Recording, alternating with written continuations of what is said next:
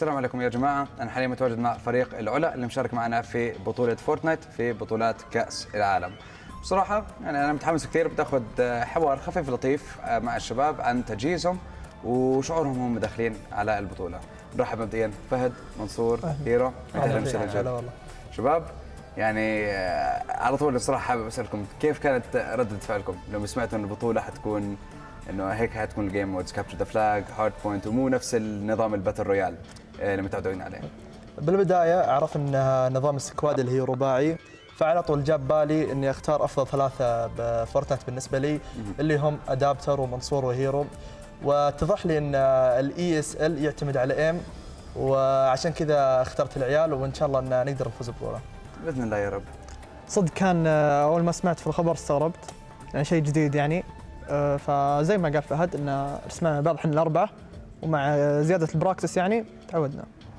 وفي البدايه توقعت ان الصراحه ما يكون يعني بيوصل هالمرحله، بس يوم اعطيناه حقه يوم لعبنا اكثر مره اتضح ان كنت فاهم غلط، والطور ممتع جدا جدا جدا.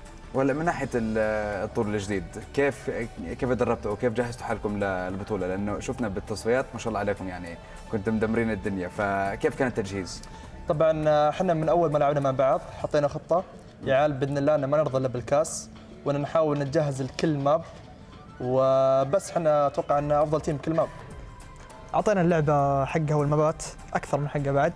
قعدنا نلعب كل يوم اكثر من 6 7 8 ساعات زي شيء نفس كذا يعني، وتعودنا الحمد لله. صراحه الموضوع كان صعب، بما ان انت تتكلم عن ان طور ما له دخل بالباتل رويال، انت عندك بطولات خارجيه لها دخل باتل رويال، وعندك بطولات الحين جديده بي اس ال. الموضوع في البدايه كان صعب، بس اعطينا الطور حقه، دربنا كثير، وان شاء الله ذا هارد ورك بيز اوف ان شاء الله يا رب. وهلا بدي اسالكم يعني كيف ملاقين؟ هل ملاقين الجيم مودز الجديده من ناحيه نظام البطولات امتع، ولا يعني كنتوا تحبوا نظام الباتل رويال اكثر؟ الصراحه بالبدايه كنت افضل الباتل رويال، لكن يوم لعبت وحركت ولعبنا كثير يعني الصراحه انا افضل بالنسبه لي اليسل. بالنسبه لي اليسل افضل بمراحل كثير، لانها ما تعتمد على الحظ ولا اي شيء. اذا انت كنت كويس بكل بساطه راح تفوز. انا حاليا اقول باتل رويال افضل، لكن الاي اس ال اذا كان في مابات كثيره اشياء زي يعني مستقبلا على بعد سنه سنتين زياده ممكن انه يتغير هذا الشيء، يصير يصير افضل. بنشوف، لانه صراحه انا يعني حبيت خلينا نقول الاختلاف الكبير بنظام اللعب. يعني مثلا عندك في السنه الاولى من المنافسات في هاي البطولات كان في عندك فورتنايت عادي، باتل رويال بيلد كامل. السنه الثانيه كان في عندك نو بيلد، فانه اختلف الموضوع، صار التركيز اكثر على الايم. فحاليا هذا يعتبر يمكن اكبر اختلاف من ناحيه المنافسه والبطولات. لكن انا صراحه متحمس اشوف كيف حتكون الامور ان شاء الله. وهلا من ناحيه التصفيات خبروني كيف كانت التصفيات معكم؟ مبين انها يعني كانت سهله. الصراحه احنا من قبل التصفيات دائما نلعب مع اي تيم بالميدل ايست، ما اتوقع احد يقدر يفوز علينا، فكنا جاهزين وعارفين انه بنجيب الاول الصراحه. بالتصفيات صراحه نفس ما قال فهد، يعني تقريبا كان عندنا ثقه، كان حتى اسمنا قوي بالتصفيات وما اتوقع ان خسرنا، فبس.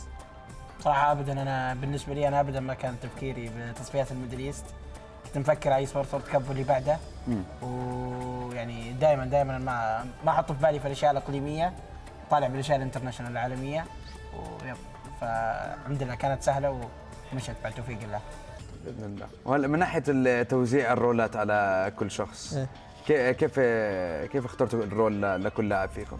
الصراحه قعدنا نلعب كثير وحاولنا نشوف ان مع كل لاعب مين افضل رول بهذا السلاح، وبعد صراحه يعني مده طويله عرفنا كل واحد بالرول اللي يقدر يلعب فيه.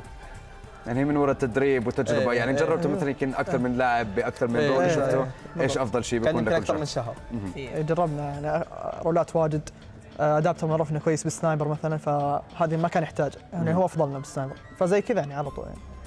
وهيرو كيف كان الموضوع معك من ناحيه الاختيار؟ الصراحه من حظنا ان مثلا في كل كلاس في سلاح معين، في واحد فينا من زمان من قبل الريد انه كويس مره بالسلاح، يعني ادابتر بسنايبر، انا بكلاس الانجينير اللي هو الاس ام جي، منصور بالسكار، وفهد بالاي كي. الصراحه في البدايه كان في تغييرات كثير، خصوصا الطور يعني كل شوي يسووا له ابديت، كل شوي الكلاسات تتغير، بس الحمد لله قدرنا نوصل لافضل شيء. وكيف مبين يعني كل هاي التغييرات او تغيرات ملاقين حالكم تقدروا تتاقلموا مع كل شيء بسهوله؟ اي يعني مع كل تغيير نشوف فيه تطور افضل. حلو. هلا من ناحيه انجازاتكم اللي حققتوها في مهنتكم او خلينا نقول في مسيرتكم في فورتنايت، ايش كان اكبر انجاز لكل واحد فيكم؟ اكبر انجاز لي هو السنه الماضيه 2023 جيمر زيت ثاني العالم. بالنسبه لي رش لان اللي كان اتوقع نهايه 2022. انا بالنسبه لي انا مثل فهد، انا كنت مع فهد السنه راحت جيمر زيت 2022 المركز الثاني، وبرضه تاهلي لكاس العالم بكوبنهاجن السنه اللي راحت. وهلا ايش حيكون هدف كل واحد فيكم، ان كان هدف شخصي او ان كان هدف مع الفريق؟ طبعا هدفنا اول شيء ان نطلع من تصفيات بالاول والحمد لله عديناها. الحين طموحنا ما نرضى الا بالكاس باذن الله. صح، ما راح يرضينا يعني بالكاس، يعني اكيد طموحنا صار اكبر وان شاء الله نحقق. ان شاء الله يا رب. اكيد ما اختلف، اكيد الكاس أكيد لازم ما أختلف لازم، مع لا كلام خلاص ريان. الكل لازم يتفق. ان شاء الله الكاس ما يطلع من السعوديه ان شاء الله، ان قالها ان شاء الله يا رب. وبرضه ان شاء الله كلنا نبدع بالباتل رويال بعد كلها ان شاء الله. وهلا من ناحيه خلينا نقول مرحله المجموعات، الجروب اللي انتم متواجدين فيه حاليا، مين ملاقيين اكبر منافس لكم في الجروب؟ الصراحه يعني احنا تركيزنا ان نعطي كل فريق حقه. ما اتوقع احنا بنخلي فريق كويس فريق سيء. فبالنسبه لي وبالنسبه للشباب بنطالع نعطي كل واحد ومستواه. حتلاقوا موضوع انكم تتاهلوا من التوب 2 من الجروب سهل جدا اكيد ان شاء الله. صحيح، ما راح يرضينا الا التاهل بالمركز الاول من الجروب مو توب 2. صراحه احنا بنتاهل بالمركز الاول لانه يفرق بالسيدنج اكيد على طريقنا بالبلاي اوفز، فان شاء الله نعطي كل شخص حقه، كل واحد اللي يستاهله، وان شاء الله نتاهل بالسيد الاول باذن الله يا رب. وهلا انتم قديش صار لكم عم تتنافسوا او عم تلعبوا مع بعض؟ اول ما سمعتوا عن موضوع الجيم مودز الجديده من بدايه ESL خلص انه انتم لقيتوا حالكم تشتغلوا مع بعض بطريقه قويه؟ اتوقع من اول ساعه من يوم ما اعلن عن ESL على طول كنا ريدي، ممكن كنا نلعب بطوله مثلا بباتل رويال واعلنوا باكس عنا، وعلى طول حرفيا دخلنا حطينا الكود وجربنا الماب على طول. يمكن من اوائل الناس اللي جربوا الماب. وكيف كانت اول تجربه لكم؟ قلنا هذا الماب جدا غريبه يعني متعودين انتم شباب على باتل رويال وتفوتوا ضد 60 70 لاعب ثاني ومنافسه شرسه، لكن هلا تفوتوا 4 ضد 4 مع جيم مودز مختلفه مع خرائط مختلفه، فاكيد يعني كان تغيير كبير عليكم. اكيد شيء غريب. بس قديش اخذتكم قبل ما يعني تعودتوا على هاي الامور؟ انا عارف انكم يعني قعدتوا اسابيع شهور وانتم عم تتدربوا، لكن قديش اخذتكم فتره قبل ما تعودتوا على موضوع انه خلص احنا بدنا نبعد عن الباتل رويال لهي الفتره وحنكون داخلين بنظام جديد للمنافسه؟ هو كان في بطولات الباتل رويال وبنفس الوقت كان بطولات ESL. حاولنا نجمع بينهم وان نعطي الباتل رويال حقه والESL حقه. فكان في زي البريك بالباتل رويال اسبوعين، فاستغليناها بحرق الESL بس. ايه فعلا كان في بريك، قعدنا نلعب، كان ما في اي بطولات باتل رويال، فركزنا على ESL، ركزنا صار شيء يعني تعودنا عليه. تمام. صراحه بالبدايه يعني ما توقعت انه يعني بنقعد نلعب هذا الطور بهالحد، لكن في البدايه جربنا نلعب. اصلا اول ما لعبنا الطور لعبناه 2v2، هو المفروض انه 4v4، احنا لعبناه 2v2. قلنا كيف اللعب غريب ومدري ايش وفي كلاسات كثير كيف 2v2، لكن بعد ما لعبنا ضد ناس لعبنا سكريمات زي كذا اتضح ان الوضع 4v4 وزي كذا، والحمد لله مشيت الامور كلها تمام. الحمد لله يا رب. بس هلا يعني بدي ارجع اركز على البطوله كامل من ناحيه كاس العالم وفورتنايت. غير المجموعه اللي انتم مشاركين فيها، هل في عندكم اي فريق ثاني براسكم، اي فريق يعني حابين تنتصروا عليه، حابين تتخلصوا منه تشيلوه من البطوله؟ اي فريق من ال 19 فريق الثانيين اللي مشاركين معنا؟ والله ما عندي فريق بالي صراحه. ما عندي فريق بالي صراحه. انت هدفك هدفكم الكاس بس. هدف الكاس بس. هذا الهدف اللي بيجي بطريقنا بلاي اوفز ان شاء الله بنعطيه حقه. الله يعينه وقت الصراحه. طيب شباب، شكرا على تواجدكم معنا، صراحه انبسطت بالمحادثه وبنتمنى لكم باذن الله كل التوفيق. يعطيك العافيه. That's a wrap. وصراحه انبسطنا كثير بتواجد فريق العلا معنا في هاي المحادثه، وباذن الله بدنا نشوف ايش اللي حيصير معاهم في بطوله فورتنايت بكاس العالم. نشكركم يا جماعه ونشوفكم باذن الله.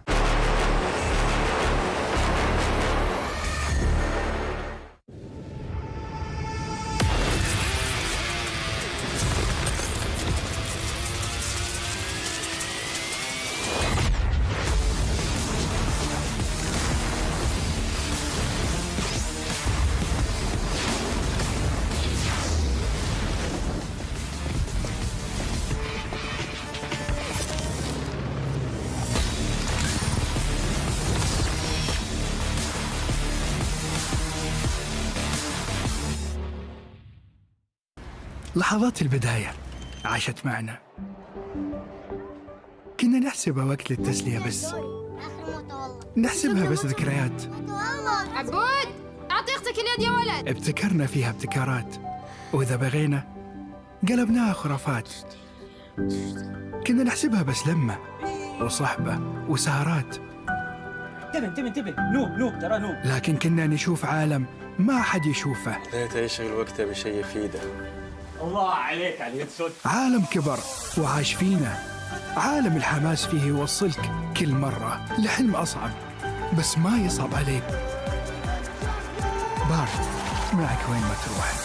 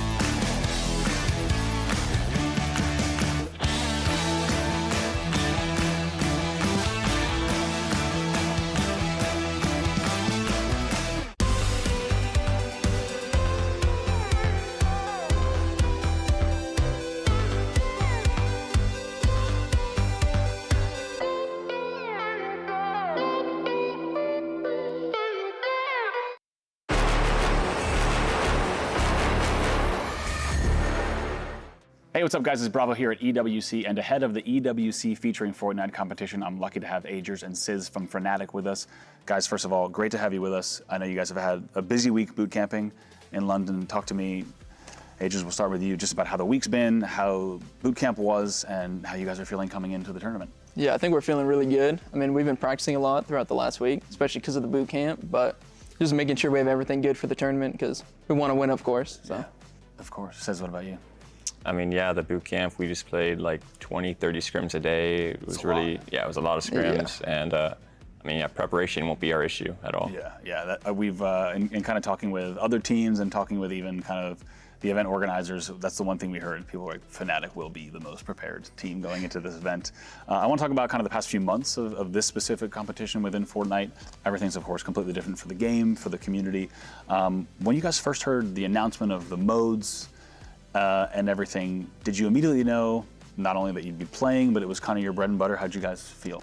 I think I'm just a competitive person, so going into it, I was like, maybe I'll try it. If I like it, then I'll like compete in it. And instantly, it was really fun. Just something new to play. So anything new is just like fun at the start. So I think it was a great time getting into it and competing now. Awesome. Sizz, what about you when you saw the modes and then first kind of matches you played? Yeah, I knew I was going to play it because it's like a no-build mode, and I was here last year for no-builds, so I was going to end up playing it, and I don't know, I guess I have some experience in games like that. I've started playing Fortnite. That was like my first game. I started playing when I was around 12. I'm 18 now, so. But I think Fortnite Battle Royale is really like fast-paced near the end, so. Yeah. I'd love to talk about kind of favorite map mode of kind of current that you guys are currently scrimming, and then from there we can dive into each of them. But Sizz, what's your favorite map mode that you guys have been playing in the tournament set? I'd say I just like the first map, the CTF on Chalet. Yeah. That was the first one that they introduced, and I don't know, we've always been pretty good at that one, so I'd say that was my favorite one.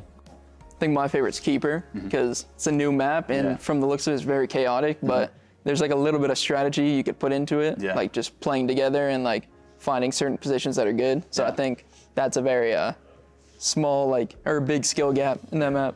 Totally. I think it's also, it bodes quite well for you guys that you say it's your favorite, because we've already talked to, you know, to other teams who, I think to put it lightly, are not as confident on the map. So it's got to feel good coming in with this size prize pool and being confident on the newest game type. Yeah, definitely good feeling. Yeah, it's got to feel good. Let's talk a little bit more about CTF. I think one of the interesting things that Onset and I have noticed when we're watching scrims and DreamHack gameplay is there's quite a variance in the way that some teams are just full aggro on the flanks through tunnel, as well as kind of through the snowy side, and just non-stop aggression, and they're trying to time their bubble and just get away with stuff. Yeah. Other teams are maybe sitting more front chalets, they're waiting on windows. Is there kind of anything you guys have noticed in terms of like striking that balance, or which has been either most successful for you or other teams in terms of aggro versus patient on CTF Chalet? I think for us, which is like a big thing that XET does, which we like looked at, is they play very safe around the midpoint and when you're defending, but when you're at like near their spawn, then you play really aggressive. I think it's all about timing on when you're playing what. Yeah. Anything you've noticed is on CTF? I mean, yeah, that's basically it. I mean, just pushing your timings, like the respawn timer is long, so whenever you do get a pick, you want to, take some space or do something with that. Yeah, and capitalize on it. Yeah, sure. Capitalize on it. Absolutely, yeah. Excited to see kind of the battle of play styles, because I think there are teams who play a little bit more patient, and maybe they wait to kind of ape a base, bubble, and run, and other teams are just, it feels like sometimes when we're watching the gameplay, we're just like, a lot of respect to you guys, because the pacing of these game modes is just like unrelenting, and I think when you've really got to be kind of leaning forward and just like full in. On Hardpoint, such a fast-paced game mode as well. Probably even at times when we're watching scrims and DreamHack qualifier gameplay, at times I have to pause and I'll watch the gameplay again, and we'll be like, okay, we got to watch these last few plays, because it feels like the game can turn on a dime if you get the right of limbs. Anything that you guys have noticed that's most important in terms of Hardpoint gameplay that you think teams are focusing on? I think it depends on the play style. Like a team that we played, Gaming Gladiators, they just run in nonstop. And we tried both playing like that and playing more strategical and like going together and like doing set stuff. And there's not really anything that works best, but it's more just based off the team. Sure. So we're still trying to figure out which one we want to do. Yeah. Scissor, in terms of the hard points on, if we think about Panther, kind of the original Hardpoint map, are there any hard points that feel, as we've been watching, I think one of the things we're interested in is which ones feel more kind of easy, or not easy is not the right word, better to lock down versus ones that are a bit more scrappier in terms of time.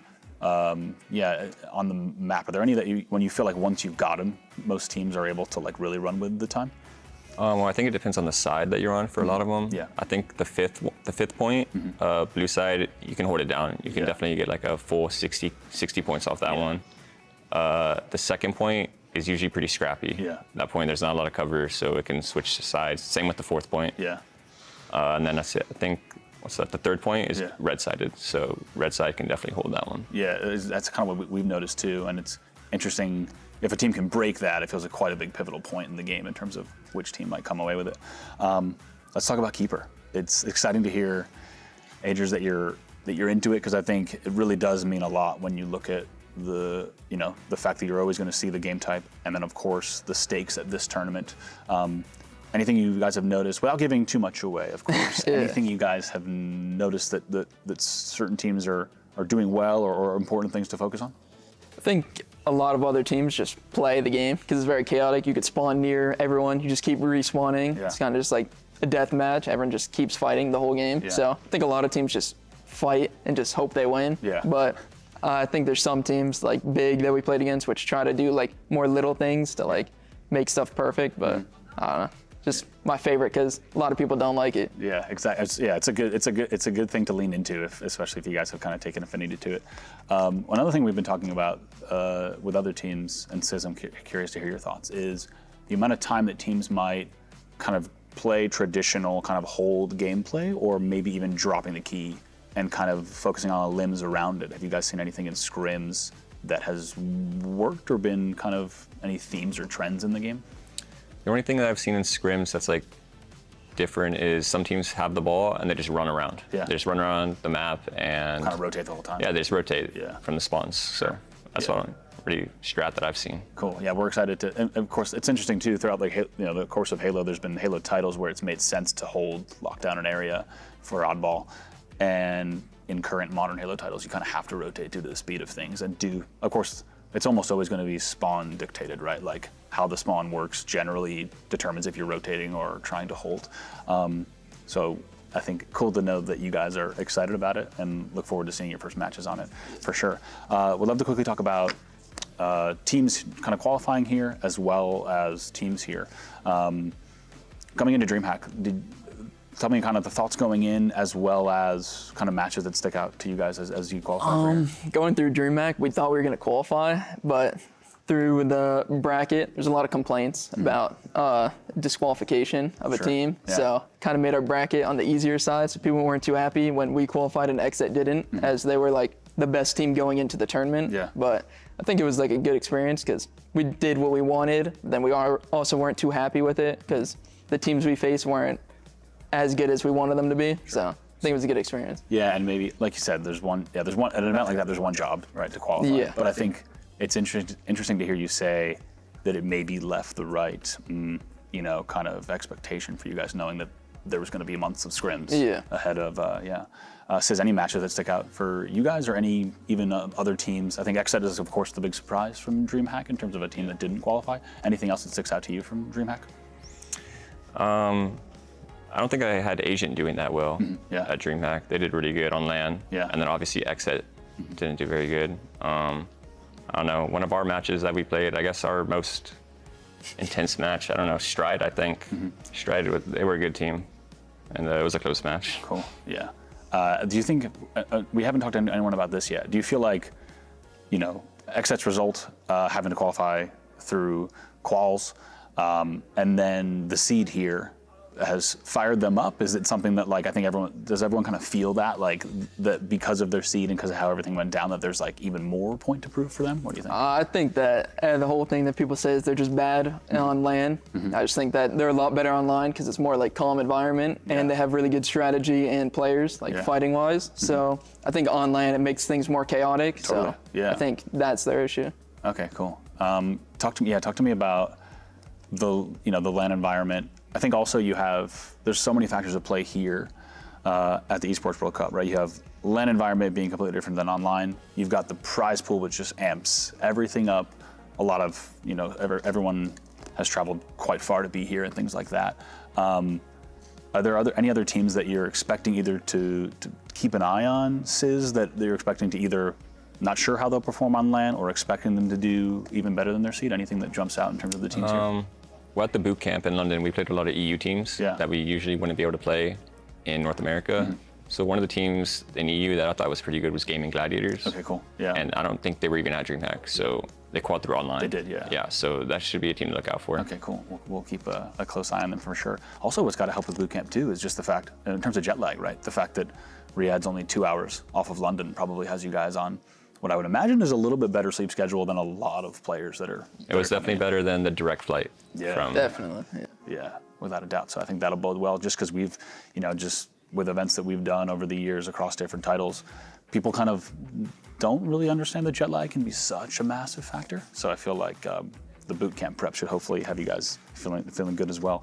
Any players that jump out, whether it's specifically a player who's amazing on their role or just players that jump out that you're expecting to keep a close eye on this event? I think Pilkey on Dignitas is really good online, and at DreamHack he played really good with a different team. Plays engineer, the Burst SMG. I just think he's really good because that role, not many people are doing great numbers on it. It's more of like a team role. Sure. But I think he does a really good job at it. Cool, awesome. Sizz, what about you? I mean, yeah, that was the first thing to come to my mind. And then after that, I don't know, Hellfire on Heroic. Cool. Yeah, he plays the same class as me. Right. And he does pretty good. Awesome, sweet. Well, we will not only look out for both of them, but also for all your matches here this weekend. Can I wish you, more luck than kind of everyone's already said, but it's, so excited to see you guys play, and best of luck in the match this weekend. Yep, thank you.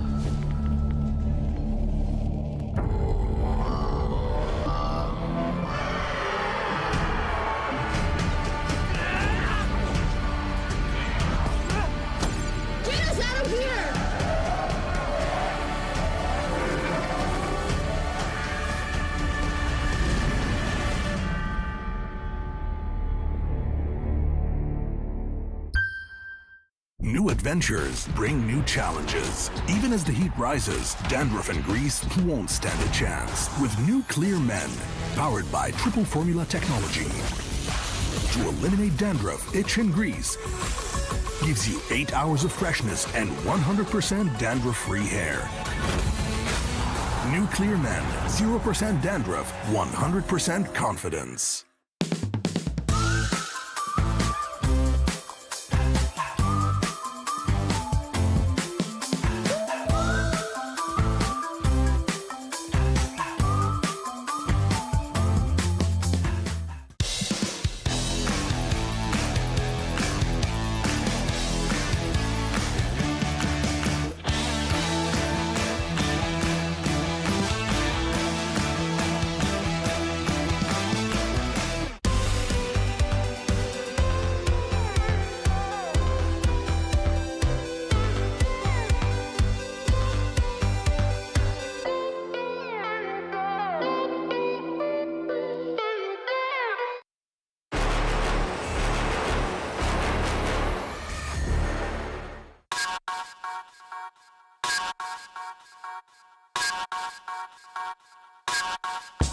To be here feels pretty good.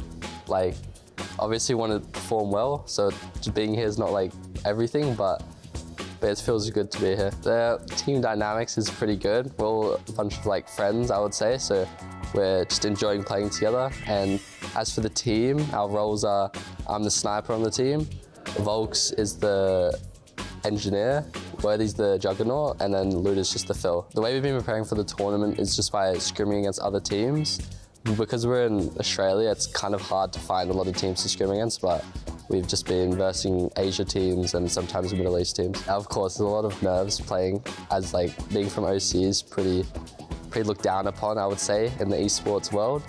But we're just here to, you know, let everyone know OC is pretty good. I'm pretty excited to verse Exceed. I also think they are a team to watch out for as well. I think they're really good. But yeah, I'm very excited to verse them. The team I think is going to win is going to be us, because we're just the best team here, let's be real. So yeah, I think Power's going to take home the trophy. I hope you guys enjoy watching me play, and I just don't want to let you down, so I'll try my best. Power up.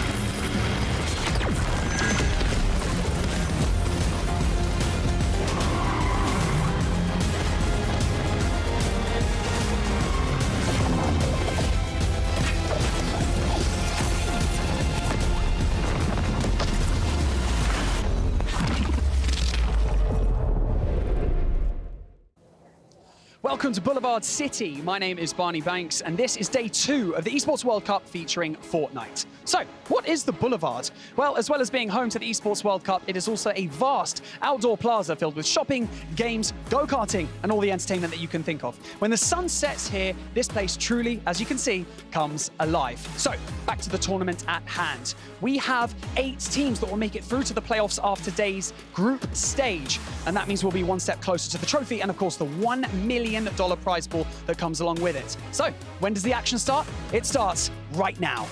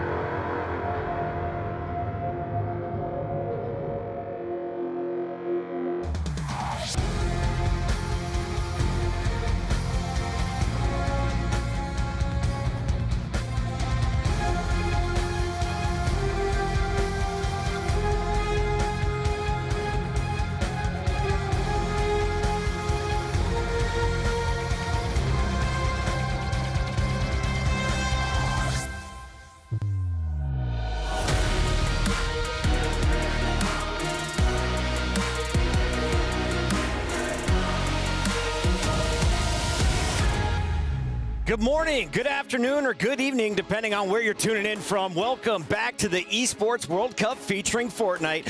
I'm your host, Chris Puckett, and we are going into the second stage of groups. What does that mean? It means we're sending half of our teams home by the end of the night. To bring all the action throughout the weekend, though, we brought in some big brains, starting with the largest head on the stage. Let's go to Levin. Levin, you've got a massive noggin full of knowledge here. Break it down for me. What have you seen so far? What should we expect on day 2? I mean, everything from day 1 let us know that the expectations going into things can always switch up. Certain teams I think people expecting big things from didn't quite deliver. Jess, we saw some big pop-off performances from some of your favorite teams. Carmine Core was doing some work. Who else are you looking at today? Today, I think I'm going to be looking at more of the local teams. Alula, for example, is going to be one of those teams because I haven't seen them on the mainstream and I had to start scrounging through VODs to get information. So I want to see them on the main stage. This is a massive $1 million tournament. The top 16 teams from around the world. But for some of these players, it's the first time stepping on a massive stage. Did we see any of the youngsters falter on day 1? Because the Amazon Arena is popping off and this stage can be intimidating. 100%. I do think we saw a couple players maybe get swallowed up by the stage a bit. You know, it's different from typical BR where you got 100 other players on there with you, right? When you're on that stage, the focus is on you.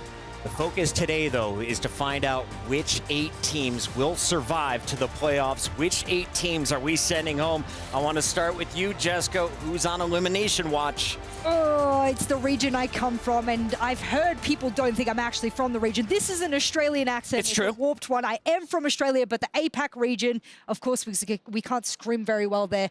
We are on the watch, and I know you're calling it Fraud Watch. Yeah, it's looking a bit like Fraud Watch. You're on Fraud Watch. You're definitely not Aussie. I don't know who you're fooling. You ain't fooling nobody. I mean, you look at Zeta Division, of course. I think in that opening matchup, they sort of struggled there a bit, which people are expecting, but you expect more. You know, we talked about, you know, if we were making a power ranking of who's doing good, you'd probably put Power quite low down there, unfortunately. But there's an opportunity for them today to prove us wrong, at least. That's true. Aussies are coming in hot today. Unfortunately, that was not the case on day 1. Let's walk you through the groups and all of the action from day 1, starting with Group A. Now, this was Falcons at the top of the group, but Exet comes out as our first team to advance to the playoff bracket. And you called it before the match. That little guy in the front with the mustache, he was our player to watch, and he secured their first map win. I try not to idolize and highlight too many players as like my favorite player. I try not to put a bias in there, but this man caught my heart. I love good marksman plays. I love good sniper plays. And some of his quick scopes, especially his quick swaps to his secondary rather, are incredible. He made a big mark on the stage for me. Levin, we thought it could go to a game 5 potentially. This one finished in just 3. Are you surprised to see Exet with the clean 3-0 in Group A? No, I wasn't surprised. I thought it'd be maybe a 3-1. I thought there was an opportunity for Falcons to get at them on Hardpoint, particularly. But even there, they were able to clean it up thanks to Ritual's heroics. I mean, it's weird because I think a lot of people watching at home would have expected Falcons again. The #1 seed, they won GMAC Dallas to do really well. But for the people who may be thinking, what's happened in between then and now? Obviously, Exet picked up Cold, one of the best players in the world. And, you know, in scrims leading up to this, they've just been dominating everybody. So the players were expecting Exet to be the best team for the most part. Jess, we do have to call out, though, if you were watching Yapko, he had probably the best opening round as he took down Zeta Division. A drop to 50 bomb on us as he 3-0'd that squad. Falcons waiting in the wings to find out, will they play Zeta Division or will they play Dragon Esports to move on to the playoff bracket? And the big thing as well, Yapko, I have to remind everyone, is essentially our returning champion. Cammy is not here to join him. We have one person here out of all of the players that essentially can say he is the champion in Riyadh. So he's going to come back and say, my big performance is because I'm comfy here. He'll be playing in the 3rd match of the day, but let's talk about Group B because this one, no surprises. You called it on day 1. It was going to be Exceed. They showed up, but it wasn't as big of a blowout as was lined up for us. It went to a 3-2 here as they barely squeezed past Game and Gladiators. I mean, I think those two were the best of the rest, right? Outside of Exet, if you were looking at who were the 2nd and 3rd best team in the competition, I would have probably said Exceed and Game and Gladiators. Exceed just managed to edge it, and yeah, they've looked really good. I think they're the most confident team here. I think they're probably more confident than Exet, based off of the things they've been saying. I tell you what, there is some content that's gone out about Exceed on the Twitter, the EWC_EN channel, and I am living for it. The Peter Bog content and whatnot.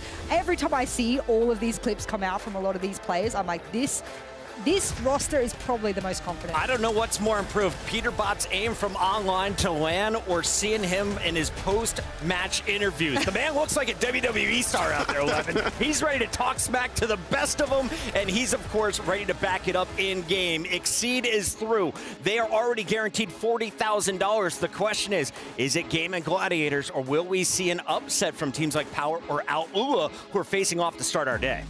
If they lose, it's a huge upset to me. That would actually be the biggest upset we've seen thus far. GG is a top 3 team without a doubt. Over in Group C, it was all the French org. Carmine Corp got the job done, and Jess's Twitter lit a fire. Let's talk about this squad, because this team was able to get it done, and they looked pretty powerful. I mean, they were a bit, rattled, I think, by some of the support that the R8 boys were getting in their matchup. But ultimately, it did lead to a win. And I think Malabuka, as much as he can be an emotional player, it was good to see them get it done with relative ease, you'd say. I don't think they struggled too much there. And I loved that.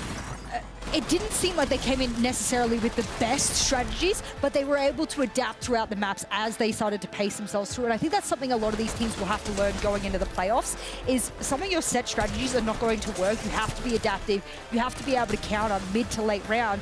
And that's something that KC did really well when they started to get overwhelmed, especially on Hardpoint. I was like, I am very happy with how they're responding. Jess, I know we're not supposed to fanboy, fangirl, but I was watching Mer's stats, and I'm like, please just keep his screen up the whole time. Mustache is unbelievable.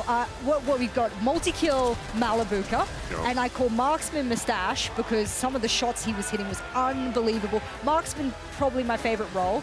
I think Engineer's more important, but they have some really good role players on that team. You mentioned it, RA Esports, though, able to take a game off of KC, and not only that, they have one of the loudest fan bases we have seen for Fortnite. They are waiting in the wings to find out who they'll be playing, and a lot of people expect an R8 Fnatic matchup, potentially. Over in Group D, though, we got to talk about what's been going on with Heroic, because on day one, we said they were going to be the team to beat in Group D. They played twice, and they were able to get it done pretty easily. How has this group been playing out, and who do you think can maybe catch up to these 4 men? What have they brought to the table? Oh, I mean, you look at Heroic, Thomas HD, of course, one of the big star players there. Fredoxy's been key for them. Kiro, if you know anything about him, he doesn't really miss much, right? That guy's got great aim. All in all, a great squad. I spoke to Trippin, their coach, yesterday about how, they did, and he said for the most part, it was easy breezy, right? They had a couple mistakes here on certain maps that are easily fixable, he felt, and they're feeling really confident now. I think they had an easier group. Dropped one game to big. Right. They did have a couple of, hiccups here and there, but they're not worried about dropping that one map. It's a good learning experience for them as well, and we haven't necessarily seen a lot of their games on the main stage at all. So I, like Alula, want to see what they have to show on our particular stream. And when they do come out, they need to be prepared for the fact that they did have an easier group, as you said, and they need to be able to, hold it against the big boys. Real quick, before we move on past Group D, are we going to see another big Dignitas matchup? I think so. And there will be a really grueling rematch after how that first bout went. If you missed any of the games, that was my favorite. It went all the way to a Game 5 with, of course, Big winning back-to-back to make their spot in the upper bracket finals. For today, though, what are you playing for? Well, basically, you don't want to get last place. If you get last in your group, you're walking away with $2,500 each. But if you get third, at least you're doubling your money. You get second, you double it again, all the way to $40,000, and it'll keep you in the running for that $400K first place prize. And also, you don't want to be the team that gets a key crush first, because I've been watching these key crushes happening, and it happens in such a dramatic fashion, and the player just stands there and watches as the key just gets bent and molded, and I'm like, that's actually quite humiliating, so you don't want to be the first. I'm looking at teams like W7M, I'm looking at teams like Fnatic. They have extra pressure today. Not only do they not want to finish fourth, if they get into the top 8, they secure points for the club championship, and right now, Fnatic is outside of the top 10. Let's check in with Quickshot to see how it's all gone down. Hey everybody, Quickshot here from EWC Central. Yesterday, 4 teams have already locked in their spot in the Fortnite top 8. So let's check out where they're standing in the EWC Club Championship update brought to you by STC.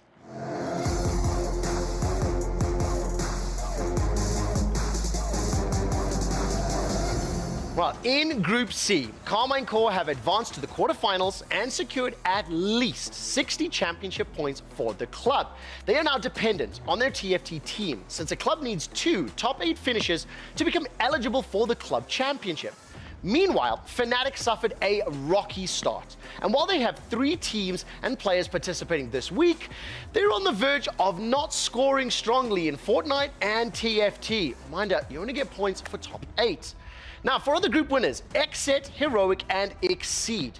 None of them will become eligible for the club championship as of now, since they have no other teams competing here in Riyadh. And in the overall standings, well, it's Team Falcons and Gaming Gladiators still competing for a spot in the quarterfinals in Fortnite. You can see them on my list here, 1st and 3rd. Team Falcons, with strong finishes in their games, could all but lock up that club championship. For more updates on the EWC Club Championship, as well as every other game happening here at EWC, explainers, mini games, conversations, interviews, why don't you tune into my show, EWC Central. We run Thursday through Sunday, 3 p.m. till 7 p.m, twitch.tv/EWC and youtube.com/EWC. I've been Quickshot, and this has been your next episode of the EWC Club Championship Update, brought to you by STC. Thank you for the update there, Quickshot. And as you can see, today, it's not 6, it's 4 matches coming your way. And of course, that advancement round for Falcons at 2,100. But let's take a look at our Jamil Motorsport match of the day. It's got to be Power taking on Alula. Can the Saudis get it done against the Australians? I know a lot of people, especially Loser Fruit, have something invested here. Yeah, I saw them sitting on the couch together watching, obviously, the CEO of Power as well. They are heavily invested in the team's performance here. I know you're expecting big things of the boys, but I'm also expecting big things of Alula as well. So I can't send a lot of positive vibes given that they got a tough competition. Can I just say, yesterday you shouted out only Loser Fruit and you just left Lachlan out there. So, Lachlan, just for you today, here we go. I knew you would throw me under the bus. I was Lachlan, like, we got more love coming for you on the other side of the break. We'll be breaking down this game and more. Don't go anywhere. It's the Esports World Cup featuring Fortnite.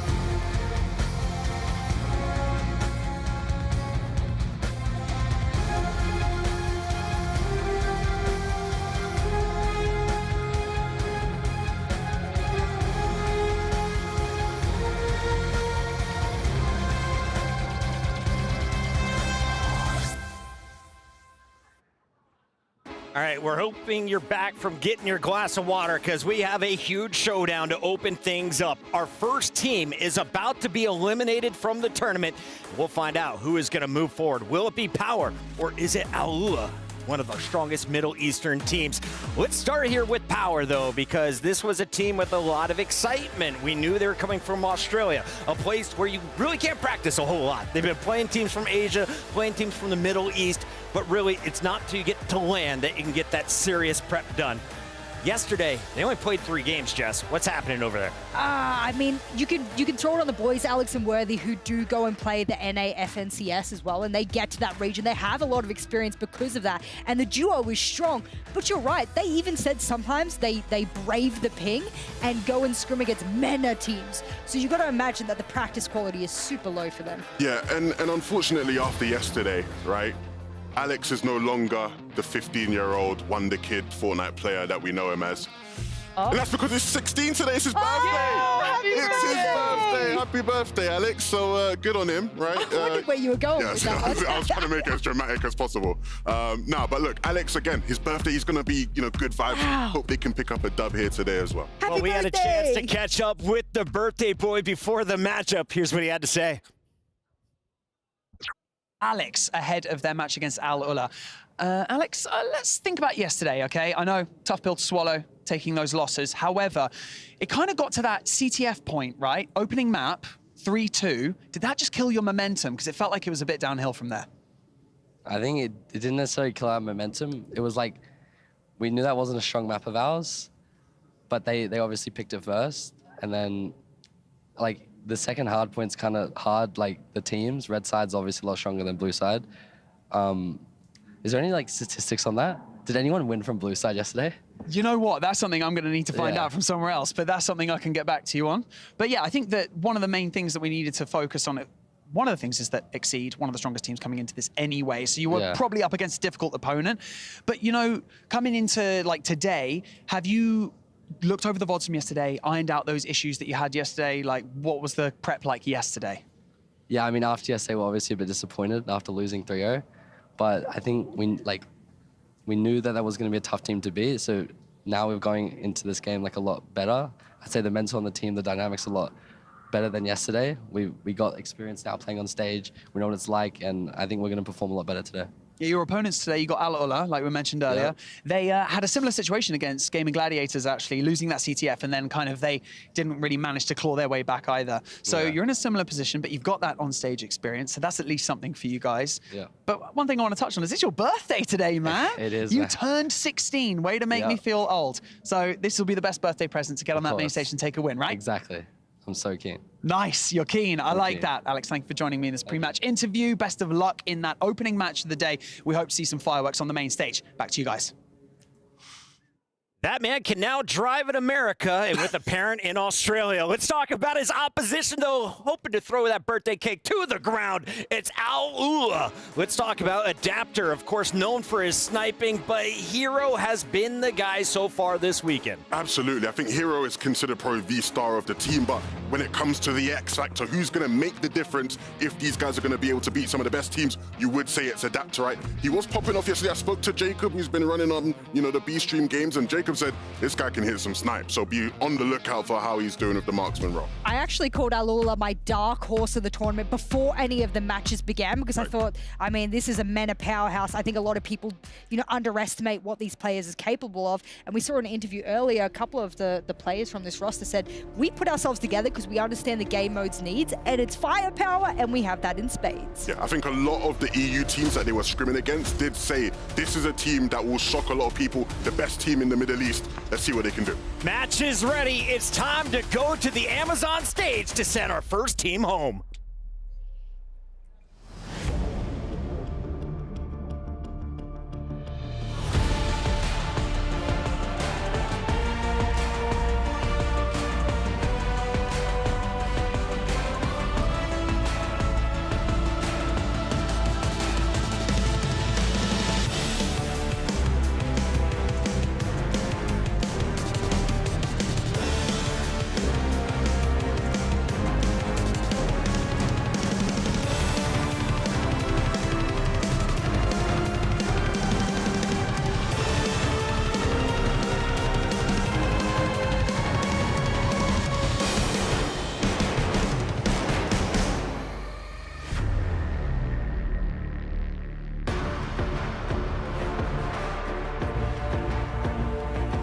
Howdy doodly doo! Welcome into EWC featuring Fortnite right back here in the Amazon Arena in the beautiful Riyadh, Saudi Arabia. It is day 2 of our competition. I am your host, Adam Savage. I'm delighted to be joined by this marvelous human being. This is Milos. Well, the pleasure is all mine here, Adam. Yesterday, we had an incredible day. It definitely was a day to be alive, to witness it. 4 teams made it out of groups and now stand ready in playoffs. They get a day off to rest up. I certainly do. Actually, I caught up with some of the players earlier on today. They're not resting. They're actually going to be here watching live. They want to see exactly who they're competing against at the course of this weekend. So watch out for them. They'll be here today. It's a lot of dedication for all of our teams. Everybody's here for the win. And speaking of everybody, all of our teams come in with a key in hand. They do. I just so happened to have requisitioned something just to show you. No, you don't. Yes. Take a look at it. No way. I actually have one. I can take it home, show my friends and family. This is amazing just for me.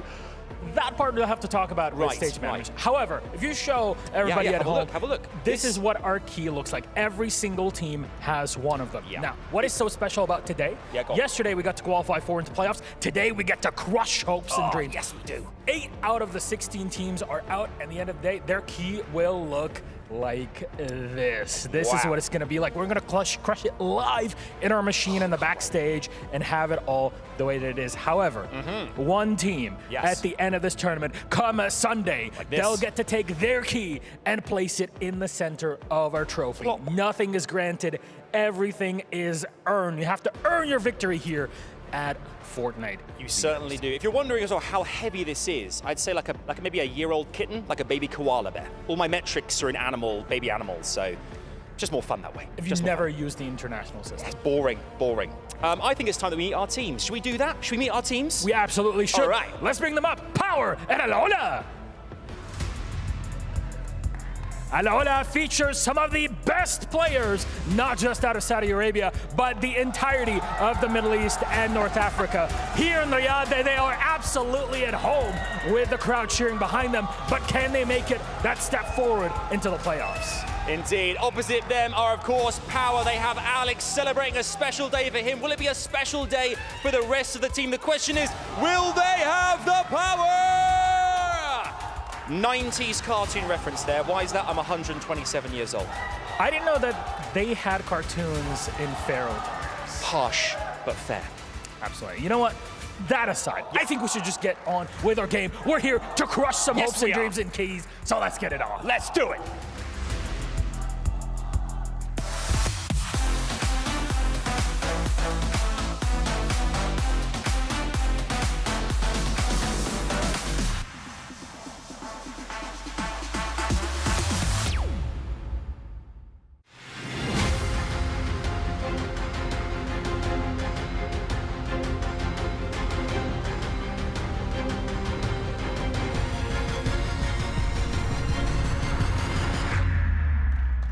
Welcome back to day number 2 here at the EWC featuring Fortnite, and Dex set it up perfectly.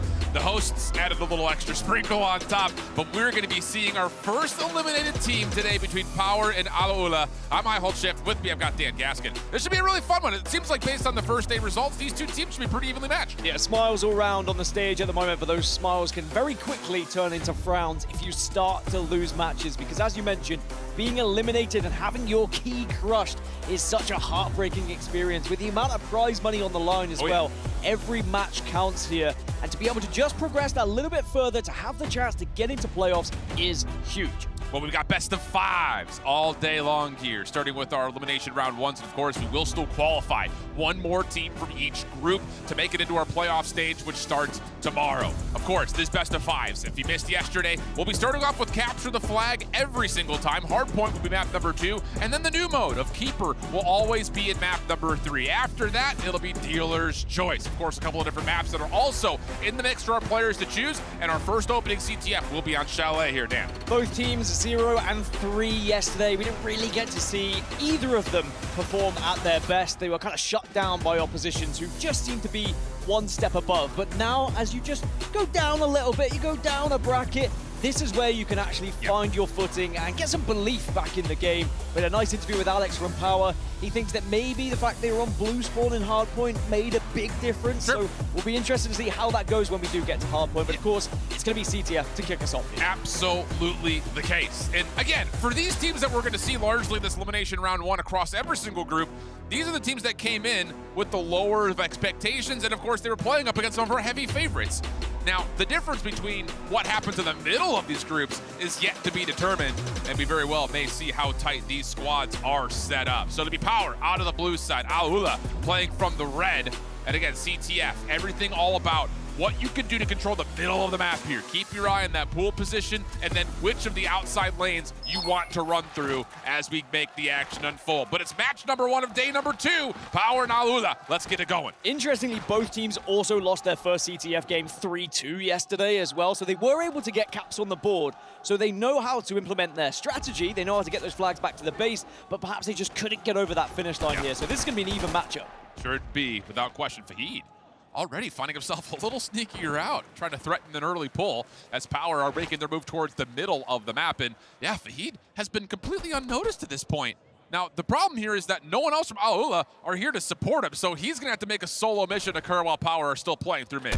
Potential big fight happening over towards Tunnel. At the same time, you can see in the elimination feed it's going to happen, but there is going to be a chance just to nab this flag and make a dart for it. But remember, you can see Power on the other side to try and cut this off. Yeah, they know exactly where he's coming from. They've cleared out the cave side. Now it's just about to winning over towards Tunnel, but Mansour right here to assist. Flag is down for the moment. Volks, it looks like he is able to just touch it in time to get the retrieve. Otherwise, Alula was right there off spawn trying to follow up, but everything resets back to neutral. As a reminder, if you've not watched CTF here at EWC featuring Fortnite, it is touch return. It's also 2 rounds. You will switch sides for each half where you're going to be spawning and where that flag is going to be for the opposition. So a chance to catch up. If you do feel like there is a better side here, you will have the chance to do so in the second half. And just based on what we saw yesterday, the side that Power have spawned on seemed to have been the better sides. The fact that Alula is finding so much success, getting some threat established towards getting these early pulls is already pretty darn impressive. But Power have put together a solid defense, and now with a couple eliminations happening on the outsides of the map, a chance for Power to move forward. Yeah, Power are now starting to close in on surrounding Alula here, and I'll have to see whether they can actually get a flag pull off the back of it. It looks like they will be able to utilize the bubble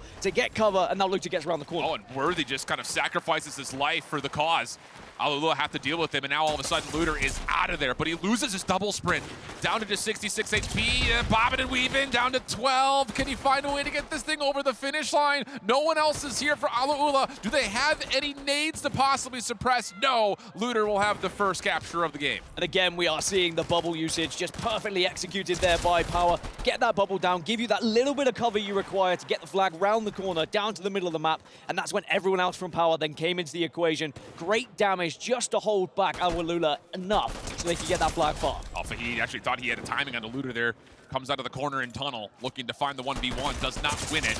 So Power once again find a couple of key eliminations. Volk's not making the move over towards the flagpole once again. Hero, the only defender in the way, and he gets flat out double teamed. Fahid on the corner, trying to stave off whatever he possibly can. The clear comes through. Fahid into the bubble, not able to win the first fight. Now it's just down to what Adapter can grab, which is nothing in Worthy when the cover of the bubble is out. Worthy is off, and now you have to run. This is where you can use the pool for a little bit of extra cover. And I like the fact you go into pool because you've got so many avenues from that pool side. It depends where the opposition is spawning, where your teammates are spawning, but Power should be able to tuck this one home. And that's not just because of Worthy's ability to finesse in and out of the pool, but there's also further members for Power still threatening the Alula base. You've got Adapter, who's been able to at least get back up into position to get this defense going, and as Looter and Alex will both drop, now a chance for Alula to take the mid-map. Power have done very well at controlling Tunnel, and it's meant that Alula just haven't been able to get on any side of that map, to be honest. So they've been forced through middle, forced through cave side, and has allowed Power to dominate these eliminations. Alula still playing over towards boxes. Volk's on the corner. A little bit of a self-bubble just to keep this position in favor of Power, but eliminations are not as convincing as you may like. Lots of damage on both sides. Volk still holds the high ground, and now with an elimination towards Fahid, Power make their move again to move across the map. Power dominating in the eliminations right now, but Hero trying to just scrap something back. Only the 3 elims, and I mean, after several minutes of play here, that shows that clearly they are being outplayed in every aspect of this area. And I will say, you know, in terms of Chalet compared to Panther, another map that you will see throughout the entirety of this event, this map does feel a little bit slower in terms of kill potential, mostly because everyone's just tying for these positions that are really just winnable, and you turn that into your pivot point for success. And you can see exactly how Fahid is trying to make that happen, but as he drops, Power once again come away 2 for 1, and they will continue to win the middle of the map with Looter playing a bit further forward here. Only 35 seconds left of this round, so maybe one last chance for a pull if anyone's aggressive, but it looks like Alula are on their side and Power are on the other side, so it's just going to be a standoff, and we're going to be flipping halves here. Sure seems that way, and yep, that's exactly what the call will likely be. Alula one last chance as Hero tries to force the issue down low, does get the win. Adapter right here with him, but unfortunately, maybe it's not unfortunately, he's able to find Alex just in the nick of time. Thought he was going to be caught off guard, but like you had previously mentioned, the time is not great, and there will not be enough time for them to pull and retrieve the flag back for a capture. But all things told, not a bad half from Alula, considering the score. I mean, a couple of options where they almost got a couple of pulls, but in the end, Power do come away the victors of round 1. Yeah, we've yet to see a complete domination on Capture the Flag so far this tournament, where someone's finding 5 captures in the first half, for example. But you alluded to it earlier, being on that blue side seems to be the preference for a lot of these players, and now our Lula are going to be able to switch over, to that side and have the chance now to have potentially tunnel domination, similarly to what we saw from Power. And just for reference and history's sake, for Power, they weren't on broadcast that much when they were playing at DreamHack Dallas, but when they were, they played both Ninjas in Pajamas and Carmine Corps pretty darn close in CTF. So it definitely feels like a mode that, even though Alex said didn't feel comfortable for them yesterday, they still seem to have a pretty good grasp on it, and that is starting off well here again as Looter finds the opening double. Main difference we're seeing here from Power to our Lula is Power are still going tunnel despite being on the red side here. They are not allowing that same control that they were able to implement in the previous round, and we'll see whether that one pays off for them. But it does look like our Lula off spawn are able to answer back tunnel control over and over again. Oh, and Alex gets EMP to the corner here. Fahid, low on HP, does get taken down, and unfortunately, there will just be a 1v1, which Looter coming off spawn is fully healthy to grab, and that 1v1 win now all of a sudden has Power off a pull, looking to find their 3rd score. Yeah, Power just now going to be waiting and are going to be very patient here. A good chance to jump in for a listen-in with Power.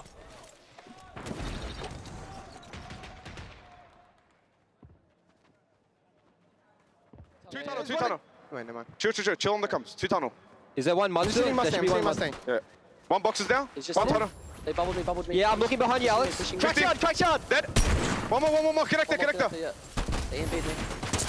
I died. Side. Yeah, that kill. Nice. Good. I got ding. Okay. I'm here. I got a good spawn. Kill one. Nice. 100. Dead it. 20. Nice. Got it back. Good shit. Pull, yeah. He's mid truck, I think. One mud. Yeah. I'm gonna like tunnel. I'm gonna hold. Oh yeah, Fuck, my bad. 25. I'm just watching mid. 2 on me, 3 on me. Yeah, two archers. Dead. I'm locked up connector. Nice. 100. Good shit, bro. Dead. Nice, good shit, bro. Cracked mid truck. Slowly push up. Dead tunnel. Nice. One more truck. Yeah, truck. I'm coming to you, bro. I'm gonna try to...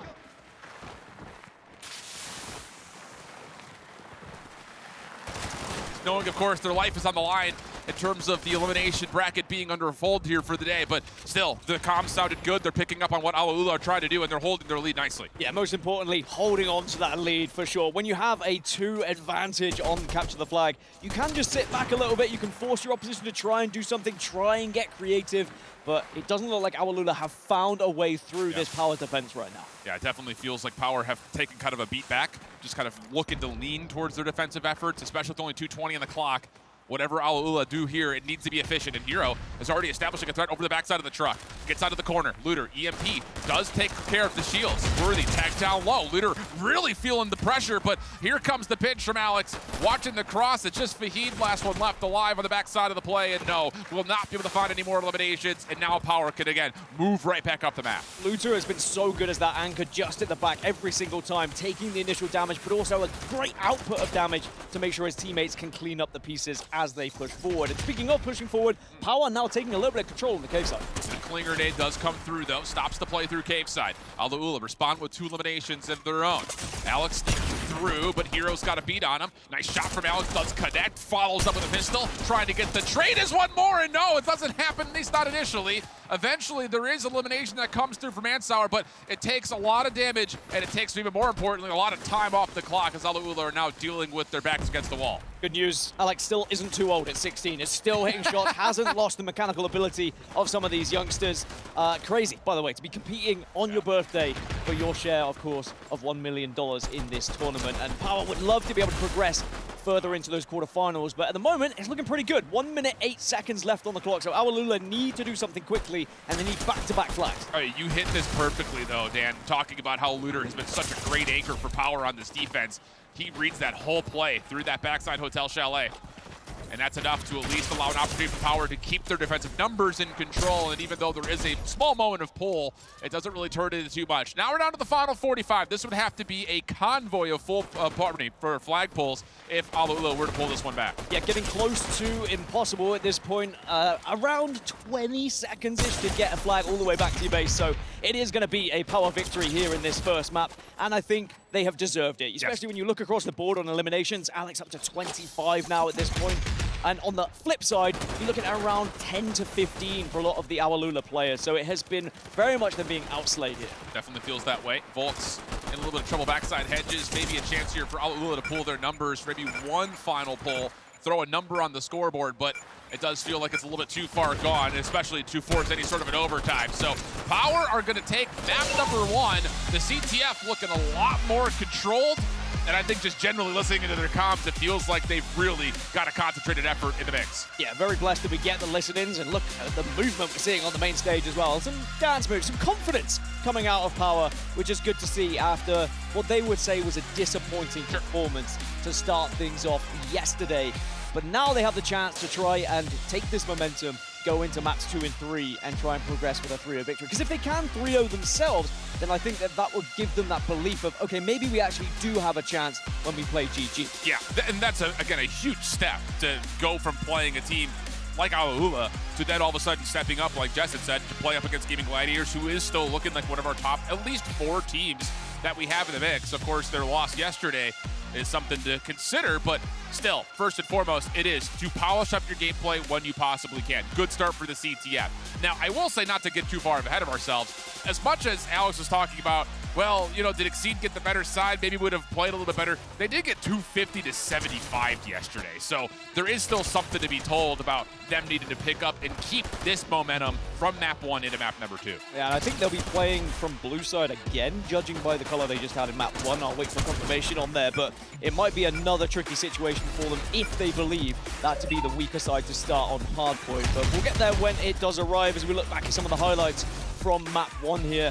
And it was, for me, it was just about the tunnel difference and the tunnel control difference. It's been something that I think I've learned as I've watched more and more Chalet. Tunnel is very important, but you also don't want to overcommit to it. You need someone who is very strong in 1v1 environments to be taking tunnel control and happy to also communicate with the rest of the team and say, okay, it's now a 1v2, I'm going to back off, I need a little bit of support. But it does seem like one of those modes where you see what the opposition is doing and where they are trying to full send. Like if they're sending 3 members towards Cave, you can counter that by just dominating the middle on Tunnel. The one thing that Tunnel has that Cave doesn't is a quick cut back to mid. Yeah. You know, I think that's the biggest part about it. And what we kind of saw from Power from the favored side was they weren't just able to get back to mid-map quickly, they were also full stacking the actual hotel itself to get the pulls that they were able to find. I mean, again, the shield bubbles were so key to cross off the corner. You get the pull, you have options to go back through hotel or go back towards pool side. They defaulted towards pool more often than not, but still, it all started from the play front side windows. Yeah, utility usage was definitely better on the side of Power as well, but they also had more of an opportunity to even get there. I think with the outslaying that we just saw, the amount of eliminations in favor of Power, there was no way really for Awalula to even get into their base to try and attempt at a pull. I think we saw maybe 1 or 2 pulls that were just kind of half-assed, if I'm completely honest. Like, they got a little bit of a grab, they try and run, and they're already dead. And half the time, that was just because Power were expecting it. Power were waiting, and they were more than happy to take that fight. And I think on the same front, you mentioned it, and I mentioned it, but it reinforcement needs to be said once again that Looter was great at tracking back and making sure the defense stayed solid. But we have to transition to the conversation. This is our other respawn map that we have in the pool. This is Panther as we move over towards Hardpoint.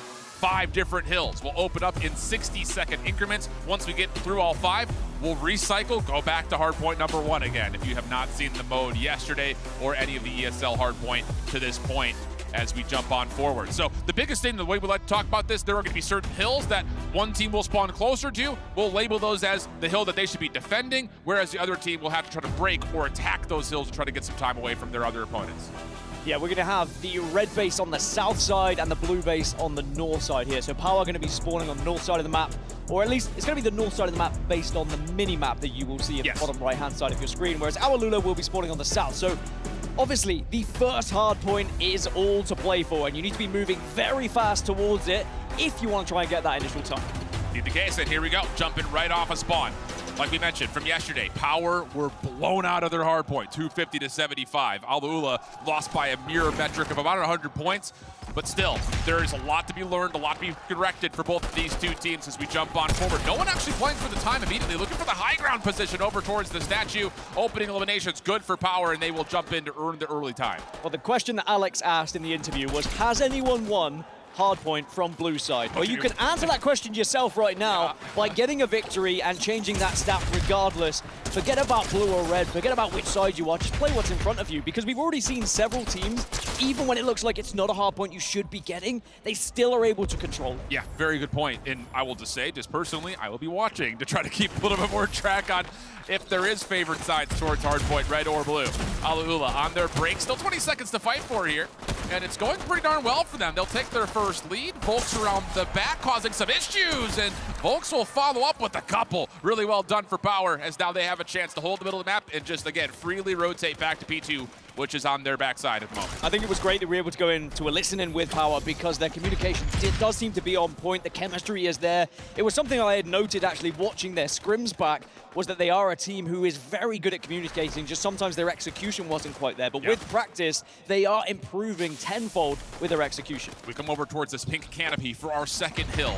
This has been one of the hard points that Power will spawn naturally closer to than Alula. So this is where we expect them to find about 45 seconds plus. But the opening eliminations, great for Alula. Mansour absolutely taking control. The crowd thrilled to see it as an early break for Alula. And I think the reason why maybe players feel like red is a favored side is because when you go into P3 and P4, it is back-to-back zones that are going to be on that red side, so there's a chance to really dominate time when it pulls to your side of the map. Regardless of that, though, this has been a flawless break from Alula. Still 15 seconds of scrap time to fight for. His Power are going to try to throw every single member over, but I'll say Mansour has really popped off. There is still a moment here where Power will get the scrap, but it's 8 seconds. And most importantly, like you mentioned, they're going to be late to the rotation, which is on the bottom right side of the minimap over towards the Lambo. Yeah, so now Alula can move to P3. They can set up with it. They're going to be spawning closest to it. And then when it moves to P4, they'll also be closest as well. So there's a real chance for Alula to create a gap here and take a lead. Well, Hero, Mansour are going to be the first ones here. Bubble already down. Expect that to be blown up by an EMP once Power see it. If they do, because they're still pretty far away. Here comes the threat, though, from the front. Volks waiting for a pinch from Alex. That does not amount into too much. Mansour also taking a little bit of early damage. He is running the assault class, so if he finds elimination, he will get extra health back. But for Power, their hit from the front is starting to gain some momentum. Here's a couple eliminations, and now the break. Need to have someone who's ready with that EMP just in case the bubble comes in as well. But it is a good push from Alula, but it is not good enough. Power will hold strong, and it just seemed like it was a split push that wasn't timed correctly, and it did just allow maybe too much time to be eaten up, but now finally Power have been able to just regain a little bit of control here. Yeah, I'll say that, the contest has been pretty good here for Power, all things told. Moments where the hard point was really left open and neutral, which is essentially success from the attacking perspective, and a little bit of time here at the end. A nice little fadeaway elimination as the exit towards 3 to 4 is underway, and Power actually have Volks in position to possibly make a mess of this rotation for Alula. Alex there to join, and Power really right back into the swing of things as they get to 4 first. Yeah, Power could do with a lot of time in this one just to try and rip it away from a preferred side from Alula, but you can see they're trying to make their rotation a little bit further north through the middle of the map, maybe to try and surprise Power here. Worthy was in a corner waiting, but now it's down to Volks. Yeah, Volks has read this very nicely. Adapter looking for a shot, just cannot find an angle, and eventually the pistol will come through. Alex, the last one to deal with, 1v1, and Power find the win. Worthy still over the top, can keep the fight alive, and this has been a great set of back-to-back attacking hills for Power. Yeah, that was a big win from Alex. Even though he went down afterwards, it just delayed the push from Alula, and the time they're going to be gathering is not the amount they would expect from this side where they are spawning a little bit closer as Alex falls once more.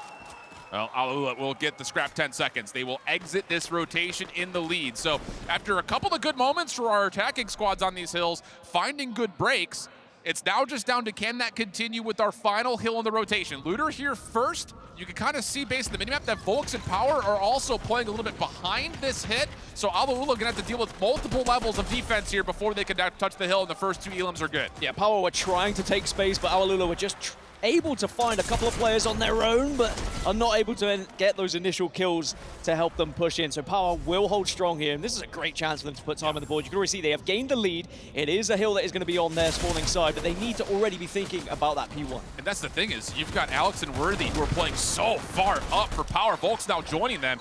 Just again, try to create a bit of breathing room for Looter inside the zone. EMP does come out. Mansour takes a lot of damage though. So a nice little track back, but he finds the Elam anyways and gets a natural regen off of that. So again, the break onto a hard point that you expect Power to dominate is good. And with 9 seconds still to tally, we're gonna have essentially a dead tie game going back to P1. This is where it gets tough though for Power. Because of their spawns, they're currently being pinched by Awalula. The players who are at P5 and the players that have already moved from spawn to P1. And Power are just stuck between them, which is giving time to Awalula essentially for free, because Power are constantly in a 2 versus 3, 2 versus 4. They need to try and kind of stop these staggered spawns and get up together. This has been great opening time, like you mentioned, for Alula. Now here comes the hit, though, from Power. With numbers and an EMP that does connect. Alex clean on the opener, tries to find the second, not able to. Alula just don't want to give this away. And how about Mansour? Just absolutely teeing off for Alula, up to 18 elims, and now growing the lead significantly for the team in red. Alula look far more comfortable here than they did on CTF, and I think you mentioned it, it's a more open map. There is a chance to you to have those engagements, maybe a couple more 2v2s rather than just all 1v1s in individual fights, but now you get to see the push in as well. Can you hold? Fahid does not, and Power will regain control of hill 1 here. 12 seconds of scratch time. Again, we go to the top right of the minimap. This will be a hill that Power will spawn closer towards. So Onus is on to Alula to do what they essentially did last time around. They found a lot of success on early contests here at the second, but this time Power have good control with Alex in the hill and Volks creating some space around the outside. You want to have a little bit of a lead going into hills 3 and 4 here, because it's going to be expected to be in favor of Awalula. But already with that kill from Fahid, it does open things up now for Awalula to push in and try and take this one away from Power. But the bubble forces the fight close range, and that's one thing Power do very successfully. Yeah, and Adapter tried to chow that with the marksman class. So now we have Alula still in the lead, but struggling to break this hill. We jump into an Alula listen in.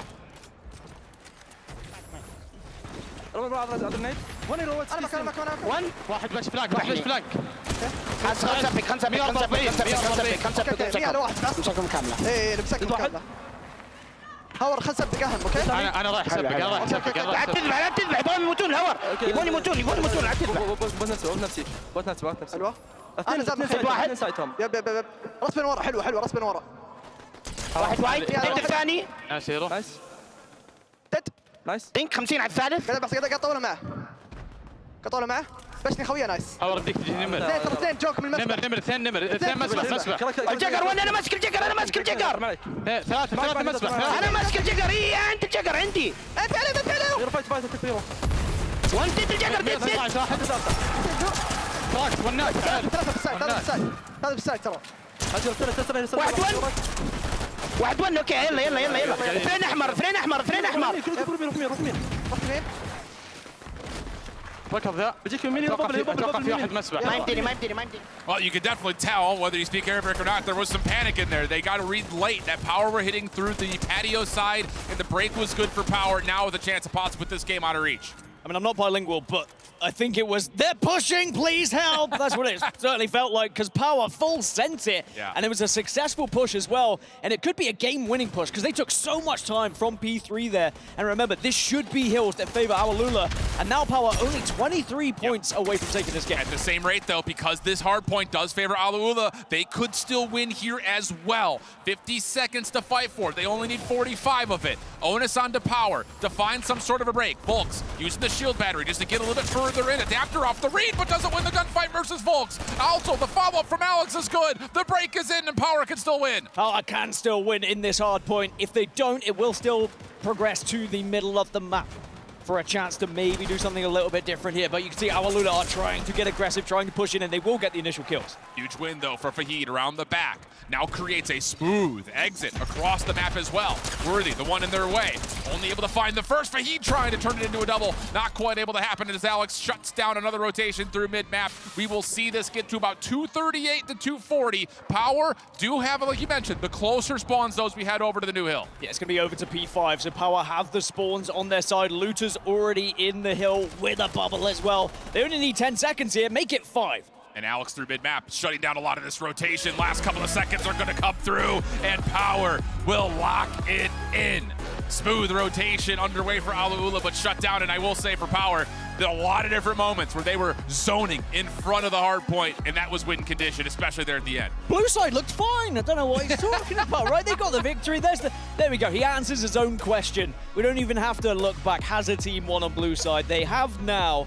And Power find themselves 2-0 up. Very impressed with their execution on how they broke those hills. I think in particular, let's go back to the listening that we had from Alula, where, again, it just sounded like, whoa, there's 3 players over towards patio. It just surprised Alula, and that break from Power earned them a net 15, 20 seconds or so on the break at a hard point to break over. I loved their patience as well. The bubble went down. They didn't push out straight away. They actually waited for the grenades to arrive, the utility to arrive before they pushed out. So good knowledge of how people would be defending said hill. And now they find themselves 2-0 up. I think that you can see on the main stage, they are feeling themselves a little bit very happy with their performance. Yeah, I think on the other front, though, this is not going to be a performance that Alula will look back on and say, oh, we really got beat here. I mean, a couple of moments where, maybe you would have loved your holds to be a little bit more solid, a little bit more concentrated, but they had their own success attacking some of the more difficult hills from the side that they were spawning on. So a really tight overall map, just a small difference at the end of things, shouldn't really deter your confidence going into a keeper, especially considering that we had some great individual moments from Mansour in particular. Yeah, I think their control of P5 in particular, when we saw the first rotation, was what impressed me, because they took control of it at the right time, going into the switch over to P1, and they were able to really pin back Power in their spawn and take a lot of points because of it, but sadly just wasn't quite enough to get them over the finish line. But as you alluded to, very close and competitive between these two teams, which has me excited to go into Keeper, which I will say is my favorite mode to watch. A little personal bias coming in from Mr. Daniel Gaskin. The interesting thing about this, though, is after day number 1, we started to learn some possible meta conversations about what we're going to expect for a keeper. We've seen the basement side of the map be very favored for some teams. Otherwise, over with an infiltrator, we've seen a lot of success over towards that other side of the map at the tower. Now, the only thing about all those conversations is neither of these two teams were able to find much success on Keeper yesterday, so we got to hope that their conversations overnight are successful towards them finding a little bit more advantage here today. You'd like to think they've done a lot of odd research, looked at which team has been the best. I would be watching XZ's performance on Keeper in particular, and how they really controlled that basement side. But if you aren't comfortable with a basement setup, then you look back at what happened at the latter stages of yesterday when teams said, all right, we know we're not good at basement, so let's actually just get that key as far away from possible. It doesn't matter if we want to go to the mid tower, to the far tower, or just be roaming the edges of the map. As long as it's not in the basement, we don't allow our opposition to get that ideal setup. Yeah, we saw teams like R8 and teams like Exceed find a lot of success doing that. So there's elements on both sides.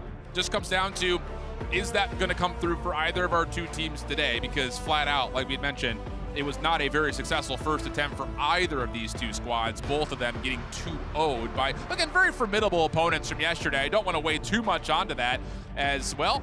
But again, like we mentioned at the top of the show, there's a lot to celebrate today. Obviously, an opportunity to crush an opponent's key, but for Alex, he turned 16. So I know he's got, I think, some family that's in the crowd, and he just gave a little half-heart sign up to the crowd. So I imagine it's got to be a lot of fun to be playing on your birthday in front of family. Oh, an amazing feeling, not only to be competing on your birthday, but on a stage like this, for this kind of prize money, in a tournament like this as well. That's going to be a feeling that he will never forget. I remember when I was competing at 16 years old, and believe me, it was for about a controller and maybe a voucher for a sandwich or something like that. That's the prize money we had available. But now these kids, they are so fortunate to be able to compete in tournaments like this with so much prize money, but also deservedly so for all the hard work they've been putting in across these years. I mean, the fact that we can say that you're a pro gamer at the age of 16. It's insane. Unreal stuff. I don't even know if I was... At 16, we didn't have games like Fortnite. We were sitting there, at least for my age, we were playing Pong. Not true, not actual, but pretty darn close. But the other side here for Alula, hey, you're down 0-2. You fought in both the two maps that we've seen so far. So they clearly are executing on the game plan that they brought to the table. And there's been successful moments. You got to trust that, though, coming into a keeper. You cannot let the results of the first two maps dissuade you from going into whatever you talked about, whatever you practiced yesterday. I think that if this were yesterday and some of the performances we saw and they were like evidently going to be 3-0s, I still don't think this one's quite there. Even though Power have performed excellently so far, I'm not sold enough that they're going to do enough to dominate I agree. a 3-0, I think it's still very much open for the taking, especially as we already saw Power's performance on Keeper. Awalula, I want to have them just execute that little bit better. They've maybe thrown away a couple of positions where they could have got more time in Hardpoint, for example. Could have perhaps got a flag capture if they've been able to win an individual fight. That's where they've let themselves down at times, is just losing those 1v1s against Power players who just seem to be having the edge. On the other side of things, again, this broadcast, of course, will be live for the entirety of the day, but the secondary broadcast on our B stream is also going on where Dragons are taking on Zeta Division, and Dragons also find themselves up 2-0 at the moment in their series. So make sure you open up multiple tabs if you're sitting at home to watch all of the action throughout all of today. But we jump on in towards Keeper, another new map here. This is the only map we play on Keeper. So those locations that we were talking about, the tower on one side, the basement on the other, keep your eye out for that. Which will be preferred? Power will be spawning towards the basement side, whereas Alula will be on the bottom side of the map, which is where that tower position is going to be. As a reminder, if you've not seen this game type, there is a key in the middle of the map to pick up. You hold it, you gain points, and it is a best of 3 round-based system. If you get to 150, you will win that round, but of course the time and the clock will come into the equation as well. If you've been watching for the last couple of days, you already know that by now, but it's still new. It's still new to a lot of these players that are competing on it as well, but they are starting to find the strategies now, and they are implementing them successfully. We've really seen the meta develop really in front of our very eyes. Yeah, and speaking of, you kind of see it off the get-go, Fahid on the Infiltrator. Alex, on the other hand, is pulling out a marksman, so there could be some ideas in terms of what exactly compositionally these teams are going to prefer. Volks, the first one to be seen up top. He's able to take down Hero. Help on the way. 2-for-1 the exchange, but Fahid has already got the early pull, and he's out of here. Yep, he's on the Infiltrator. A 25% increase in your movement speed and a chance to just run away from anyone who starts chasing you. But you can't just be going willy-nilly into any sort of avenue. You need to have a thought process about where you're approaching, and sadly for Fahid, runs into Power, and Volks now has the key, but hands it over. Yep. I'm curious to see who he handed it over to and why. It looks like they are going to play basement side here. Will Power, we kind of assumed that based on the fact that they are running an assault with an EMP. Fahid over towards one side of the staircase, trying to find an entrance. Adapter was attempting to pinch behind that. Doesn't really fully work out. So after the first exchanges have gone through, Alula get to the opening 11 seconds, but now Power, a chance to double down on that. Power have this basement setup they were talking about, something that Xset really, I feel like they pioneered, but maybe I'm just saying that, maybe they learned it elsewhere. They have certainly been the best team to implement this setup. Has not been as successful for Power, but I like this from Awalula, right? If you're playing the Infiltrator, get the key out of dodge. Oh, really good nade on the backside of this play as well. And Volks nearly for a moment looked like he was about to be finessed, but not to be. Finds the Elam. Power on the regain. Fahid trying to follow up, but that was a 1v many, and that does not come through as Power will regain control of basement. Back to scoring once more, and Awalula trying to push through the low. Oh, and that is a great clinger. Just full send onto the face of your opposition. EMP also out, though, as Power try to hold on to this position, but not able to do so. 3 for 2. Now a full team wipe comes out as Matsur will again attempt to regain this key. He is also running assaults. We've got EMPs on both sides here. And there will be an attempt to re-wrap this out 1v1 with Looter. Looter is able to beat him to the punch. Elimination is there, and once again, Power quick to recover. You can see Awalula are trying to get that key out, but they just keep running into that engagement and losing that 1v1. They just need someone who can maybe grab it. If you're running Juggernaut, get someone on the Juggernaut who can actually win that fight. Certainly something we saw happen yesterday, but now here comes the push again from Awalula. Worthy trying to keep Looter alive. Hit though from Awalula just drops right on into the basement, and it's a final 1v1. That goes the way of Alula initially, but Hero is low on HP. Trying to get the key back towards safety. Help nearby. Power desperately on the chase, but Alula, they're out of here, and Hero's going to have a chance to get some breathing room. Yeah, this is the first time they've been able to actually escape, and Fahid is going to be spawning really close to where Hero's currently running towards. So now Awalula can plan their rotation, and if they want, they can keep moving down to the south side of this map and keep away from Power whilst fighting them at the same time. Well, Adapter has kind of been the feeler here. He's way out, trying to maybe restrict this Power rotation. He's done well. A couple eliminations for Alula will allow Fahid now to carry the key as the Infiltrator. And once more, not fully committing to playing all the way down towards tower. They're just finessing this cliffside location that's working out as we're near back to a tie game. Yeah, just holding the edge at the moment and keep playing that north and south side depending on where you're being pushed for. And now it's over to Fahid as well, who is on the Infiltrator, so he'll have the movement speed to be able to get out of dodge, but Power desperately trying to find him and desperately trying to get aggressive, but can't quite get the kill. Huge win for Fahid. Gets it back towards essentially full HP, full shields. Lead now growing for Alula. There's been a lot of scoring in this keeper to the moment. I mean, we've seen some pretty low scores tallied in day number 1. Not the case here, but as Power come off spawn through mid-map, they find 3 straight elims, and with that, now a chance to bring this thing again back to level terms. Yeah, and bring it back to the basement as well. That's what they would like to do. Say, actually, we're far more comfortable over here as Volks takes down Hero. Luther's going to help out, maybe take down Fahid. This is going to be a 1v1, and he doesn't quite win it. So Fahid able to get in, but not able to get out. Great coverage from Power as they look to try and regain the lead here. Volks in a little bit of trouble, does still have a shield bubble to play with. Worthy up top, trying to keep him safe. Opening damage is good, and that's going to be enough for Volks to find himself not just the opener, but maybe a second, and oh, the siphon is great. What? Plus he takes down Fahid. Key, regain, Power now in the lead. You need strategy if you're going to be pushing into the basement. If you drop down like that, 1, 2, 3, it is easy cleanup for Volks, and he's able to now gain a significant lead here for Power. Maybe one last push for Awalula to stop this round. Definitely feels that way. Opening attempt from Mansour, not going to work out, but Fahid able to find a trade. He needs to get involved though, and the problem is Worthy has gone in and out of the basement, and the damage dealt is too significant. 30-second lead, the math now becomes impossible for Awalula to tally up even a tie score, so Power, with the control of the basement, is going to take round number 1 of 3. If the enemy team is holding basement, you need utility and you need a strategy. Just bum rushing essentially down through the middle is going to get you absolutely obliterated. And Power were more than happy to see those Awalula players just drop one by one like lemmings. And now they will take this first round and be 1 round away from winning this match 3-0. Yeah, clean stuff. And especially there at the end, I mean, you nearly even get it done by total score. Like you mentioned, it gets to 150, but that was a very back and forth affair.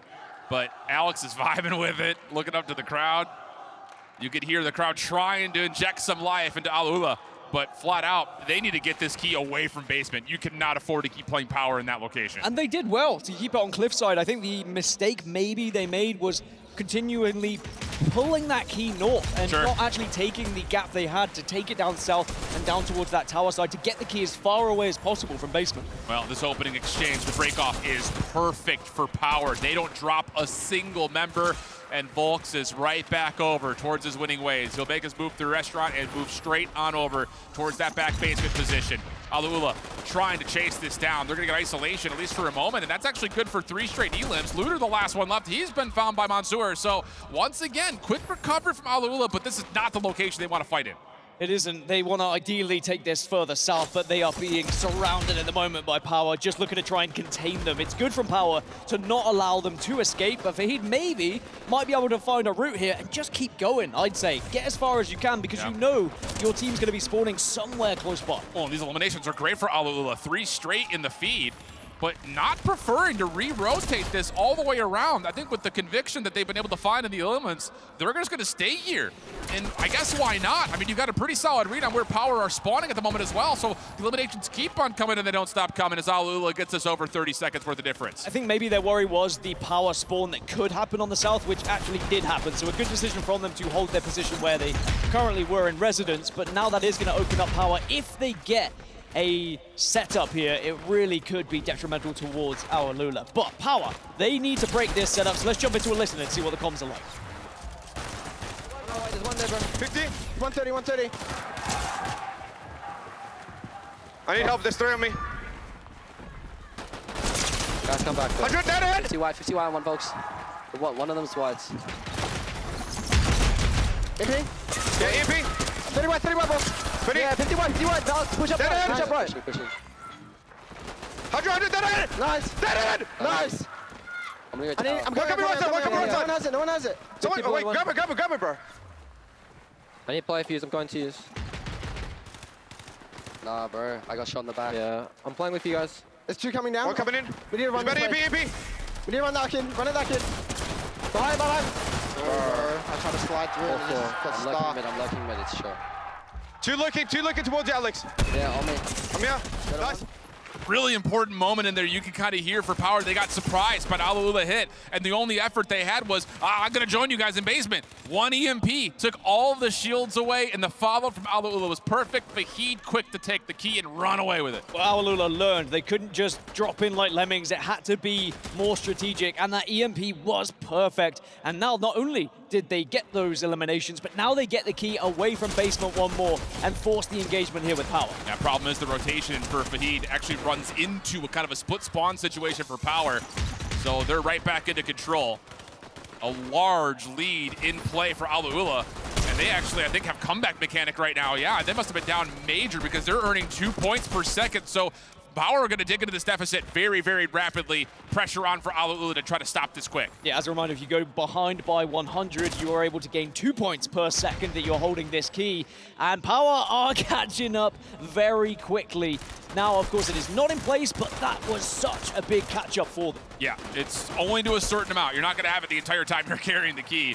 So now it's right back to essentially, again, even battlefields. 93 plays 118. Alula, it's hero for an elimination on towards the key carrier, but is there enough follow-up here for Alula to actually control the key on the flip side of this? Because Power are still spawning close. Every gunfight a massive one is Looter now into a 1v2 situation. How about Looter able to take down a couple? Fahid in the mix for Alula, and that's enough to at least grab the key and get out of here as Mansour covers the rotation. Looter has been fantastic in every mode so far today. 52 seconds left on the clock. Alula do regain control of the key and shut down another. Mansour has been fantastic as well, but this could be and maybe should be a round for Alula. Definitely feels that way. One more hit attempt here for Power as Fahid once again just takes this out towards the cliffside, and now the math starting to become very impossible. Fahid just needs a couple more seconds, and there it goes. Too much of a differential in the score versus the time left remaining. We're going to see a third round of action as the players will just automatically send it in. Alula definitely learning their lesson from the previous round. Execution was far better over towards basement, and also they didn't try and rotate that key away from basement too rashly, right? Yes, There was yes. thought process behind it. Can we actually escape with it? If not, maybe we hold basement for a short time as well. Yeah, absolutely the case, and I think they're just really saying, this cliffside, we can read plays from here, so let's just keep trying to grab and pull it over towards that water area. You can see, again, a nice little cinematic view of where that key is positioned. The break-off attempt for Alula, a lot more patient, and it's working out for them. Adapter looking to make the first move over. Worthy in the corner, shut down, and Alula will have the first pull of the key. They get the key, and now they can go back to their preferred position over towards cliffside if they would like, but they also need to be communicating about where those spawns are. How do we avoid this Power roster that we know very quickly tries to engage and take this key away from us? And Hero, the last one to drop with Adapter, will spawn up over towards the tower position. So for the first time, we'll kind of explore this part of the map. Mansour, though, is in a little bit of trouble. Will regen back to 100 HP, but if he can find an elimination, that would be massive towards him regaining shields. Power on the threat, finding a couple of elims, but Mansour, once again, in and out of dodge so darn quickly as the score continues to get tallied up for Alula. Again is running towards spawners. This is a perfect key play right now, but does drop it, maybe sensing a little bit of danger. Doesn't want to be running it into potential spawners as well. Right, here we go. A little bit of a Mixie moment here as Volks gets completely isolated. 50-0. Looter trying to find some sort of a follow-up onto the weaker Alula members in the front, but still the key continues to be held, and Alula continue just to run it back as now they're on their way over towards the basement side of the map, but Power are here trying to fight this back. Power trying to fight it, and boy do they need a break soon because this is getting a little bit out of control. It's another one going in favor of Fahid, but we're over towards basement. This has been a rotation around the entire map from Alula, excuse me, but Power just can't seem to rescue that key, but finally now they get some sort of break. Mixie bubble, Cluster Clinger also in the mix, and Power spawning a little bit closer. We'll have a chance to reinforce the battle just a bit faster. But that gap, 79-0, no double point comeback mechanic here for Power. They need to put something significant together, and Alula are already finding eliminations on the high ground. Find him on the high ground, but can you actually get the pinch into the basement? And the answer is yes, and now Fahid is going to have control once more and can start to get his speed boots on just to try and really retreat away from any spawners. And at the moment, Alula looking like they should be taking this entire round and this entire game. Definitely feels that way. Worthy staying alive a little bit deeper into the mix, but here we go again. Fahid just so slippery. Starts to make his way in and out of that basement position.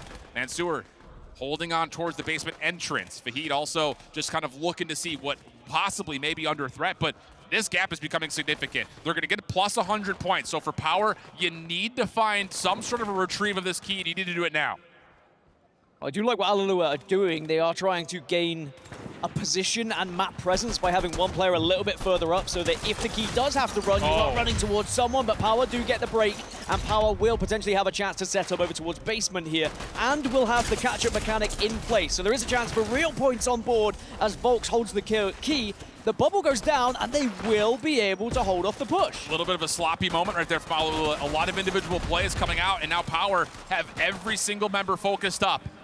Fahid, the only one to find an Elim, as Volks gets a little bit further away from the action, and the Power members continue to find Elims in front of the play. Adapter down low, finds nothing. Here we go, 75 to 125. Still a minute 30 on the clock, and that will be the end of the double point comeback mechanic as Volks will drop and get into the mix.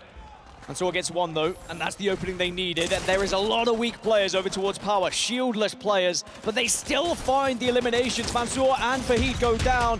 Volks also takes down Adapter, and the comeback is well and truly on the cards here now. Alula need to take a breath. It's legitimately getting a little bit too individual. Hero holding on, huge double from him, but he actually, no, it was Mansoor who finds the Elim, so he doesn't get the regen off the Elim, and that's enough for Looter to jump up, find a trade, and now all of a sudden they're just down 10 points. That siphon could have been everything, but of course you're not really to know, as now the push will come in. The collapse is going to happen. This is going to be a fight that could win them the game. Power still with numbers, drop on forward. Mansoor tried to retrieve the key and get out, but Worthy drops on in, and he finds himself a couple in the combination of Volks, who isn't done. 3 for Volks. Alula in trouble as the lead starts to shift towards Power. This comeback has been insane, but there is still a job to do here for Power. One more hold would be enough for them to win this entire thing. And now Alula are upstairs. Looter trying to come up to join the action, but Alula are finding the Elims. Fahid not able to get the full siphon. Mansoor trying to follow up. The Elim is there. Worthy and the rest of Power are spawning out. Alula are going to retake the lead. Now Power only have one last push as well, as it's going to be Alula taking the lead. 13 seconds remain. You have to go. Worthy gets the kill though and gets the key. And he's got a bubble down to get himself out. 138, 137. This is the last chance. Adapter drops Fahid, trying to get into the mix, and no, it's not gonna happen. A late surge from Power will get them a 3-0 in the series. Power had the comeback mechanic and they put it into full effect, but it was just getting that key back up towards basement, back up to their comfort zone, and they ripped that game away from Alula, and they find themselves the 3-0 victors here, and they will be progressing to the next round. Oh, it's just one of those moments for Alula where they start to get maybe a little bit too panicked. They've got a big lead. They're starting to see the comeback mechanic really enforce the deficit to be reduced to essential single-digit numbers, and then it's one by one they go, one by one they fall. Power get together, and once they do, they never really look back. A late surge for Alula trying to recover the key, but heartbreak at the end, as it's going to be their key, the first to be destroyed here at the EWC featuring Fortnite.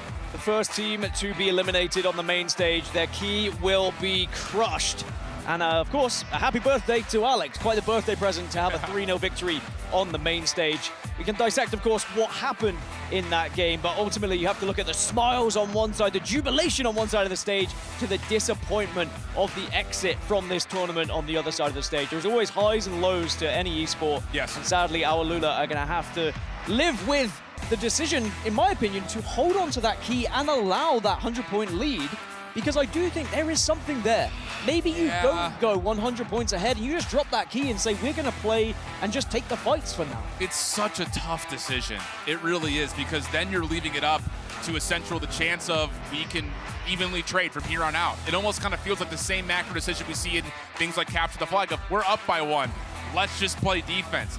Is that too passive? Is that too retroactive of a decision?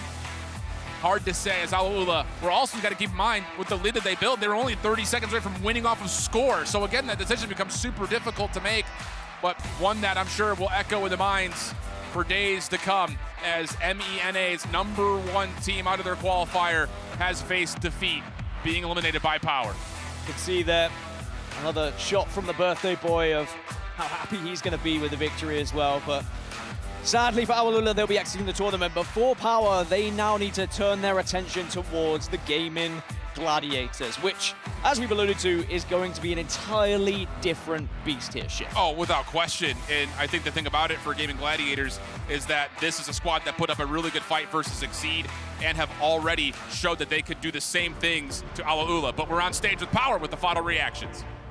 Hello, everybody. Welcome back to the stage. It's Power that are victorious with our birthday boy, Alex. First of all, did you get a moment to calm down? Because that end was insane. No, bro. We were on the back foot that whole keeper match, and then like at the end we had double points. We were like knew we could come back, and we just came back. It was so good. You think Keeper is just, there's a lot more to it, you have to be on point all the time, or why do you think it's so complicated for you especially? Yeah, I definitely think Keeper's like, you have to be on point all the time. It's always like just constant fighting. Probably the most constant fighting of all the game modes. So like if you're missing any shots, you just lose. So yeah, definitely gotta be on point all the time. All right, now with this victory, of course, you get to survive to move on to the next step, but it also means that you get to crush your opponent's key. You'll be the first one to do it here, so please, from Al-Ula, here it is. No, man. It'll be given away.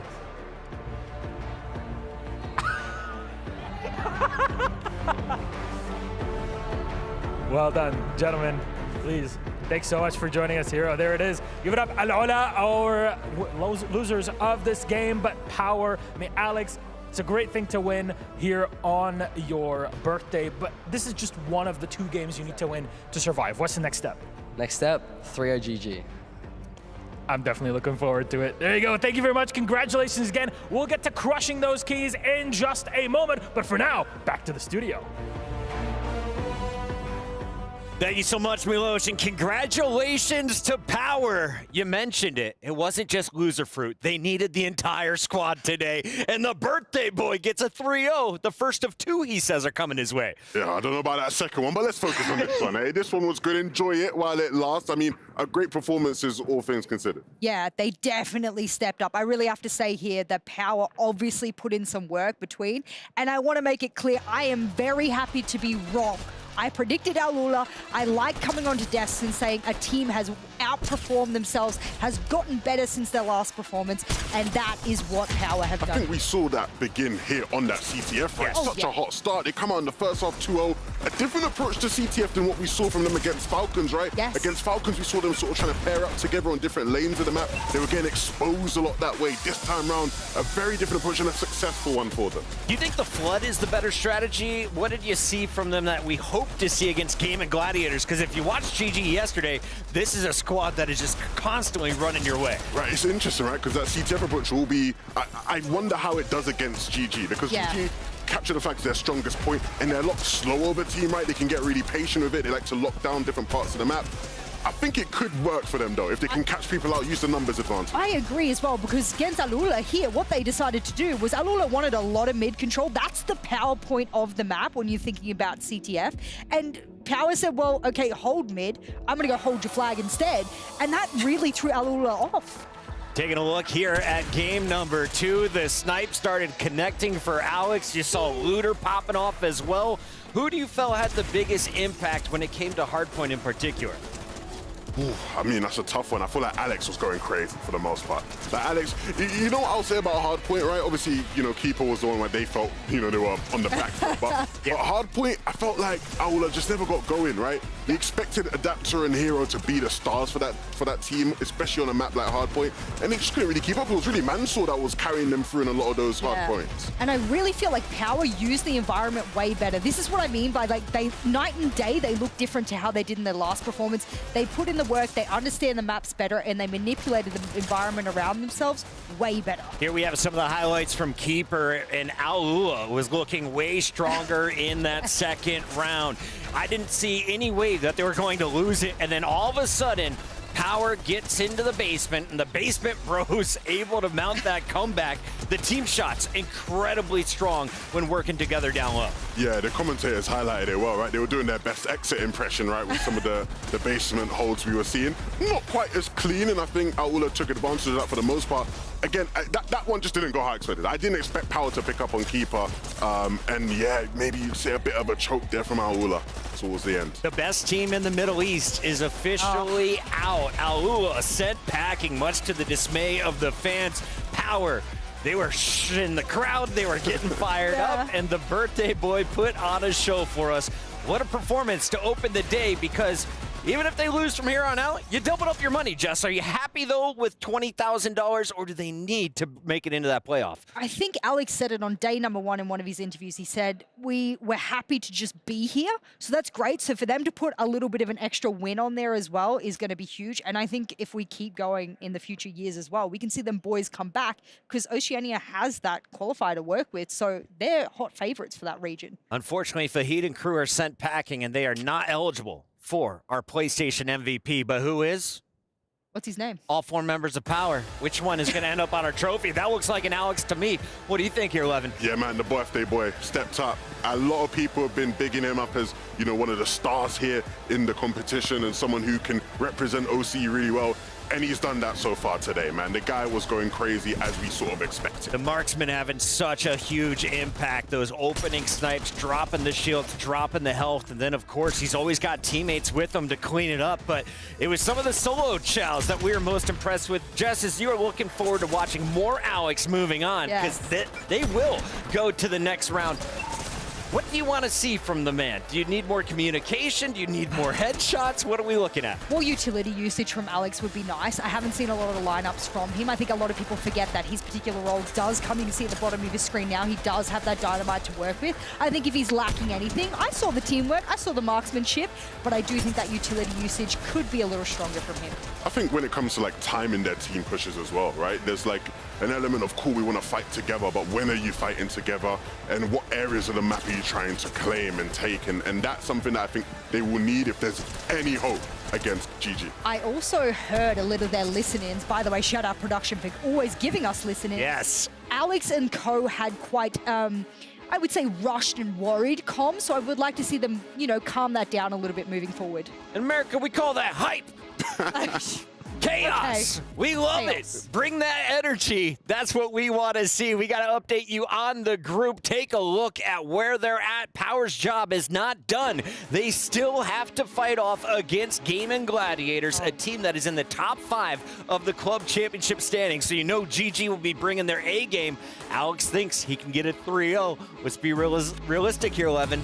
Can this go to another Game 5 that we saw Exceed get taken to by Game of Gladiators in that upper final? I think Vanya's at the hotel licking his lips. I think he is on top of the world. He's happy. I think if he would have had to choose who he wanted out of Power or Aula, he would have probably, even after beating Aula, I think he still would have said I want Power. Our top dogs from the Middle East are out. Aula's tournament ends here. They exit with $10,000. And over in Group A, the same is true for Zeta Division. They are sent packing with 0 map wins. They had some close games, but Dragon Esports showing their strength. Any surprises here? Yeah, a bit. Nah, I'm lying. I was like, where are you going with this? We discussed I was gonna do like a whole Zeta Division, you know, Asian hype gimmick, but nah, let's be real. I feel like a lot of people expected Dragons, even though they were a bit of an unknown quantity, right, qualifying through, you know, South America. I think most people expected them to beat Zeta. All right, well, the matches continue on. We got 4 on the stage today, and coming up next, another elimination battle. KS7 looks to represent the Middle East as they take on Fnatic. Stay tuned. This is EWC featuring Fortnite. Yeah. Nice. I got it back. Go. Put it in. Yeah. Boxes. White boxes. Dead. Nice, I got it. Nice, good shit, boys. Good shit. Dead. Nice. Go. One in, Luda. Nice. 60. Good shit. Good shit, boys. Good fucking shit, bro. Fucking go. Good shit. Now we play full B. Yeah. Full B. I'm moving Good shit. Good shit, bro. Nice, boys. Good shit, bro. Good shit, boys. Good shit, bro. 112. No, good fucking shit. Good shit, boys. Nice, we'll take that. Bubbling. 20, dead. That's good shit, bro. 2v2. 100, dead. I mean, where this one more. Dead. Nice, let's go, bro. Nice. I'm pushing lane. Play statue, ready, perfect. Back. I'm bubbling out. Nice, I'm bubbling out. Come. Right side. 28. 50 more cut. 100, dead. Nice, dead. 51. One in dead. Let's fucking go. Back behind. Regin. Team G. تراكت واحد. نايس. ما يجيبوننا. جيب لك بمزق. يب. ديد. مت. ماشي يلا. ليتس جو يا عيال. حلوه يا عيال. يلا فيست بامب. يلا يا عيال زي ها. يلا يا عيال. شفت الحين خايفين. اذا البدايه نفس كذا ما نحط عليها. Go now. Dead. Nice folks. I'm here. Yeah, kill it. Yeah. We need to kill it now. Nice, go. Go that way. Come back with the go. 116. Michaeling on. Nice. What's up with you? Nice, bro. Let's fucking go. Good shit, boys. Go. Yeah. Fuck yeah, bro. Let's go. Good shit, boys, bro. Good. Shut up.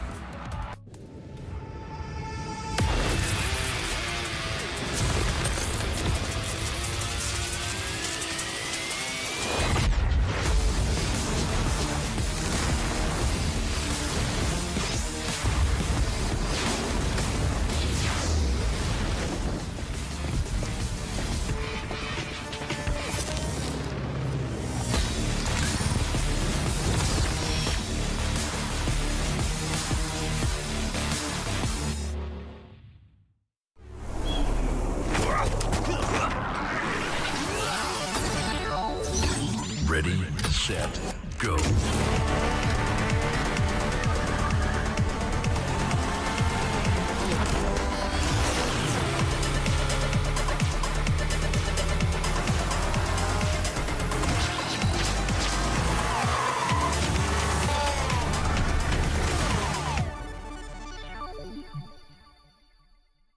Honor 200 series, the best portrait phone AI empowered. Studio level, AI portrait camera, 3 hardcore portrait modes. Color, vibrant and classic to capture portraits that truly stand out. AI empowered magic portal. Snapdragon 8S Gen 3 AI chipset. 5,200 milliampere per hour silicon carbon battery, 100 watt, Honor Supercharge. This is Honor 200 series.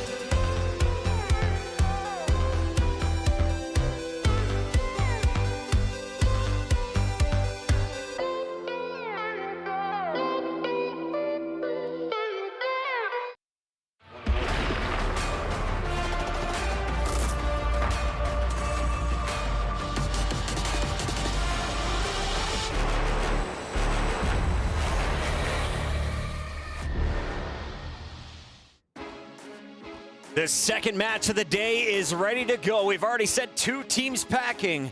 And now, can KS7 defend the honor of the Middle East as they take on FNC?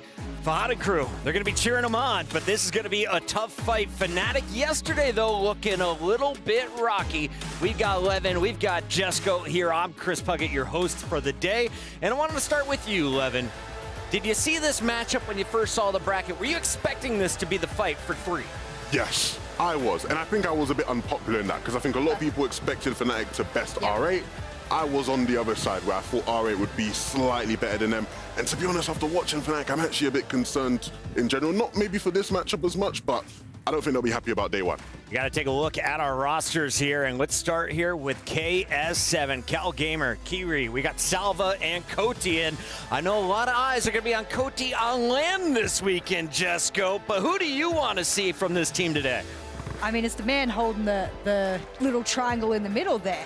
I mean, for me, I think the whole roster has potential, but I haven't seen a lot of them, and they haven't necessarily been on the main stage either with us yet. Cal Gamer, for me, is an enigma.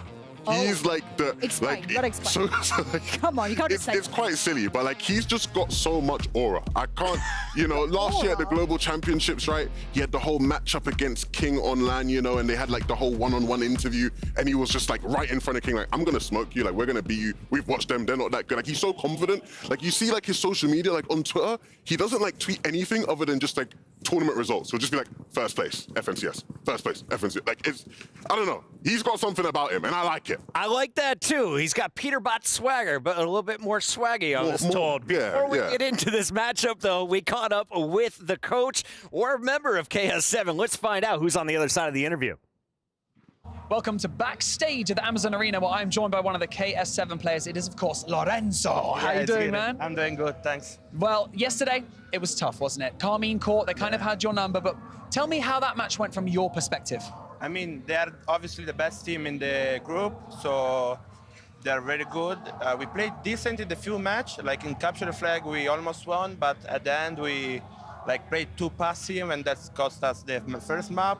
And then on Hardpoint, we started well, same, but we just kept this focusing, not playing together, and then we lost. Then Keeper, same thing, because two of our players never been in stage, so it was their first experience. It is difficult. That main stage experience is essential. But what adjustments have you made coming into today? You said that you played too passive. Is today going to be all-out aggression? I mean, obviously, we're going to play more confident. We fixed the mistakes. Today we played some screams and everything, so we feel confident. We know we can do good. We know we can win them. We've got Fnatic. I want some fighting talk. Come on, man. How are you feeling? Is this going to be a win? Come on. I think we can do it. Fnatic is good, but they have some mistakes, and we played against better teams, so I think we can win. Oh, I like that. They made some mistakes. Exploit those mistakes, Lorenzo. Thank you so much for joining me in this pre-match interview. Really excited to see what you guys bring on stage against Fnatic. Back to you guys. That's a very confident Kiri, but on the other side, you have to deal with Agers, Lucky, Nounsy, and Accept. Walk me through this lineup, Levin. Who's your favorite on the team? All eyes on Agers. Yeah. Agers, the top dog in that team, one of the more successful competitive players coming out of NA in the recent years. He's got to come big today. Yeah, and you look at them, there's a bit of swagger coming in, but we heard from Gandhi, the coach, on day number 1. If you missed that desk, do go back. He said their practice made them confident. It kind of threw me off a little bit. I got on the bandwagon with them, and they kind of proved that they're not necessarily putting practice in the officials. Well, as you can see behind us, this match is ready to go. Enough yapping. It's time for the slapping. Let's send it back down to the Amazon stage to kick this baby off.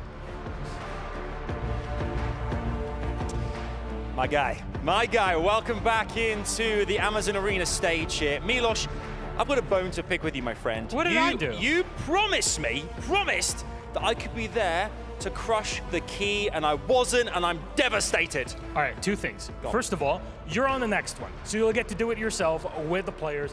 I'm telling you, it's going to be wonderful. Okay. 2, you're always in my heart anyways. Right, look, I don't necessarily believe you. Write a song for me, and I'll take you seriously. I'll take it up a notch here because the song has already been written. Phil Collins did it for me. He's ready to go. Wait, you're saying that the titular song from the Tarzan movie back in 1999 was written about me in this moment right now, 25 years later? There are things that I don't believe, but that sounds like a stone cold fact, my friend. I believe you. Thank you so much. We're back here ready for some more competition, some more action. Who knows what's going to happen next, but it's going to be fireworks, baby. I can feel it. Absolutely. Our 2 teams are fighting for survival here on the stage. Nobody wants their key crushed, but someone will. So let's introduce them, KS7 and Fnatic. KS7 will be desperate to remain in the competition here, led by Cal Gamer, 4 FNCS titles under his belt. But what will happen? Will there be a showdown, a Middle Eastern style against R8 in the next round? And Fnatic, speaking of R8, yesterday surviving a close game, but getting knocked out at the end of it 3-0. And today they fight for that survival to move on and hopefully be able to play them again for revenge. This is, do you know what? Every single game now, every single matchup ends in an elimination and in a crushing. What is going to happen? We're about to find out, Milos. Without much further ado, my friend, I suggest that we jump on in. Let's rumble. Let's go.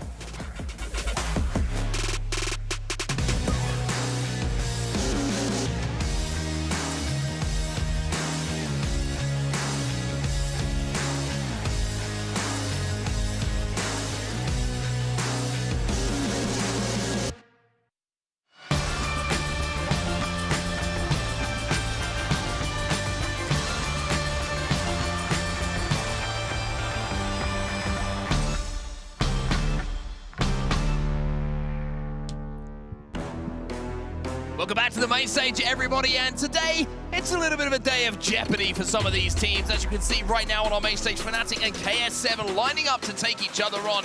And the reason that I talk about jeopardy is because this will be an elimination match from the tournament here at the Esports World Cup featuring Fortnite. A lot on the line here, Andy. Really, as you heard it on the desk, and you've already seen it today across not only a lot of titles, but of course now in Fortnite as well. We're into the key crushing. We are into the eliminations, and the teams did all they could yesterday, but now they've made it this far, and it will be do or die from here on out for these two. I mean, you talk about Fnatic, the heavy favorite here coming in. You talked about Agers, first place FNCS 2023 Major NA. Of course, a lot of talent on this team without a doubt, and they're going to expect to take this one, but KS7 looks to not make it easy. And we know that it is not going to be easy. A lot of the 3-0s that we've seen so far through this tournament haven't been 3-0s that you look into and go, hey, that was a bit of a wipe. That was a completely one-sided affair. It's like a 250 to 246. It's a 2-1 on flag captures. It's a couple of rounds being shared when we look at the keeper score. So all of these games have been extremely close between our teams, but it's all about who can close out those final moments. And of course, you mentioned the keys,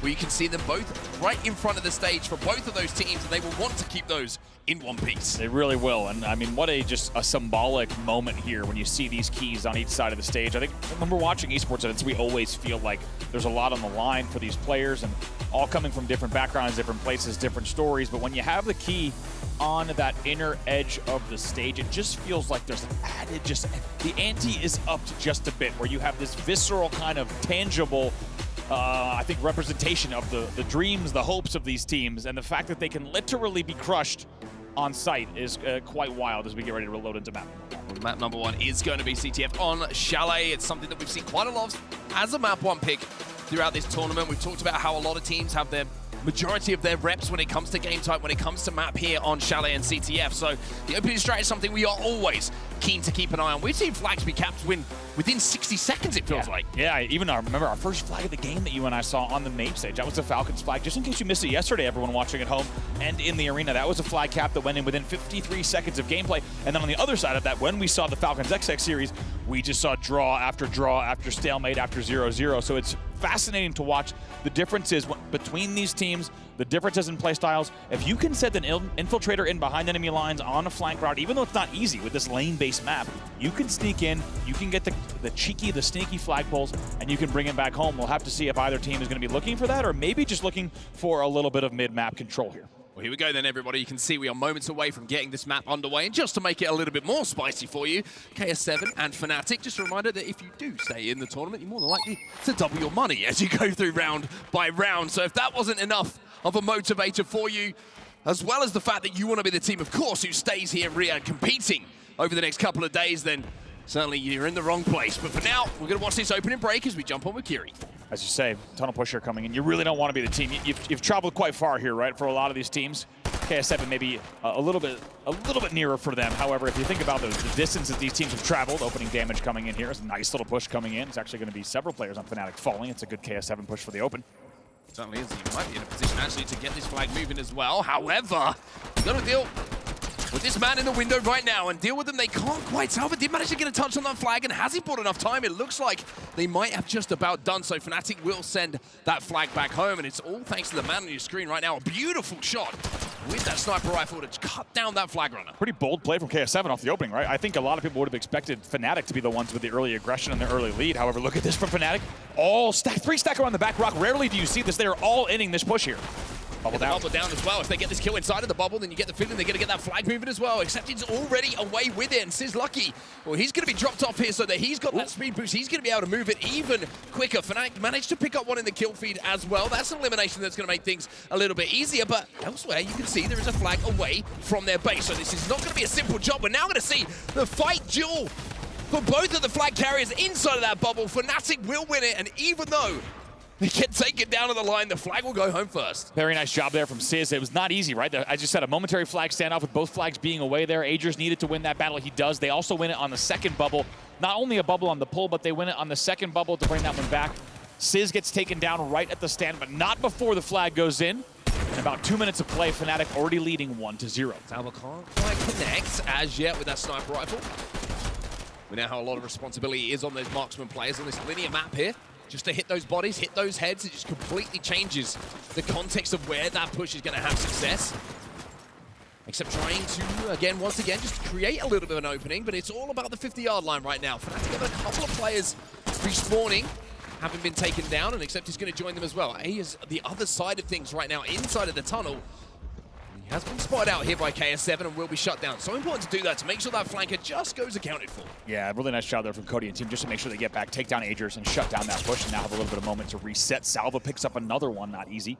As we take now a look at here, Kiri coming down with a slow tunnel push for the side of KS7. Still 2:23 left on the clock. Interesting to see KS7, not the first time they tried this strategy, just wrapping through tunnel, playing it a little bit slow, almost ratty, not giving away their position and looking to wrap through the house to then get that flag moving. It's a very smart one, and certainly one that has brought success for a few teams so far, and they're going to have to be very effective as they do try and move it in at the moment, except in a big 1v1 here, and will get taken down, and that might open things up here for KS7 to get that flag moving. Koji with a very nice job there once again. They're starting to win their 1v1s and even start to stack very nicely, but one thing you might have noticed every time we go to Fnatic POV, they are just stacking in the same exact part. We saw it on White Truck when they push front. When they push back rock, we've never seen that before. 3 players stacked in the back rock and another player back base. We'll have to see if Fnatic kind of just really grouping up buddy system continues to pay off right now once again. You see it here on your screen as well. Now is he just working in the middle as well and starting to make a rock push here. And now over to Cal. That was some beautiful shots. We'll take down Sizlucky. That's going to keep the pressure up on the Fnatic flag. And now he's going to have to think about a flag pull himself. And with Fnatic losing a couple of players, he might be able to sneak this one away. What's happening elsewhere is the question. Fnatic all coming off the respawn here, and this might be an opportunity for KS7 to tie this game up. He's all the way back to the cave. If he can avoid these grenades and the lineups, then this is going to be the opportunity to tie things up. He's there. It's going home. Wow. It's going to be tied up at 1-1. Also, how about in the feed, right? Cody picking up another 2. Also, I love the route he took, never taking height. You know, he might have gotten clipped by a bit. Instead, just kind of staying low, dodging, not taking any height as he comes back. And that flag will go in. And what timing? 51 seconds left on the clock. And in round number 1, we are tied 1-1 between these two. And we're going to see a very similar strategy that we've seen a number of times being enjoyed here by, or should I say employed and potentially enjoyed. Maybe enjoyed. By KS7. They're trying to sneak through the tunnel, but also Sizlucky is doing exactly the same thing on the other side. And Sizlucky is going to be a player to watch here because he could get that flagpole as the pressure is on the Fnatic side. So Sizlucky is going to grab this, and even though there is pressure on his own flag, if his teammates can pick up these kills and clear the way home for him, he's already half of the way home, and they're doing exactly that. This could be an opportunity for Fnatic to go up 2-1. I think it's even 3 that will take it down there. This should be it. With 11 seconds left and that flag on the doorstep, yes, they will be able to bring that one in. More kills on the feed as well, as they'll stack up even more limbs. And as the clock ticks down, you're here with 3 seconds left. Fnatic will go into round number 2 with a nice 1 flag lead of a very, very nice late round composure. And what did we talk about, right? We talked about you got to account for the guy who is unaccounted for, and they did not on that occasion. The first time we saw KS7 turn around, just check their back for a few seconds, knowing that there was 3 players who had been eliminated, but not all 4. Yeah. From that, they managed to push up the map, and they had full control on what was happening in front of them. That time, Sizlucky overextends through the tunnel, goes unaccounted for, they lose the team fight on the Fnatic side, and then it's just a clean run home. That is how important it is to track numbers, track player names, and make sure everybody on the map is accounted for. Exactly what I was going to say. Shift put it really well yesterday. As soon as he was watching DreamHack gameplay, he said, you know, especially coming from a Call of Duty background, he's like, I don't know if all these teams are counting numbers the way that they need to, making sure that they know exactly how many players are alive. Also, big shout out to Sizz, because you saw him on the flagpole timing. He made sure that a kill came from Accept in the feed, and only then did he pull. It was really nice to make sure they had an advantage first. Speaking of advantage, though, it's going to be Cal and the rest of the team, eliminating 2 players here on Fnatic. They're looking for Accept in the back of the base as well. Oh my goodness. Accept shuts down what was about to be a pretty heavy KS7 advantage, and just like that, Fnatic walks out of their own base. You're looking at that situation from the KS7 side of things, you're like, oh, this is all good, and then you just get your head ripped off. It's as simple as that. Sometimes you just have to applaud the player that you're going up against for making a play like that. However, you can see KS7 are trying to keep some pressure up here. Except he's going to be taken down, or have his shields, ripped away from him. Health is going to regen as they're just holding this angle right now to see if they can pick up that limb, and it's aggressive. It's a little bit of an overextension, to go for that kill and manage to get the limb alongside almost the second one as well. But I'll tell you what, Salva, everyone's stepping up at the moment when they have this sniper rifle in their hand. The marksmen are starting to take over. Salva on that marksman roll looking good. Speaking of, it's going to be a little battle here for the Accept. Just going to try to hold down the tunnel. Bubble goes down. Ankle shot, body shot. Cleanups come in from Sizz and Nounzy as well. So Now you're going to see Accept reposition here and try and flood with the rest of his teammates. He's going to have an angle to play with here, but can't even land a bullet before his teammates clean out this side. So Fnatic looking pretty comfortable. Yeah, looking good. Ager's going to try to hold mid-map here. As you can see, he's going to run to a little bit of company right along that mid-map platform. And Accept playing this nice and slow. We'll see now with 3:05 left in the match, and Fnatic still leading 2-1. Let's get into a Fnatic listening. Watching rocks, yeah, I have it. Yo, I can go fight him. He's whited. First guy. 80. He's with all these though. Two rocks pushing. Yeah, I spawned now. I'm ready. 180, I'm bubbling. Okay, I'm just stalling. I killed him, ton off. Yeah, I'm running back. Well, both 1 HP, Are they both alive? Okay. Yeah. Dead one. Nice, I'm gonna go push him. Yeah, I'm with you. I'm just running at him. Running back. I'm fighting left. Okay, I'm fighting right. Crack. Dead. Nice. Alright, I'm sitting umbrella. We just need to defend. I'm 1 HP. I sort of want to die. Just play full. Can someone fight with me? Tunnel? Yeah, I can. Can you just like dynamite up. I don't know where they are. I want AFK rocks. I'm sitting mid. I'll hold mid. Crouching up tunnel. I just One's window. One's tunnel. I'm with you. I don't see them. I think there's 2 window. No, one. One's I'm dead at tunnel. I'm dead tunnel. Just chill. He's running down. Two down tunnel. One's going. One's crouching our connector. One's down tunnel. Dead one. Nice. Dead both. Nice. Last 2 on me. Alright, one was window. No, one was window. No, that guy. They're both 180. I clear. Crack them both. He ran back. I'm pushing up. Yeah, push him. I'm holding connector right now. I killed him. One cat, sniper. So jump out HP. He's close up. I'm on me. Dead. Killed him. It's 2v4. Yeah, just run down right hand. Yeah, bubble.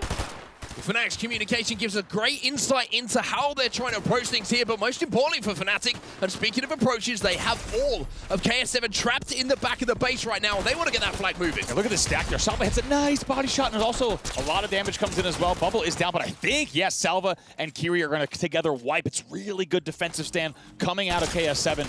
Oh, and also good damage here coming up. That's going to be actually 3 elims in a row. Here comes the KS7 push with 123 left. Yeah, they need to make something happen here, and taking out Accept is a good first step to making their way forward. He hit some delicious-looking shots on the marksman in and around the tunnel to give Fnatic that chance to move forward. But now, speaking of move forward, he's going to have to hit even more, and he does! Again. Accept will be taken down, and the trade starts to come in. Can KS7 win these fights in the back of the base to get that flag moving?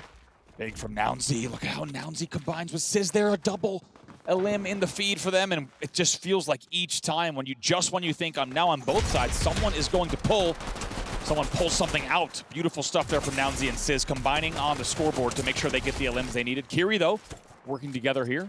2 elims in the feed for him as well as Cows. They're going to try to make this push. 41 seconds left. It has to happen soon for KS7. I mean, they've got the opportunity here, right? They've got the ground. However, you can see that the eliminations are only going one way, and by just baiting and waiting, there should be help arriving. Fnatic just playing defense, and they've earned the right to do so with this 2-1 lead. Sizz now, like you said, just going to hold this down, just going to play these angles in 3P. Salva going to try to make a poke towards mid, but not going to be easy with the window kind of holding everything is. Look at the time on the clock. 15, now 13 seconds left. No pull. That means this will be a Fnatic game #1 win by a narrow single flag to close it out. One single flag, and you look back to that flag, right? You look back to that moment, and it's a breakdown in communication, perhaps, which cost KS7 in that game and unfortunately hands them their first loss in this series. But Fnatic is the story here, as they will be up 1-0. Really nice from Fnatic. And you know what? I'm even more impressed by the fact that we got to hear that listening, because I think a lot of people, maybe even ourselves included, might have watched that and said, ooh, Fnatic, they eke this out. They win this by 1 flag. I actually would say that we learned so much from that listening in terms of composure, the way that they're approaching this, the small talk that they're using in terms of always saying where they're going. Not just calling out players like you might hear sometimes in some chaotic kind of more up-and-coming players. Instead, those were veteran comms that were coming in from Fnatic players saying things like, I'm going tunnel, I'm pushing mid, I'm holding here, I'm bubbling to delay, right? Things like that where you're just hearing really good what we call small talk within the team. Actually tells me that was a pretty comfortable 2-1 win. Yeah, I have to agree with you. It looked like they were in control the majority of the time, and the communication certainly would give an indication that that was how they felt as well. It didn't sound particularly flustered. Like you're saying, the small talk is there, and little things that jumped out to me is like, okay, we've got eliminations on this side, bubble forward, kill that guy. That's what you hear, right? They want and realize that they have an advantage in that situation and want to make the most of it. I will say there was a few opportunities towards the end of that second round where you felt like KS7 had just got into a position with some numbers on their side to get that flag pulling, but you can also see why it feels like the weaker side, because the respawn is extremely close with good lines of sight on that flag. Fnatic can defend off the back of that. Yeah, absolutely. How about also Accept, right? How many times do we see Accept in the back of the base? This shot Oh. On the also, yeah, this 2-piece. Also, we were in the listening. Except didn't even react. It's like both down. Another day at work. Another day at work, indeed. Really impressed with the defense that we saw from Accept twice. We saw him just wrapping around corners. There's another one. That's another one where he 1v2s there. And this is what I was talking about. Nounsy twice in the feed with Sizz. They pick up each of the limbs that they needed. Really, really good late game control from them. Yeah, very, very impressive stuff from Fnatic. They'll be up by 1-0 now as we turn our attention away from Capture the Flag over to a little bit of Hardpoint. Now, Hardpoint was one of my favorite game modes to watch yesterday. I felt like we had so many games that went right down to the wire. We had back and forth, and I feel like this is going to be something similar, especially if you look at the scores from that first game here. There isn't a huge margin, it feels like, between these two teams. So when it comes to Hardpoint, it really is anyone's game. It really is, and I think a lot of people would have thought that that flag would have been a little bit further apart in terms of the scoreline. I think Fnatic winning that game 2-1, it's a comfortable win in the end in terms of how they played it, but it's certainly not a comfortable win in terms of the actual margin. I couldn't agree more. Excited to see what both these two do, especially if we look at the play style within that CTF. As we said, it was constantly pushing in 3 or 4 man pushes and 1 player holding the base, waiting for help and doing it well. In this, I think you're just going to see Fnatic maybe employing the same exact strategy. I'm curious how heavily they force stack, because in terms of the actual composition of the team, they were standing so close together and always just rolling as a squad, which when you're playing game types like this, CTF, Hardpoint, Keeper, if you're stacking like that and you're playing fast, you can really start to steamroll. And if you bring that to Hardpoint, we could see that succeed here once again. Moving over to Panther now as we leave Chalet behind for a few moments. And I have to say, this first Hardpoint, if you win that initial battle that goes in and around it, it certainly is one that you could rock up 30, 40 points almost without a challenge. Just having that little bit of a height advantage, you can play the back of that first Hardpoint. So the opening strat always, as we say, is important, but this opening battle just feels a little bit more so because of what points can be on the line. It really does. Let's see here. Who's going to get onto height first? Who's going to get this first hold on this Hardpoint? As we know, it can be punishing if you are able to get 3-4 limbs here off of the opening. You can see 30, 40 seconds already on the board. Let's see where the first limbs go. Fnatic falling twice. Kiri in the feed with 2 already. Always good to get those little bit of momentum going on your side after a tough loss in that game number 1, and you can see that's exactly what looks like to be happening here for KS7. They push out that final elimination as well, and that's a fantastic start from them. 3 eliminations back-to-back, almost 2 squad wipes back-to-back as well, and that's why you see them sat inside of this Hardpoint. And now Fnatic's going to have to come up to height, except going to try to get in right away. He does have teammates that are flying in as well across the map, but not going to be easy. Once again, it's still Fnatic on the receiving end of the elims in the feed. That's 3 in a row again, 4 in a row again. It's clean wipes from KS7, and what did we say? If you pull this off, you get big points on the board. They're already at 33. 20 seconds until that new Hardpoint as well, so it will be the majority of this time, you would imagine, going over to the side of KS7. However, Fnatic feel like they've got time to maybe push this out and force the squad back even further. That will be a clean wipe outside of 1, as Fnatic will pick up the eliminations, and now we're going to see them rotate towards that second Hardpoint. Kiri already here, waiting for help from Cal, hoping that Cal might be able to hold that angle. Looks like Fnatic just starting to surround and just starting to pinch here, but not before 50 points are on the board for the side of KS7. Inside that Hardpoint once more. Look at those shots coming in as well from Salva. We see Accept taken down, and Kiri inside of that Hardpoint once more. And boy, oh boy, do we have a game on our hand here. It seems like KS7 really do have their strategies locked down. And speaking of which, just jump into the comms and see how they're communicating. One HP, one HP, one HP. Dead, 100 stairs. Okay, reclaim. I'm waiting guys for the guy mid. I'm waiting for you guys mid. Go next guys. Go next. No. Too early. Don't talk, guys. We're just go next. Yeah, go. Yeah, one HP, mid. Dead. Nice. White mid. Yeah, I'm going. One tower, one behind me. Blue tower, one HP. I give him 100, 1 HP. Two pull. Both pull. Dead one. One on side. Cal. I'm going focus in red room, bro. I died. Okay, play together. Yep. Listen, 1 left, 2, 3 red room, bro. Yeah. One. Okay.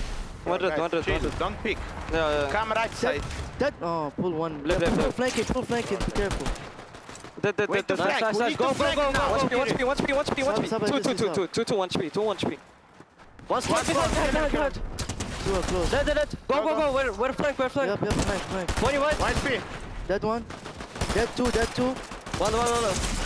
Dead, nice. I'm playing next. There's one next, One stairs, one stairs. Nice, nice, nice. One more. They're still cut. Well, as we move to the hard point number 3, you can see the Fnatic have come back into this. It's been a fantastic hold for them on a hard point here on the Lambo here, which they have had the spawns for. So a pretty good hold, even though KSA did do a pretty good job of putting some pressure onto them. KSA just in those final moments get the break, and now they return for next. How about Cal in the back of the base there? Needed to win the first 1v1, isolates the angle on the second one as well. Very, very nice. Still racking up time, so KS7 will still be in the lead. But you know what's fascinating? I talked to Sizz specifically about that exact hardpoint before the tournament began, and talking about hardpoints you can lock down. He looked at me, he said, Lambo, that is the one where we know we can get the time, and that's exactly what they did. Fnatic is right back in this. They are scoring yet again, and what was essentially a 60-point lead is now a tied game here at the 100-point mark. This is a couple of hard points that they can link together as well with the spawns that they do have here on Panther. And you can see that the score is starting to get closer and closer as the teams start to butt heads in and around that hard point. Now, Kiri, he's going to break into the hill as Fnatic will lose 2, Fnatic will lose 3. So this is an opportunity for just a little bit of time for them here. And like I mentioned, if you can neutralize this time and even steal some away from Fnatic, for KF7, that is a fantastic hold as they're already in next. Fifth and final hard point now. Salvo already here to support Cal as well. Cal just looking for a little bit of peak damage as he just pokes above and wants to isolate these lanes. We've seen how many teams can lock down this 5th hard point. That's exactly what they're going to try to do and get Fnatic into this choke. They pick up 3 in the choke. Can they get the 4th as well? Agers is the last one alive. He gets taken down. Beautiful. What did we say? Fnatic continually, time after time, they are all inning single chokes. They are flying together with one another, and my God, does KS7 ever make them pay? And Fnatic now has to push through the front of this hill. They have the bad spawns. They're spawning so far away, but they do manage to get a pick. However, 2 members have gone down in the meantime. That's going to be 3, and it could be 4 again here. Kiri trying to be massive in those final moments, but it's not going to happen, and it's going to be more time here as 17 seconds are left on this hard point for KS7. Interesting. Fnatic, once again, they're not letting go of that strategy. The second I saw them playing Chalet CTF the way that they were, I knew they were going to bring that same strategy here to hardpoint, and twice now, back-to-back, it does not pay off. Sizz is already here for the rotate on that first hard point, but still not before a lot of points go on the board for KS7. They now lead 163 to 113. And you have to remember, this first hard point was all KS7's. They gobbled out that time. They were able to win that initial fight and lock it down. So for Fnatic, they need to make sure the Elims are going to go their way, and that's going to be 3 of them falling into the column that they want to call their own. They get 3 eliminations. KS7 on the back foot here, and Fnatic making a rally. See if Cal gets an angle. He needs to, because look where the rest of the team is. Essentially trapped into this low area, trying to push up those staircases. It's never easy. Kiri working in the back with Cody, and we'll see if they can get this one done. And they also very nicely combine on Sizz. That means 3 down in the feed. Elims coming in once again for KS7, and Fnatic started to mount the comeback. KS7 shuts it down quickly. Set to fall as the first player from the push of Fnatic as well, so it's going to be even more time here for KS7. They're about to cross that 180-point mark. The flank comes in now, and it's only going to be good for 1 as the teamwork, again, in and around that hard point is absolutely superb. The rotation has already occurred here as well for KS7, and it seems like they're just not only picking up Elims, I would say, more frequently in this game. It seems to be outslaying, but also their rotations have been a little bit ahead of Fnatic's. They have. Let's see what Accept can do. He went huge in CTF. Can he do the same here in this game? On the marksman roll, and he starts to brain there. That was marksman versus marksman. Salvo will fall. However, a lot of teammates falling around him. Needs to be careful. He will likely get flushed out. Kiri with a very nice push, making sure they take down Accept and Sizz. Once again, more time here.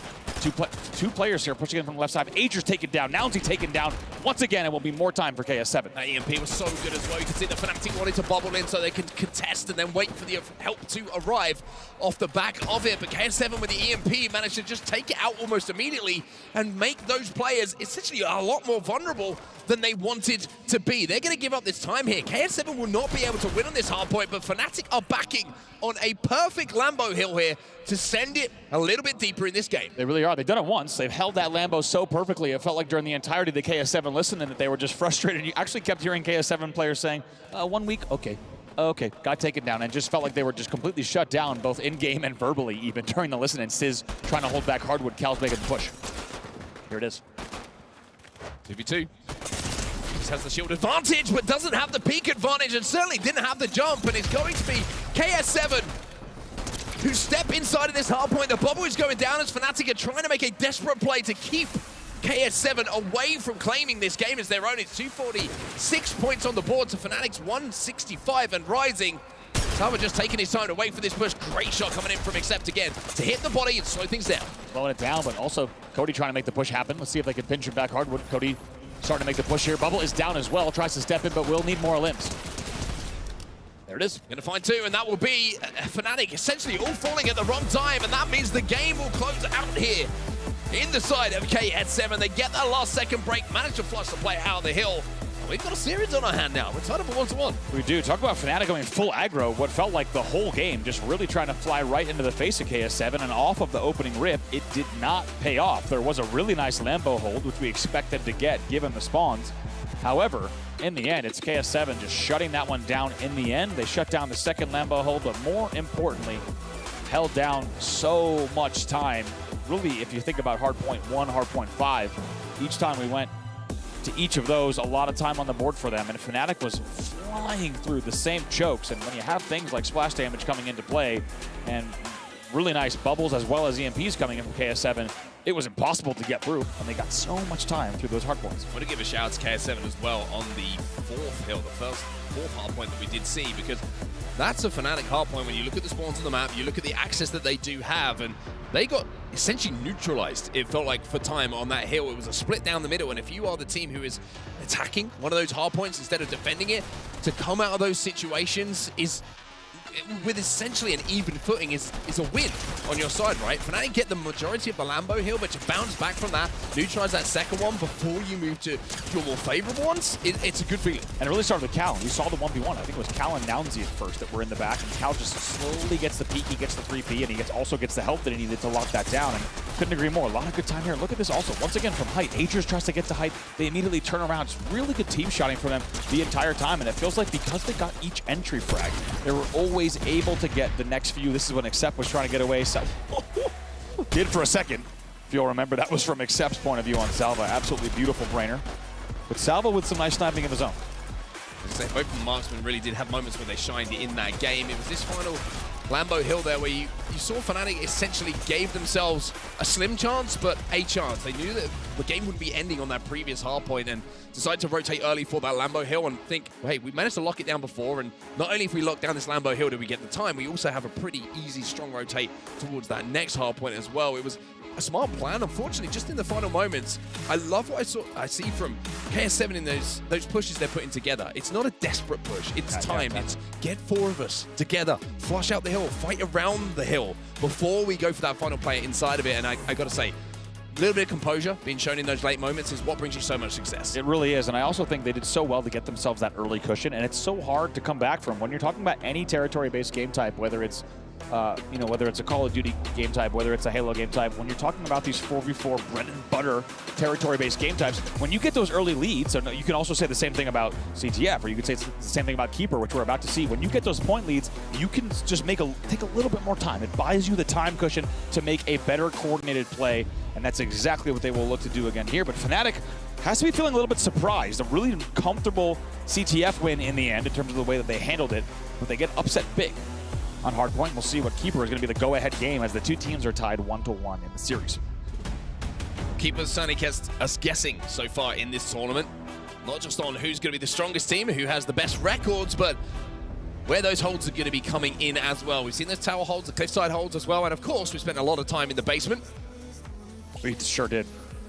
We'll have to see if we're going to be spending a little bit more time or if we're going to see something a little bit different after the VODs have been reviewed overnight. I want to see if the work has been done by these teams to break some of those basement setups. Yeah, that's the question. It's not easy to do. As you saw from yesterday, if you caught any Keeper gameplay, that really is where the key always tends to end up. Here off the opening rip, you're going to see a key spawning in the dead center. Sometimes spawns, of course, up on the top side as well. Going to be a dead center spawn from the open.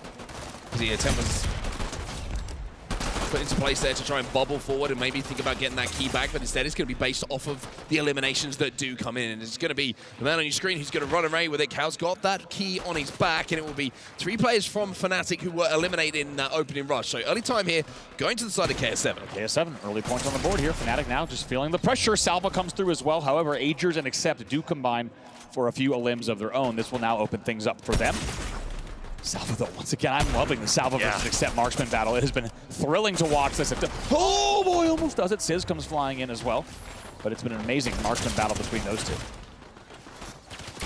Not a huge amount of time on the board for either side here as KS7 has recognized that they have to drop that key occasionally to make sure that they're baiting in those Fnatic players to try and pick up the limbs first. Now you're going to see the rotates start to come in towards the tower, and you can do that because the space has been open thanks to the 2 eliminations coming in from Salva. And you're completely right, by the way. Salva just seems to be electric in that feed right now. He's picking up a limb after a limb. Love this from Cody as well, just right. Some players sit inside. If you sit in the back of this observation tower, you're way more, just more angles you can play, you're way less force. Salvo once again gets 2 against Accept and Agers, and another one off screen against Sizz. A triple for Salva. Beautiful. This will be more time for them.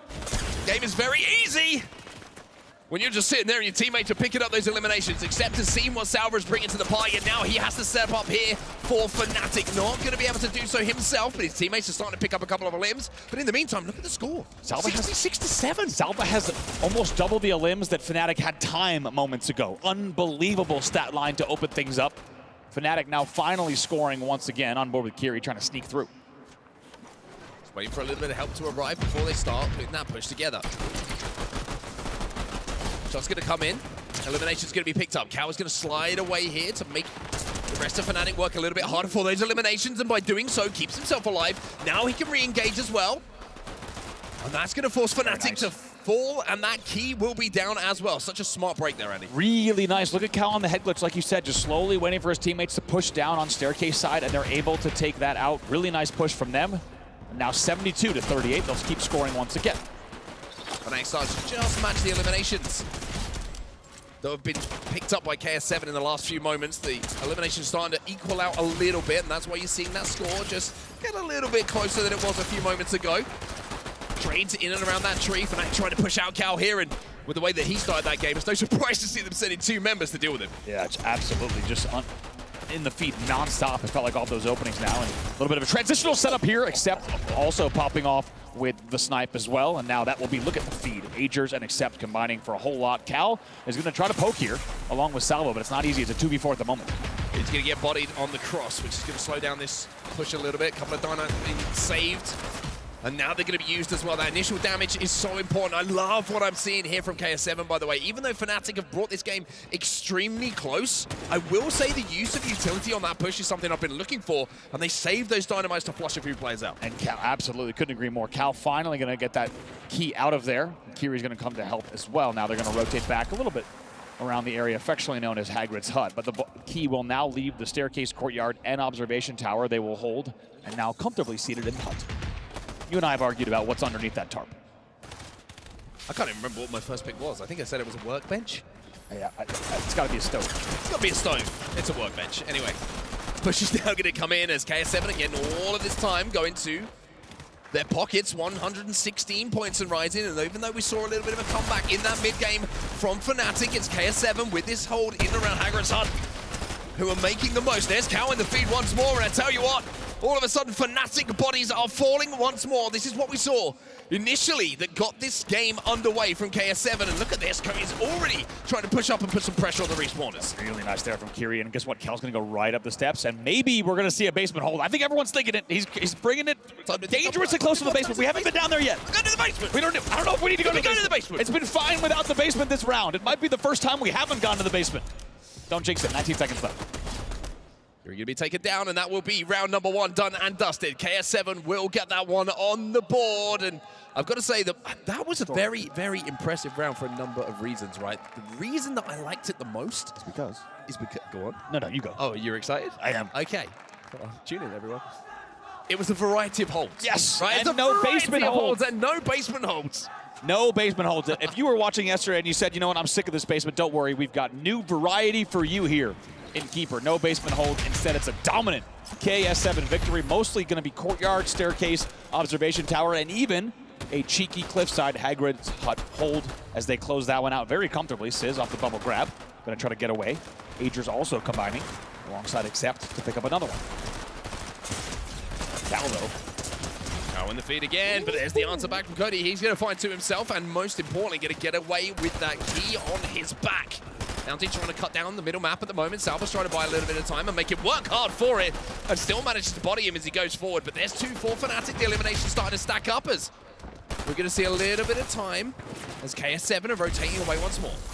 Big EMP coming in, not going to be easy to push through. Sizz not going to do well. Neither is Nowzy. Maybe Aegis as well. Cal with the triple off of the EMP. Absolutely beautiful. Kiri will pick up another one as well. That will mean 4 will fall, but my goodness, Cal, he's doing it. He's earned it. He's got the triple. He brings the key to the basement. It's okay, everybody. We will allow him to go to the basement. You have to make a massive play to enter it, and now the doors are open. And Fnatic find themselves now having to push against this basement hold. It's a little bit of a messy one for them to try and coordinate how they do want to attack it, and especially with a couple of eliminations being picked up on either side, it makes it even more difficult. But here comes Salva. He wants the 1v1, but he's not going to win it. Aegis was the last player alive, though. Not going to be easy for him. He tries to get up. He's not going to be able to get out. 61-10 already. That was 4 down on the elims in favor of KS7 yet again, and they're continuing to really rock the basement now as they start to transition to this hole. One thing you and I talked about, Mark, yesterday was the utility. Fnatic is having to burn their utility just to get up near the basement, and in doing so, it's very difficult to break. I have to see if KS7 can do something similar. There's the first elimination for them, but Except picked up one elsewhere, which now means they can flood. But the problem is, they've been baited in here, and look at that 2v1 situation they created for themselves there. Fnatic, there's going to be another 2v1 for them that they've created themselves, and this is Fnatic using all of the intricacies of this basement and the angles they hold to make sure there's always 2 guns versus 1. Here now. Let's see if Elims in the feed. Knows he's going to have to push him here. 65-48. KS7 trying to push him, but Fnatic is holding. It's a good opportunity to get into another. KS7 listen in as they grab the key. Back up. I'm far. I'm so far. 90 meters. Alright. Yeah, well, we have to wait, Kiri. Right. 1 mid on me. I have 1 on me. Run back. I am. There's 2 flanking. 2 flanking. Yeah. 1 HP. Dead. I'm dead. I'm dead. It's solo inside. No, 1 HP. 1 HP. 1 HP. Focus. Yeah. Play together. Yeah. On me, guys. Nice. 1 more. Yeah. 1 me. 1 HP.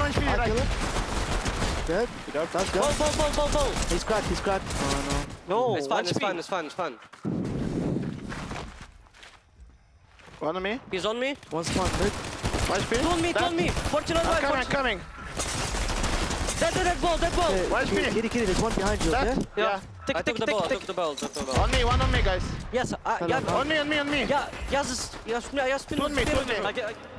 Well, out of the comms, there's a few things to take away. Before we do so, though, it's 88-70 the score at the moment. KS7 with that key in their possession. That's really the most important thing. And right away, though, it's a 3-stack coming in from Fnatic on the staircase. They'll start to bring the key back to Courtyard, and they will stack and continue scoring yet again. Keeping a very close eye on the rotate. They might even think about heading to observation tower here. Salva try to break. EMP's going to go in as well, maybe thinking there might be a bubble coming through. There's the flood. 3 players are going to take out 1.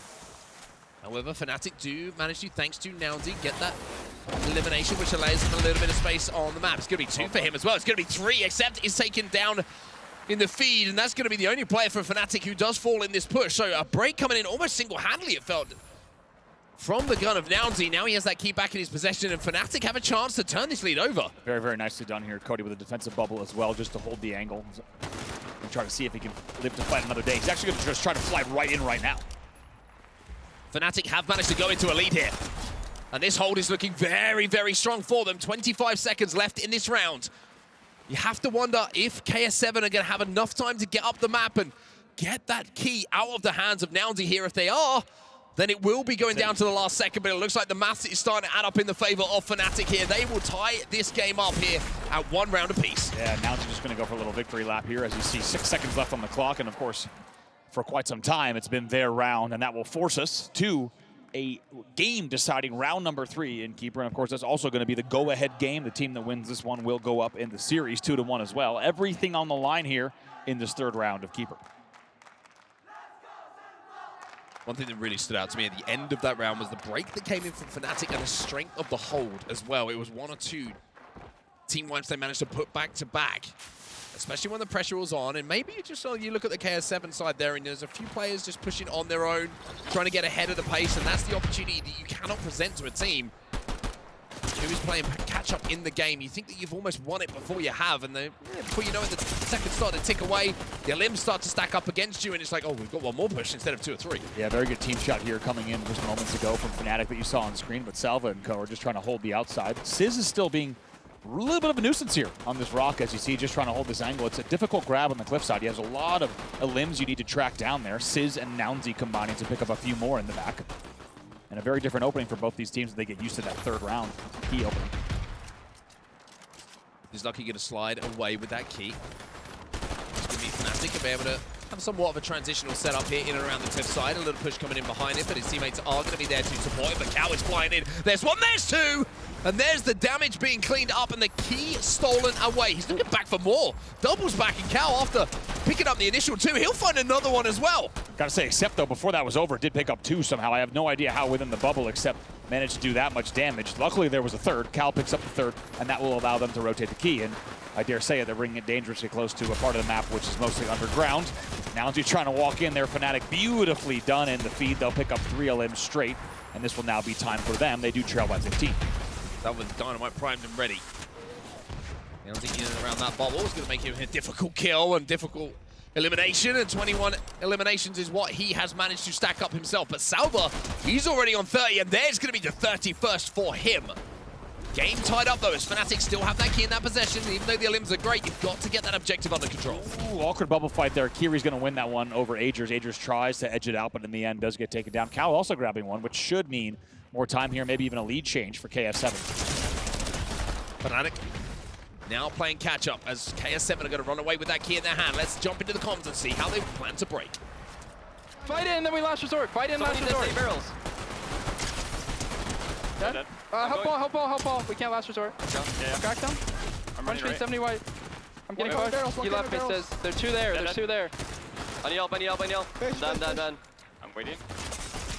Dead. I'll ping Benji. I'll clear your Benji. Dead. Nice. Nice. I'm bitchy. Someone go boxes. Come with me. There's one here. One here now, D. There's one here. One more. I need help one gate. Dead. I got down a minute. It's fine, we're getting it. If someone's boxes, if someone boxes? Natsy's left it. I know, I was dead. Sit on the boxes wall. I'm playing behind you, Agers. I'm playing behind you. They're here. On me. I killed one, again. 140. They're gonna kill me though. 170. Above, Natsy. 70 white. There's one bitchy, he's low. Love the energy that we're hearing here from Fnatic, and why wouldn't you? 82 points and rising on the board for Fnatic. Oh boy, Cody tries to just get a defensive there push, and in the end, make sure he doesn't get his face peeled. Sizz comes up and somehow sneaks out 1 out of the trade, and in the end, Agers will be taken down, so this should be time. Assuming Accept can't make a miracle happen. No, he cannot, so this should be time here with the key on the boxes coming in for KS7, but I'm not surprised to see, Mark. As I said yesterday, I didn't expect the observation tower hold to be the one. Sitting back on the base spawn doorway seems to be the new angle that these teams are playing. Well, for Fnatic, even though they had established a lead and the energy was good in the listening, now they're going to have to break because KS7 have started to come back here as that key has been rotated towards the basement. Is Cal with the key on his back. The bomb will go down to protect him to escape as well. And we are going to see a lead change here in this deciding round. So KS8 will hold on to that key and will go into the lead. And the elimination feed is starting to favor them as well. That was 4 dead for Fnatic. Wow, KS7, what a time to strike here in this third round. 55 seconds left on the clock, and they now lead here by about 13. Accept needs to find a pick here to allow them to push forward. Utility's going to come in. However, the first one does go the way of KS7. Now they're looking for more as well, and will find more. Cody trying to cut a few players down, but not going to be able to do so. KS7 still have that key in their hands, and even though Nounsy and Agents are trying to do what they can to break it, got to worry about where that key is, and the fact there's only 30 seconds left. Wow, Agents just absolutely beautiful sequence from him now. Salva, though, trying to fly in, he gets 2 at a huge time in the game. Sizz will clean up, though. 23 seconds left on the clock. This is do or die. This could be the game. Fnatic, do they have enough time left? That's the question. No. I'm not sure that they do. And that final play, that final hold that came in from KS7 was enough to give them the advantage in this game, in this series, and they will go up 2-1. Wow, like you said, at the end, late game composure coming in. We knew it was going to come down to the wire, but KS7 takes your game number 3 in the third round of Keeper. And just like that, after trailing 1-0 after game 1, they now lead the series 2-1 and are only 1 game away from sending Fnatic home. Got to look back at the statistics from that game, because there was a few moments every time we saw eliminations popping up, we were like, who is actually winning the race for the most eliminations? Because a couple of players really were battling it out to see if they could be the player we talk about when we head back to the studio a little bit later. But I think even though KS7 are going to be feeling great, even though they're going to be feeling very happy that they closed that out and they find themselves with a lead in this series, we now move, of course, over to CTF once more, which was the game type that Fnatic managed to take. And elimination, of course, is on the line. Those keys are on the line. And knowing that you're going back to a game type that has had some success for you a little bit earlier in the series, at least it's a cushion emotionally for you to know there's a way back into this. Yeah, one of those two keys on your screen will be crushed, and one will go back into the hands of the team that owns it. We'll take a look at some highlights from that game at Keeper, because man, was it back and forth. Also, just fantastic listening that you heard as well from the side of Fnatic, and it felt like they had everything they needed to do, but that final hold in that third round, even though we saw Agers with a fantastic push, man, you just saw really, really solid holds coming in from KS7. And I tell you what, Fnatic seemed to dominate the red spawn door. When they held here, it was really game over. This was the hold I was talking about. But as soon as that key came out of there, it felt like KS7 was a little bit more comfortable in the holds outside of that area of the map. Yeah, I'd have to agree with you. It felt like Fnatic kind of had their setup, right? It was the one, but I mentioned in the first round where there was a number of different locations that we saw that key being held and teams setting up in and around it, and that was where you felt like KS7 just had a little bit more advantage. Almost felt like they were a little bit more practice on the holds that they wanted to achieve, like you say, in multiple different positions on the map. Fnatic and Agers, 33 eliminations to his name, tried to do all that he could towards this end game, but I gotta say, Salva in that game, I mean, he had some monster numbers. Absolutely did. Kira, look at in the end also 36 to his name, and just fantastic stuff coming in from the KS7 players. They've got a lot to be proud of, especially after trailing 1-0 in that game number one, right? Narrowly losing a CTF. I think it'd be easy for players that have less overall FNCS global experience than the players on Fnatic to maybe kind of get checked, maybe mentally be like, maybe this isn't our tournament. Instead, they've got, you already hear the chants in the crowd. They've got some hometown support here, and it's been, the Middle East has kind of showed up for them in a big way in terms of just the crowd support. You even saw the coach kind of smiling when he heard those chants, and it's paid off, right? 2-1 here in their favor. One thing I want to kind of keep the hopes of Fnatic alive with is the energy that we heard from that listening, right? It didn't feel like there was any dejection. It didn't feel like they were getting down on themselves. And I mentioned previously, when we look back at the results in this series, it was game number one that Fnatic managed to take home on Capture the Flag. So you kind of put all those pieces together, and we might see this series going a little bit longer. We'll find out if that is going to be the case in just a few moments when we get back from this break.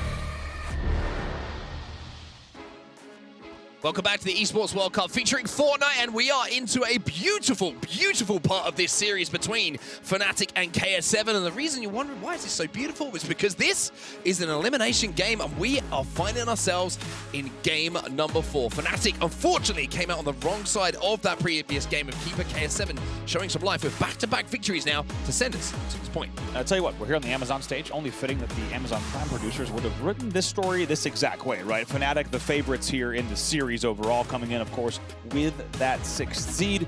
The team that you would expect to take this one, of course, a team that really has been one of the most prepared teams of the pool. Let's not forget they were boot camping in London for a week getting ready for this. Also very, very locked in. You saw their margins in CTF in terms of their DreamHack wins. However, instead it's KF7 ready to rock here. They've shown up in a big way in games 2 and 3, and of course, now only 1 game away and representing the Middle East quite well here in this series. Hometown crowd, like we said, behind them as Fnatic's going to get ready to get in. Looks like they will take their optional player break here for just a moment as well to try to get a little bit of a mental reset. Do they? I was going to say maybe a change of heart. You and I have been doing this a long time, Mark. We've never seen a team fake us out with the optional player break. Respect that. But you know what it could have been also? It could have been also that they were given an optional player break about 5 minutes ago, and then they just tried to take it, and the station referees may have said, actually, no, use your 5 minutes. Some of those stage referees as well, big guys. They'll send you back onto that main stage almost immediately, and you just saw Fnatic maybe having their mind change for them. Listen, let that be a lesson to each of you out there, wherever you're watching from. If you're given the opportunity to do something that sounds like a good idea, do it then and there. Because the opportunity may elude you. It may be gone moments later, and I believe that would be a historical first for you and I to see a team attempt to take their player break late, and we're instructed you had 5 minutes. Had an opportunity. The 5 minutes have been used up, and now the lobby needs to start, so you need to sip. The opportunity has slipped through your fingers. Anyway, we have to see if it's going to be Fnatic's opportunity slipping through their fingers as we head into our game number 4 now. We are going over to Panther for some capture the flag. So a little bit of a change of location for us in comparison to what we saw a little bit earlier on. CTF on Chalet was how we started things off, and that was a 2-1 victory for Fnatic. It was, and I think one thing we got to talk about is Fnatic's playstyle. It's really, really buddy system, kind of heavy stack, flood gameplay. The way that worked on Chalet worked quite well. They were overflowing lanes, they were holding front Chalet and window, and it worked out very well. I think it's going to be different here on Panther in terms of the way this plays. You and I have talked about it. If you can infiltrate one player across the map and you can get that pull, you can kind of do these really big swings and you can get sneaky pulls and a lot of flag standoffs happen. Let's see how Fnatic's style of play results in a Panther CTF match. Yeah, communication going to be a huge part of success here on Panther CTF because like you mentioned, it's a lot of the time when you're on Chalet, you're kind of looking across your lanes. You can see the majority of things happening in front of you, right? There's not a lot of kind of peripheral vision you have to worry about. If you think about the map and the layout, whereas on Panther there's so many lanes that you have to account for towards your flag and of course your opponent's flag as well, that communication on not exactly like where you're looking, but also like you are missing a player, like where is that player, someone has to locate them, right? It is valuable information that is almost becomes vital instead of just valuable for tracking down and finding what the clearest run home is going to be when you get that flag moving. And the other side of that is it provides a really interesting opportunity for players like we saw yesterday to not only be on flanks, but also sit in very specific kind of areas and angles and not only play defensive stands, wait for teammates. On Chalet, it feels like these lanes are easier to clear out, right? If someone's sitting rock side or sitting tunnel, they can get flooded out, and it's very easy. Because of all the different amount of, first of all, the width of the map on Panther, as well as the nooks, the crannies, the lanes. There's elevation changes. Exactly. There's a whole bunch of extra stuff at play where you can't really clear out your base that easily, and there's a real opportunity for players, especially, as we said, players who are on Infiltrator, to be sneaky, to wait for each other, to make sure that you're on the flank and you can really use the width of the map to your advantage. Yeah, I always feel like the Infiltrator is a really strong pick here on Panther, even compared to what we saw a little bit earlier on Chalet, right? Because of the fact, like you say, that you can go undetected, and if you're undetected with a little bit extra speed, a little bit extra sprint speed, then you can get 10, 15 feet further than you might have previously back towards your teammates who can give you that assistance when you're running that flag. So all these little things start to add up. It really can, and I'm curious how Fnatic plays this, because if they continue to force stack aside, and as we saw, not just in CTF, right, they did in Hardpoint as well, if they continue to all in, and 4-stack and aggro the routes that they push, it could work really well, or that could really work against them because of the width of the map, right? If, as we saw, if they are 4-stacking one side as they wrap on a pull, all it takes is a single player from the side of KS7 to get into their base, to start to cause chaos, to use the width to pull them apart. I don't know if Fnatic is going to go with that same exact strategy where they're really standing really side by side, pushing the same exact lane. I'm curious if they go for that exact strategy here on Panther CTF, because I think it will play differently than it did on Chalet. Well, they're going to have to get this strategy right, because if they do find themselves falling as we head into our map number 4, they unfortunately will find themselves falling not just in this game, not just in this series, but out of the tournament as well. So a lot of pressure on the shoulders of the 4 gentlemen in the Fnatic jerseys on our main stage right now. For KS7 though, what a chance this is to keep themselves alive in this tournament. I mean, absolutely. Would be, let's not forget, KS7 is the last qualified in Group C. For anyone who maybe is just tuning in or hasn't tracked these rosters coming in, Fnatic, the way that they qualified 5th, 6th in this group in North America, they are the 2nd seed in the group. They're going up against the 4th seed, and KS7, who leads them right now. They are 1 game away from sending Fnatic home. Can Fnatic stay alive and force a game number 5? Let's see what happens then off the rip here as everybody flies towards each other on the mid-map. A little bit of patience being picked up here. Interesting to see that we are going to see a couple of marksmen in Accept and on the other side of things, on the KS7 side. So even though we are seeing the elevation difference, we're seeing the lack of, I would say, clear lanes. A lot of responsibility is going to be on the shoulders of those players to get those first picks and open things up. Cal is going to be here and looking to find one himself. Yeah, how about this opening as well? So slow. There is the battle of the marksmen. Finally, the first picks come in, and these teams just really playing carefully. They know how much is on the line. You could feel it here on this main stage. It's Alva now, after a monstrous performance when it came to eliminations. He's looking for more, but won't be able to find the second, as Downsy now is going to be controlling the patio up on height. And it's Fnatic who you would say have the majority of the control here. However, a couple of trades are going to come across the board, but they start to stack up, and Fnatic are getting aggressive here. They know that Curie's in the back of that base. They've got the bubble down as well. Fnatic are trying to slide in here. 3 players inside of the bubble on the Fnatic side. If they get these eliminations, then there might be an opportunity for them to pull. And yes, indeed, Sizz lucky, he's away. Aegis was in late as well. Mounty picks up another one in the elim feed, and based off the feed alone and what we're seeing, Sizz should be away with this. He should be away. Nobody is in position to cut him down with guns. We're going to have to maybe hope it's going to be a bit of utility that stops him at the finish line, but not going to happen. And Fnatic will keep the pressure on in this series. They will go up by 1-0. I love that play from Accept as well. Even though that flag was definitely home, what does it do? He escorts that flag carrier all the way back. Just in case a marksman shot comes through, just in case some nonsense prevails, they escort that flag all the way back to the stand with 2 players. They make sure it goes in. They lead 1-0, but here comes the KS7 push. Gotta wonder about that counter cap. Even though you spend a lot of resources to get that flag home, if you get a limbs inside and around your base, trying to just keep yourself and your flag carrier alive, it opens up opportunities like this. However, even though Cow is away with that flag, a couple of eliminations were picked up on the Fnatic side, and now there's going to be a few shots coming in, so he's going to have to pick his route so carefully. You can tell he knows it. Accept is already there. He needs to be careful, needs to work with the team. And right now they know they can't come in just yet. They need a few more limbs before they cap this flag. Flag's still out. Fnatic with a chance to make a last-second stab here. But he's going to find 2 though, and Ayers will be taken down as well. It's going to be 3 in the feed for him, and Cal now has a clear run home. If they can deal with Sizz lucky, who managed to just sneak away with that flag, then they will be able to tie this game up. But that pull was massive. Fnatic managed to kind of avoid a lot of the KS7 players. Yeah, what do we talk about? Once again, it's Sizz on the infiltrator, the one who gets behind the enemy lines. That's exactly what he does. That was 3 in the feed for Cody, but guess what? Sizz was the one on the flag stand. He stays alive long enough for the help as well, and now we have a flag standoff here. And because KS7 has that flag in, this almost goes in their favor in terms of the flag standoff. But here comes the push. Oh, what a flank.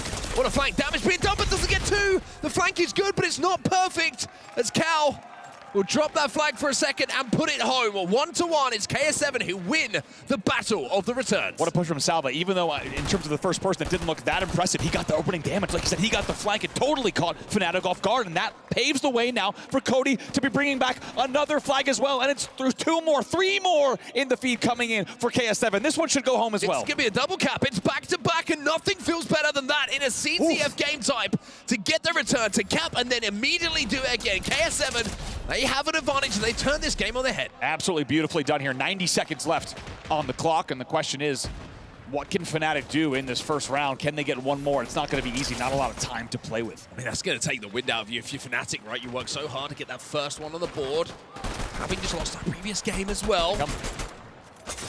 And then you find yourself losing one battle, which turns into not just one battle, but into two back-to-back caps. But this is their opportunity for Fnatic. They've got that flag moving, and they've got a couple of limbs to support. Ooh, just avoids that grenade. Very nicely done. Except picks up 2, which is going to help. 3, by the way. Salvo will fall as well. This one should go as well for Sizz. Fnatic showing a little bit of resilience here. As you see, the bubble's going to go down just to make this one comfortable, just to make it safe. Sizz going to slide in. We're tied up at 2-2 here in round number 1. Absolutely beautifully done. By the way, picking up 2 more. Agers and Nounsy will combine for more LMs at the mid-map, which is now going to pave the way for even more pressure from Fnatic. Still have pressure on the base here of KS7. Well, they did until Salva just absolutely decimated someone. 10 eliminations to his name right now, and again, it looks like Fnatic, they're keeping pressure up on the other side of the map, but having lost a couple of eliminations, look at the efficiency coming in from KS7. Even the fastest... Do they have the time to get across the map? No, even the fastest run's not going to bring this one here. Salva is not going to be able to get there, which is unfortunate, because you think they might have even had the limbs to do it. Instead, the round will end. KS7 here, 2-1, as we head into our second round, and this is dangerous territory for the side of Fnatic. They need to win, of course, this round as well as the game to send us to a game number 5. Their tournament lives are on the line. Tournament lives on the line. You want to be here, having made that trip all the way to Riyadh. When we get to those big days, when we get to the Saturday and the Sunday of a tournament, you always want to be there. You want to be representing your organization. You want to be putting yourself in position to take home some big money. And Fnatic, they will know that as we head into round number 2. It's true, you came here for a long time. And a good time, ideally, but you do not want to go home on the Friday, not even make it to the Saturday and Sunday. That would just not be the way to spend your time here. Agers doing everything he can now, along with Nounsy to pick up 2 in the feed. Here comes the Fnatic push. The pick going to get found here on the side of KS7 this time, but Fnatic are absolutely flying at them. They want to keep this pressure on, and Fnatic just trying to ride some momentum here. Cal trying to bounce and weave and dodge around the planters, but he's kind of trapped between a rock and a hard place, but we've seen him do some things, and there is another example of it. Just gets out of a horrible situation within the lift. Really well done there. Not easy when Sizz is pushing you that way just from speed. Salva picks up another one, and now going to make the push up here alongside Cody. Here's the push. Halfway point on the map is owned at the moment by KS7. Now they're looking to progress into the Fnatic base. 1v1 here. Salva actually going to drop back to help with the Sizz fight, and that's going to be a very nice 2v1. Good comms coming in there from the KS7 side. As Kiri's going to pick that one up. Now on board with Nounsy. Nounsy having to play defensively here. You see he's backing up. He knows that pressure's going to be coming in. And all of this pressure is in and around that Fnatic base, like I previously mentioned. Now, where do those eliminations come in? It's going to be a flood, it's going to be 3. And now you would expect that flag to start moving in the next few moments for the side of KS7. And yes, indeed, they do have that one away. Oh, and how about this for the setup? Almost, you couldn't write it here, except the marksman is the one behind enemy lines, and he has to get the stop. He's probably going to go for a flagpole as well. Also, you have Cal, who's the marksman on the other side, so we're seeing a little bit of an overextension, but there's the flank! There's the flank, they cut him down, they stop the overextension, and KS7 will get some eliminations, but on the other side, it's going to be 3 coming in for Fnatic, so when it comes to eliminations, there it is. It looks like it's going to go the way of Fnatic, and even though KS7 had that flag away, Salva! things are getting so messy. Off-screen, Salva from distance cuts the flag off, but still, it's another grab for Nounsy. Salva picks up another one, which means he's going to be pushing Nounsy here from the side. Nounsy will fall with that flag, and they will get the return. Big plays in the feed coming from Salva for that flag stop. Absolutely ridiculous on both sides. You weren't quite sure what way the tables were going to turn in those last few moments, but it ends up leaving us still tied up at 2-2 in round number 2. 2 minutes 30 left on the clock as well, as we're going to see pressure on the Fnatic side once more. Inside of that base is going to be Kiri. He's looking for a flagpole. Uh-oh, Sizz is your last player alive here. Sizz is getting pinched on the fountain. Not going to be easy. He will fall to the flag carrier as well, which is the last thing you want to happen. Cody now moving the flag all the way across the map. Nounsy is the overextender from the Fnatic side. Here's the final battle for this flag run. It's going to be a big battle in and around the mid-map here. Whoever wins this one with 2 minutes left on the clock might put themselves in a position, if you're Fnatic, to send into a game 5. If it's KS7, you might be thinking about closing this out here and now. But Fnatic, with a goal line stand once more, they should get that return, and now they have a chance to counter. They will get the return. Cody tries to get the angle there. He's the first one off the spawner trying to hit the head glitch. Nounsy will now get the pull. What a turn of events. Fnatic with the stop through the front choke. Still has that flag away, though. We are in a flag standoff situation. He's trying to be first forward. He wants to try and cut off Fnatic before they get anywhere near that base. This is back to the base though already. We might be in a situation that we've seen quite a few times now, where both flags will be away. Both flags away indeed. You saw Cal was the one who wanted to try to push up the map and see if he can stay alive. So far he has done so. Now going for the front choke once again. Cody's the first to fall though. Cal is also the second to fall. Now, Sizz, you can tell, waiting for that return. The return does come in, and look at the timing on it. Fnatic will score with 1:13 left in the round. All they need is 70 seconds of defense. They just hold on here. We will be going all the way to a game 5. With 60 seconds left, it's up to KS7 to make those plays. Sizz is going to find 2 himself, though. That's going to be 3 eliminations for KS7. And you get the feeling that might be enough. Oh boy, all 4. Fnatic will get a perfect wipe, 4 elims in a row with 48 seconds left. And now even just 1 or 2 kills at the 40-second mark really could be the difference maker. And that could end the game, send us to a game 5. It's been such an interesting game in the fact that a lot of the aggression and the pulls have been coming out of KS7, but they've just been not able to stop that overextension that's been coming in from Fnatic. They've managed to make these goal line stands.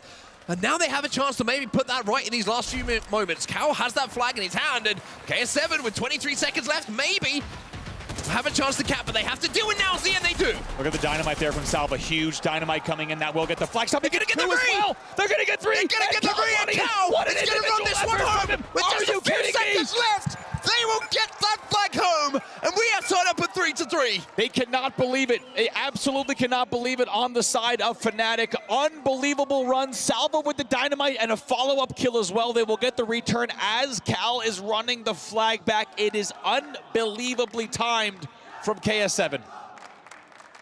Finally, KS7, you would say, on their flag run, managed to kill the overextenders from Fnatic, managed to shut them down, eliminate them, send them back to respawn. Yeah, which is where Fnatic had most of their success, not just in stopping flags, but in counter-capping. We are in overtime. The next flag will win, and you have to wonder, in terms of momentum, in terms of mentality, is that the dagger that will take down Fnatic? Next flag will win. We're going to see another slow start here, except versus Cal. Nounty having to burn his bubble. Chows here onto Salva. Beautiful shots coming in from him. A little bit of assistance coming in from a teammate to make that a little bit more comfortable. But all of a sudden, you could feel the nerves in this game, right? I mean, it was kind of high octane. Flags being pulled on both sides. Counter caps flying in. 10 seconds left. Flags being capped. But now, you know that these players understand their tournaments. Situations are on the line here. Fnatic, a little bit on the back foot here, but trying to survive. They've got to deal with Cal, and they can't deal with Cal because he's going to find 2. Cal picks up 2, and Kiri picks up another one as well. Should be a pull for both sides. Sizz takes down, though. Sizz gets taken down. He was the overextender. They Cal's bringing this flag home. They get the return. They've cut the mid-map as well, and with 10 seconds left, it was KS7 who tied this game up, and now they're going to be able to close things out here as they put the flag home. Overtime is what they needed. And overtime is where they win it. It will be KS7. He'll close out the series with a huge win here on Panther CTF. They take the flag home, and they also send Fnatic home in doing so. What a way to win it. Scoring their flag, you could just tell Ager's there. Throws his head back and cannot believe that they are headed home on day number 2 of 4 of this tournament. Disbelief on the side of Fnatic with 9 seconds left. Somehow KS7 forces overtime. And like I said, Mark, you and I have seen it too many times as the 2 teams exchange handshakes. If you let a flag like that go heading into overtime, it might be trouble. You might find yourself tough to bounce back when you let a flag like that force OT in a game you thought you had won. That will be not only the end of the game, the end of the series, but also the end of the tournament life for the side of Fnatic. And the Middle Eastern hometown heroes, KS7, will advance. And the crowd love it as well. I will say, by the way, and I'm sure you will agree with me on this, I love me some Panther CTF, Andy. What a game that was. I think that was the most entertaining game we've seen so far this tournament. I think absolutely, especially of the games that you and I have casted. That was the best main stage match that we've seen, down to the absolute wire. Let's take a look here at the reaction.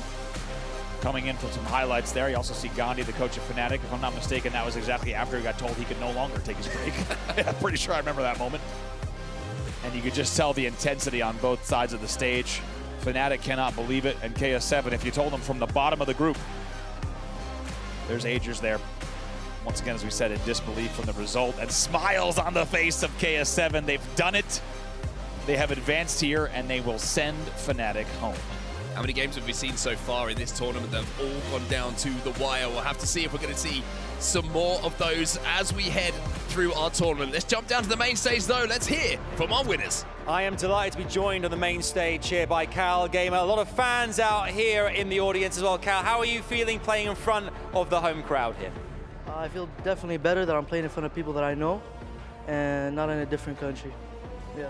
What's it been like? Talk us through the actual matchup against Fnatic there. It seemed like a very close battle. What did you guys work on coming into this and make sure that you capitalize on against them to take the victory? Honestly, we were just playing a lot of scrims, trying to get our chemistry together. We're a very good team. Unfortunately, we just have a lot of dumb mistakes that shouldn't be happening, but we just have to practice more. You've got a big matchup coming up your way against R8 in the next round. How are you guys going to prepare for that, and are you feeling confident going into that too? We're definitely very confident. I'm not going to tell you guys how I'm going to prepare for it, then I'll show my strategy. You can see these guys here are very excited. One of the things, of course, here in this competition is you have eliminated a team, and therefore it's time to receive their key. We have Fnatic's key coming here from Aegis, brings it across to Cal Gamer here. Big shout out to Fnatic as well. Great, valiant effort there. Well done Fnatic. Well done Aegis as well. Thank you very much. You have their key. You get a chance to crush this. For the team as well, talk us through the team as well. How are they feeling? Comms seem like different languages. How are you guys dealing with different languages across communication as well? We like to work like 2-2. So when I am with Salva, I usually speak Arabic with him, but when I'm with someone else, we speak English, but he also does the same as well. Well, listen, best of luck in the next round. Congratulations winning again here. Massive shout out to our team, KS7, going through to the next round against R8. It's going to be huge, but for now, you better get crushing that key. Over to you guys in the studio. Thank you so much, Mr. Savage, and congratulations, KS7. We thought that CTF was done. They said, hold on a second. We still got some game left in this. Jesco Levin here on the desk with me, and I want to start with you, Jess. What did you take away from the interview there with Cal Gamer? I mean, language barriers are something that I've struggled with a lot. I was on a roster full of half French, German. I had a Dutch guy as well. We all were trying to speak English together. I know what it's like to mix languages. It can be difficult, and they've overcome that here. Yeah. They honestly, from watching them play, you wouldn't be able to tell that there's language barriers there, right? A lot of things look coordinated. They play together as a team. They have fragging ability. They have star power, but they don't just rely on that. Fnatic had a hot start, and then it, of course, was the opposing side of the stage as KS7 came alive. Fnatic, one of the most underwhelming performances we have seen here at the Esports World Cup featuring Fortnite. There was a lot of hype coming in. They showed off some individual skill, but it seemed to be lacking in the teamwork. And the biggest thing for me is that we have to say how big of an upset it is. I was building this storyline around the boot camp for Fnatic. They did not deliver on the first match. I thought, you know what? It's first match vibes, move on next, work on your mistakes on the stage. And then they really, really did not deliver on this one. I think this is a lot to go back with. Problem is you guys let Gandhi sell you on that dream. He sold me so bad. He's a salesman by trade. Yeah, no, he's pretty good at it. He sold you that dream. From what I was hearing in scrims, like they weren't amazing, which is why like I thought they'd probably lose to R8. I still didn't think this would happen. This is still a massive upset for them. I mean, ultimately you have to say it's not good enough, and I think they'll think that themselves. They felt prepared, right? And so in a world where a lot of teams coming into this haven't really felt prepared, for you to be outwardly saying, no, we're prepared, and it just doesn't look that way, really rough. Jess, a lot of people were saying Coty must have an advantage of some sort. Here, everyone is on an even playing field. What did you see from him in particular? Can we shut up the haters in the chat? Is this another Peterbot story? Am I getting Peterbot version 2? I don't know what's happening here, because every single person in questioning the players inside the server have been proven wrong. Cody gets to join that exact ladder on that one. To be fair, you can't win either way, you know? Yeah, if you do bad, they're going to talk. If you do good, they're going to talk. So, yeah. The accusations continue, but this man, no accusations at all. Salva with some massive plays. You saw Kiri at the end as well, clutching up the entire squad, getting it done when the most pressure was on him. You know when I felt that, like, the energy shifted? was when KelGamer pulled that wrap play on like point 2 or 3 on Hardpoint, and he sat behind enemy lines and waited for them to take point, and then he killed 2 of them to take point back. I'm telling you what, after that, my mental was chalked and I wasn't even in the server. Back in the day, we used to call that a sneaky beaver maneuver. Well done, my friend. At the end of it all, we know KS7 is powering forward. They will play R8, and they are looking for another PlayStation MVP performance from this man. Salva bringing out the sniper and making it hurt. Let's talk about what he brought to the table. You highlighted him. As soon as we brought him on the mic, you said, he's feeling good today. He's feeling good. He was playing phenomenally. I mean, sometimes you just have to sit there and appreciate someone who is hitting crazy shots. Yep. And that's what he was doing all throughout these series. And in big moments as well, there's a lot of moments where momentum can easily shift and you can lose control of a game. And he did not allow that to happen. You know what I want to question now, because we came into this saying engineer is probably the most important role.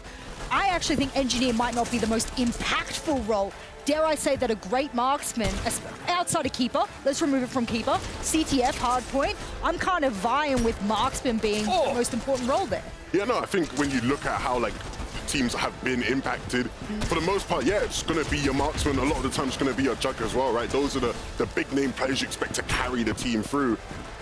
Either way, though, Salva should be incredibly proud of himself for how he's performed in this series. But the job ain't finished, right? Absolutely. You've got to do it again. It comes down to the CTF. Fnatic having the lead. They went over aggressive, tried to get the pull. It was Salva getting the kill, getting the return, and of course, getting the dub as they take it home in overtime. He earns our PlayStation MVP. But what a performance from a team that wasn't even supposed to be here. They got a forfeit in the qualifier. They take that spot, and now Cinderella is still potentially going to the ball. They are one match away from the playoffs. There has been a lot of Cinderella stories today. Like, I did not expect Power to win. I also, you know, predicted against KS7. I'm starting to learn my lesson here, ladies and gentlemen. Don't worry, I understand. I shouldn't predict, and if I do, the other team's going to win. So you can put your predictions on what I don't predict. Is it underdogs popping off, or is it the favorites crumbling? Let's call it out. I think it's a bit of both, but more so favorites crumbling, I think. Okay. I think if you look at Aula, you would have expected better performances from them. You look at Fnatic, you would have expected much, much more from them as well. Two of the top dogs out of the running. Let's take a look at where we're at in our brackets right now. As you know, in group stages, you win 2, you're through. You lose 2, you're out. Fnatic, the most recent victim, and that means that KS7 faces off against R8 Esports. Levin, who's going to have the louder audience in that fight for a spot in the playoffs? It's going to get very loud in that Amazon arena. I mean, I'd expect R8 fans to come fired up after, you know, Malabuka's sort of egging them on at the end of yesterday. Yeah, right. So I'm sure they'll have even more energy. But to be honest, this is an interesting matchup. Two teams that will be very familiar with each other. Absolutely, and of course, this isn't the only match that was going on. So many games being played here at EWC featuring Fortnite, and you will see W7M was able to take one map off of Dignitas, but in that game 4, Dig seals the deal, and now we get a rematch of a series that went all the way to a game 5 yesterday, Jess. Again, we've been predicting that this would be that lower sort of semi, come into the final and go, this is going to be our playoff team. I actually didn't expect Big to do as well, and I actually didn't expect Dig to not do as well. So I'm like 50-50 on it. I'm like, is there enough time to prep and counter the other team? Yes. But are they able to pull it off? Stats will tell the story, I'm told, moving forward. I'm going to be crunching the numbers. I'll be swapping out with Mr. X. When we come back, though, it's a battle of the beast. Stay tuned. It's Falcons versus Dragons when we return. That's good shit. Let's fucking go. Shit. Let's fucking go, boys. Can we do fist bump? Fist bump? Nice, Nice. First win. Alright, we're back. Bye-bye, we're about a 250. Left. Nice. 4 points, let's go. No, play together, bro. Yeah. Don't shot. One more push. Yeah. I think, should we just play next, bro, all of us? No. Okay. I'll give him. I'm going right. Me and Kitty can full flanking. Yeah, I'm going. Yeah. Salva. Come with me. I'm one shot. Bro, don't peek, guys. They jump. Nice, Kitty's flanking. 50 white. Very nice. Go next. Dead. Bro, we still can win. Go. Yeah, go. This one goes. Dead. Nice, we win. Good job, guys. Bro, Nice, good shot. All right, boys, we need to fight together. Just calm everything you're doing. I don't give a shit. Just please talk. It doesn't matter who won. Yeah, just please talk when you're fighting. Like, sick of playing in time. And wait when someone says wait. Yeah. Brother, the flinger bugged. I have to run out of the bubble. Okay, that's fine. It's fine. It's fine. It's just important things need to be said. Like we just need to fight together. I'm just saying, like, you're getting out on me for it. Like, it was very bugged. No, we just need to calm down. We just need to calm the fuck down. Yeah, we did one. AFK, everyone AFK. Everyone AFK, bro, AFK. We won, 100%. Yeah. AFK. Good job, Salva! Thank you. Bro, what are these spawns? Yeah. You see? Bro! Good job! Bro, what is that? One more. Salva. Return. Yeah, return. Watch me! Nice.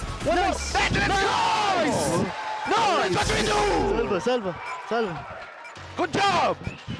Bro, these kids are too lucky, bro. These kids are... They Bro, don't why slap. I don't have Salva, audio? go far.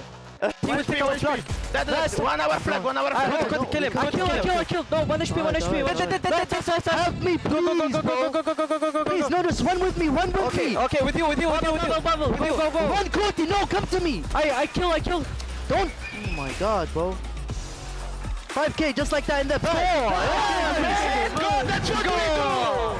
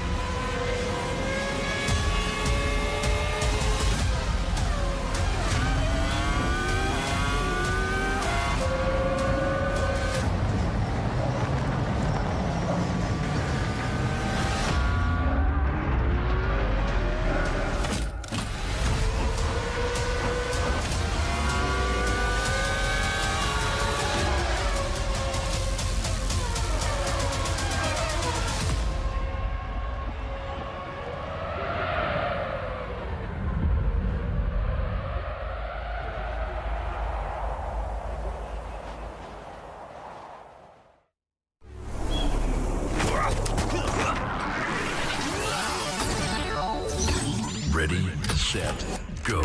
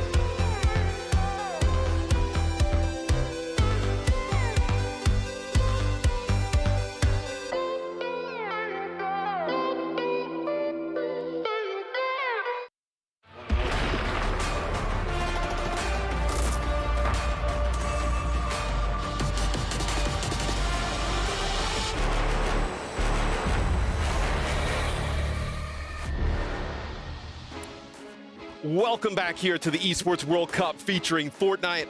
Upcoming match is the Falcons versus the Dragons. Stealing a line from our producer is the battle of air superiority here. Falcons we know are real. Dragons potentially could have been real at one time. We're not exactly sure. I'm Matt Mr. X, joined by Just Code N11. Why do you derail the desk the moment you get on? Like, how do you do that? Well, he's cooking though. Oh, yeah. My bad. I mean, Falcons are real, and I think that's reflective of the matchup. I think Falcons are the real deal. Yeah. And I don't think Dragons are going to live up because I don't think Dragons are alive. Well, Dragons, I don't know where I'm going with Dragons could be. In some areas, Dragons could be. We don't know. But this is a matchup of two teams that, for Falcons, I don't think we really, I mean, with the way the groups kind of went, possibly expected them to be here. But with their previous performances, especially at Dallas, a little bit surprising to see them in this situation. I think Falcons are the victim of being in the line of the best team here in XSET. Like, I think it's easy to look at that result and go, they got 3-0 and went, clearly Falcons are terrible. But no, I think they are still a big threat in this competition if you give them the chance. It's really difficult for me as well because I put them in my top 2, and then after that loss and not being able to gain enough traction in that first matchup, I actually moved them down on my power rankings as a result. If it was a close matchup, then I would have been like, okay, keep them where they are. But right now I have more question marks than I have answers. Yeah, I mean, I picked them to win it all. They looked great in Dallas. Also, you got a little bit of a home crowd advantage here, right? True. The crowd for every game that I've been here for has been extremely excited for the Falcons. And for the Dragons on the other side, they get through Zeta Division in our, lower bracket match a little bit earlier today. But how much can you actually glean from that, Lev? I think everyone gets through Zeta Division in this hub. Hey, I think three of us in Gaskin, bro. Let's load on in. Yes. Let's get in there. No, in all seriousness, they did look really strong, right? I got a sneak peek at some of those games against those guys earlier in the day. They look really comfortable. Of course, they've had a couple games now here.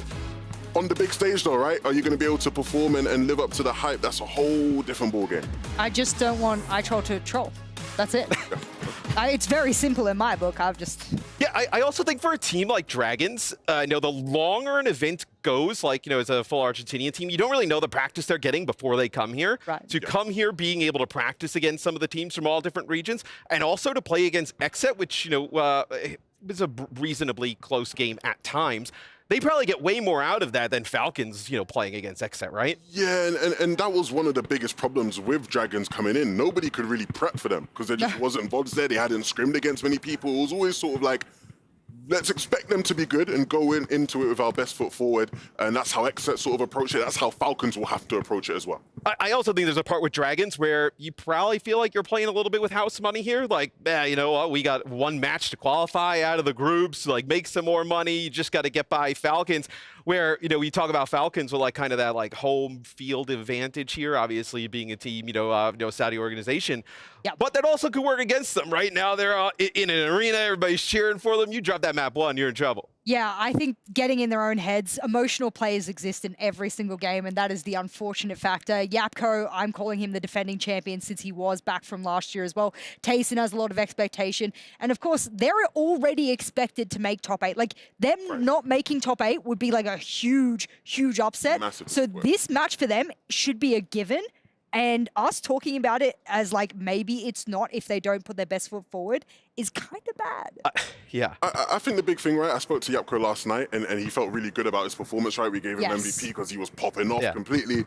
I think when you're looking at some of the problems that Falcons have run into and their journey here, practice was a big point of contention, right? They weren't preparing and practicing as much as the other top competitors, and that's why they've probably not been as strong in this competition so far.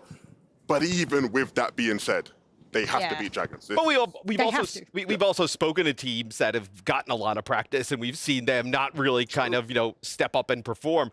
The winner of this would play Exceed in that first round of the playoffs, where this does not get any easier for either of these teams moving forward. Well, I hope we get to see Falcons go through just for the rematch, right? The DreamHack Dallas finals was Exceed versus Falcons, and Falcons won. On current form, you'd probably expect Exceed to pick that one up, right? So it'd be a really interesting rematch. And the fact that rematch would also happen in round number 1 of our playoffs, right? It would be a best of 7 where, anything can really happen, right? But still, I think for Falcons, what you're probably worried about too is also like, are you even looking past a team like Dragons? No. Do you come into today like, okay, if Zeta Division wins, great, we're going to get by them. If Dragons wins, maybe you just prep for Exceed, and then all of a sudden this series becomes dangerous. Yeah, I think if you underestimate your opponent, and this disrespecting your opponent happens a lot with players, and I'm going to warn you out there if you're a player, stop doing this, because this is how you get run over really quickly, is because you walk in, a little bit macho, a little bit of some things to say to your opponents, a little bit Peter Bot attitude, and then all of a sudden you're staring down the barrel of a loss. Yeah, it doesn't look. Is that what we're calling it now? Peter Bot attitude. Who's got the most Peter Bot attitude on Falcons? I mean, most Peter Bot attitude, you'd probably say Tayson in terms of just like confidence, right? Self-belief. I mean, I think there might be an element of that. I just don't think we'll come back to bite them. I think Falcons are, as much as we can all sit here and maybe be a bit disappointed about what they've shown so far, you'd expect them to still win it. I think they are still one of the better teams at these modes. One interesting thing about like both of these teams, right? Obviously they both got 3-0'd by Xset, but for both of them, their closest maps against Xset was Hardpoint, right? So like that Hardpoint in match 2 will be a really interesting one to follow. Which one of these guys will be stronger? Yeah, and I think with the way that we've seen kind of the games gone throughout this weekend, like Keeper seems like a little bit of a toss-up in the sense that if you can get in the basement with the key, you're in like a pretty good spot, where it seems like, you know, CTF probably produces the more stable results out of the group of modes. That's what worries me a little bit, is Keeper is our map 3. For those who don't know how it goes, CTF, Hardpoint, then Keeper. And if you've already on a bit of a run going into CTF and then, you're able to clinch that Hardpoint, and then you're looking down Keeper and you're like, we don't prac this mode a lot. This is danger zone. Like, that's where things go really awry really quickly. I think the big thing with Falcons is obviously we saw them playing into that like basement hold a bunch, right? Like that was something they were trying to do well. Didn't quite do it as well as some other teams. It's interesting because they also were like really playing in terms of like numbers advantages and just trying to like run around, right? Like, let's just try and block lanes and just have 2 people with the key at all times, and we'll hope we outgun them, which in most cases I think they probably will, like matchup wise against Dragons. So yeah, if they get to a keeper, I'd probably lean more in the favor of Falcons right now. Yeah, I think we can agree that Falcons probably the favorite in this series, but we did catch up with the Dragons coach to get their idea about how this match is going to go down. We're backstage at the Amazon Arena, and I am joined by Dylami from Dragons Esports, about to step foot onto the arena to face off against Falcons. Let's have a quick chat. Zeta Division, your match against them. The casters, I was listening to them. They were saying you guys had an incredible performance. You were winning all of your 1v1s. Feeling easy? How are you feeling? I think that we were a little bit better at fighting, so that helped a lot. And yes, we prepared a lot for them, so everything went like we prepared. Okay, well, you know what? I've already mentioned it. You've got Falcons going up next. But this is on the main stage, and this is the Esports World Cup. This is a different animal. Falcons are going to be tough. Have you been strategizing coming into this? Have you watched the VODs from yesterday? Yes, we prepared a lot from Falcons. We know that they are local, so they have a crowd there, and it's going to be difficult, but we prepared a lot, so we are confident. Prepared a lot, feeling confident, going out onto that main stage. We are excited to see it. Dylami, thank you so much for joining me in this pre-match interview. Nice and quick, nice and easy. Go and chill with your team before you go on stage, and we'll see you guys very soon. All right, well, the Dragons seem fairly confident going into this one, but we got to get to our STC predictions as the game is getting ready to start. Lev, you want to start with you? I'm going Falcons. I'm going Falcons. I'm going to say 3-1. You heard the crowd there while he was doing the interview, the Let's Go Falcons. This is Dragons' first game on the main stage, and they got that crowd. Like, that's trial by fire.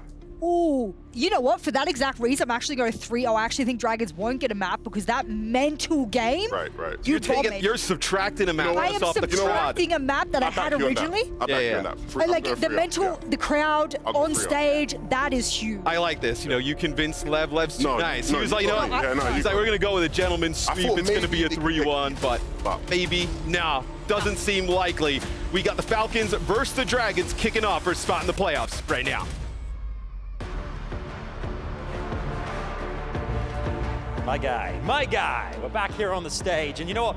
Just thinking about the last matchup we had here, Fnatic, the legendary Org, being knocked out of the competition that early on. I don't think anyone saw that coming, but it just goes to show how delicate this competition is and how soon your key could, in fact, be crushed. Absolutely, Adam. I mean, you're coming in here, there's a lot on the line. We talked about it. There's a huge prize pool. There's a trophy. There's keys to be crushed. And, of course, to be the first ever EWC champion here at Fortnite. So there's a lot on the line for our teams and a lot that they could crumble under. That's the next piece. You make a good point there. You make a really good point. You know, capture the flag, your keeper, hardpoint, all these maps, all these modes now as well. Every single team in the latter stages of the competition are looking at every single different play style, hoping to get some kind of inkling as to what's going to happen later in the competition. So every match means everything at this point.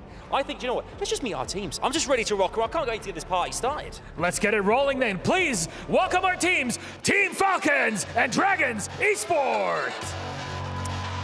Dragon Esports, Team Argentina, after a 3-0 setback to XSET yesterday, are desperate to make it through into that next round. Will they fare well? We're about to find out.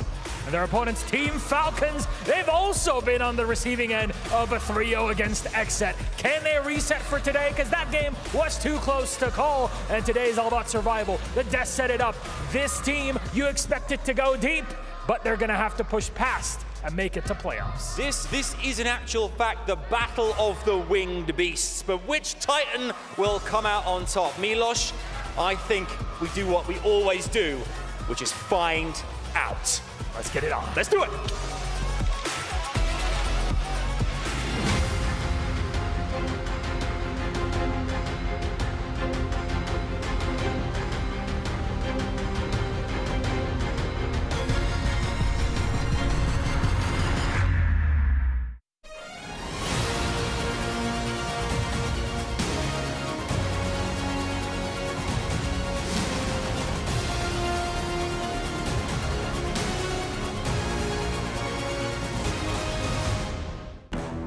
Alrighty, Falcons versus Dragons. And I will say, Dan, as much as there's this battle of maybe flight superiority, can we put some respect on the Komodo Dragon, which is very much so a real thing?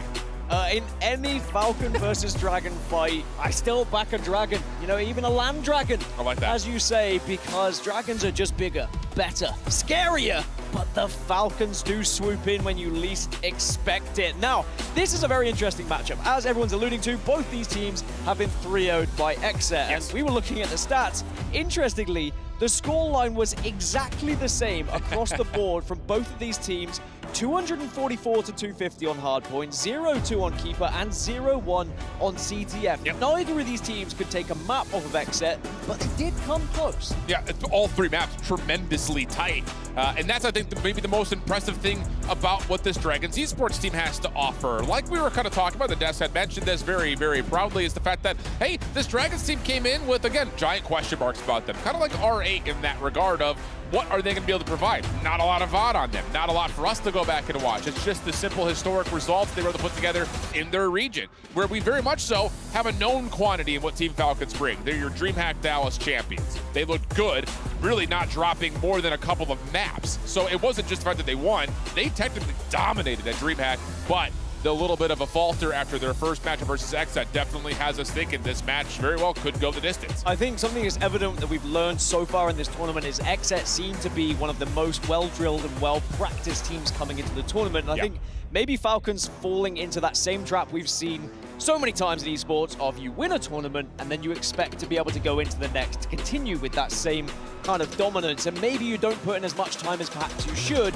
whereas someone else then takes that chance and that opportunity away from you to say, actually, we're going to put in the time, we're going to put in the effort, and we're going to be the best. But that 3-0 from XSET might just be what Falcons needed, given that kick up the backside. A little bit of a wake-up call. I think you very well may be right. We're on the other side. Hey, for Dragons, they weren't on our main broadcast, but they did already play once today, and that was against Zeta Division, and plainly speaking, they beat them up. Outside of a hard point, that got a little bit tight. The CTF was a 3-0 stomp, but then a very comfortable 2-0 in the keeper. I think one of the rounds was like 150 to 13. So they were destroying Zeta Division, and maybe a chance to carry that some momentum, but like Levin had also said, this is the first time that Dragons are on the main stage in front of a very hostile crowd as Team Falcons carry a ton of favor here in the city. We have also seen Falcons 3-0 Zeta Division as well, so both teams know how to taste success, but they'll just be happy that XSET are not in their way. Remember, winner goes through here to the playoffs, and the loser goes home, gets their key crushed. A lot on the line here at Esports World Cup featuring Fortnite, and we are just about ready to get started. It's going to be Chalet, CTF, to kick us off is going to be Falcon on the blue side. It's going to be the south side of your minimap, and Dragon on the north side from the red side. Should be fun. Let's get this one going. Ooh, iTroll's just going to style a little bit. I love the difference in skins. Finally, we're seeing a little bit of alternative skin action. I love it. I'm here for it, but like you mentioned, it will be Falcons starting off on what has been technically the favored side so far in terms of how the performances have gone. iTroll going to be able to responsibly hold over towards this backside cave path, Teeny in his way, but it's Randu who actually finds first blood overall. Yapko still in position to hold on and make sure Dragons don't get too close, but a moment of pause here for Falcons before they make their first steps. This is so patient as well. Teeny knows though that iTroll's going to be here, and you can see trying to use any utility to force him out and force him into an engagement, but then will back off, and there's a lot of respect being shown by both of these squads. Teeny, I would say in particular, has really impressed me, not just here this weekend, but also kind of watching back his performance at DreamHack. Very patient for a 15-year-old that can absolutely run a train on you. iTroll just dancing in and out of the bubble. A lot of help from Dragons to be able to make sure that Falcons get completely pushed back. Chicho also in a bit of issue, and now all of a sudden Dragons have the numbers and they're already threatening the Falcon spawn. Nice shots again from iTroll as he continues to march forward and closer to this flag. But now this is the problem. The spawners are in, so you need to be thinking about, are you just going to go in, go out? Will you get the kills? Tries to get it, but unfortunately unable to escape with that flag after the elimination. But there is the pass-off. Romero does pick it up. But has to take a gunfight. Doesn't look particularly great for it. Chicho finds the Elam and the return, no worries. That's the issue with trying to push from this Dragon side, is those spawns for Falcons are so darn close. You can play defense, it feels like 2 to 3 times before maybe a pull gets out of reach. And now immediately on the counterattack, Tayson, the rest of Falcons trying to make a hit up top in towards this top hotel position, but Dragons, again, very responsibly hold on to their base and will essentially get a 50-50 battle here at mid. I wonder if there is a thought process from Dragons knowing that they're arguably on the weaker side here. Do you play it a little bit more defensive? Do you play it a little bit more slow? Try and keep it even, try and keep it as close as possible before you then switch halves and you play from that favorite side. There definitely has been a level of that, I think, just across the board for a lot of our teams. So could be an element that you have to kind of execute on, is a little bit of extra patience. Don't get frustrated early. Randu in a spot to try to win over this tunnel position. Yapko on the opposite, trying to make his way forward as Teeny was tagged up just a touch. Chicho also playing over towards boxes. Randu still hiding in the corner. Dynamite out, flushes him to force the engagement to come through, and Chicho not really able to find a clean look, but a couple of shots will land, and Chicho pulls it off, and then a little bit of help over the top from Yapko. That's going to be 2 down for Dragons. Chicho doing what you need to have your player do on that tunnel side if you are a Falcons team member here. If you can dominate that tunnel side, it gives you so much space on the rest of the map because it forces Dragons to try and play elsewhere, and they'll be reluctant to push down said tunnel. iTroll, a little bit of trouble finishing off Yapko, but the elimination is there. Tayson also low. Good help from the spawner out of Chicho, but iTroll able to respond. Little turn and burn moment. No, doesn't quite finish off the final shots needed. But still, all things told, this has been a very good offensive half from Dragons, considering that we talk about it, they're on a side that you don't expect a lot of offensive success to come through. And actually, Romero in a position to maybe pull this flag as well. So Falcons do need to be a little bit careful, but has been spotted out. So he's trying to be a sneaky beaver, as Puckett would say. But sadly, as you get seen, now it's going to have to be reconsidering how you want to push here. And Yapko showing why he's on marksman. And that just is a teeter-totter. It immediately flips the tables to now Falcons in a position to possibly get forward, but maybe a moment of question if they actually finished off all 4 Dragons members on that last approach. Takes them a minute to kind of get into a good spot, but still Yapko will go right back over towards tunnel, and iTroll will, I'm sure, confirm this information. He was holding a third-person corner. One more chance for a solid push from both teams, but it looks like Falcon to be more likely to have a push, but Dragons will continue to defend here. Continue to watch these angles. Ooh, Lua in a little bit of trouble here, taking a lot of damage from the incoming utility, but following up is him and Romero. Deals with that last Falcons push, and from a defensive standpoint, this has been very comfortable for Dragons. Not really many threats whatsoever, and as we switch perspective, iTroll's been able to find a pull, and he's got space to work with. No one else in the way here for Falcons. iTroll's going to get the first capture of the game.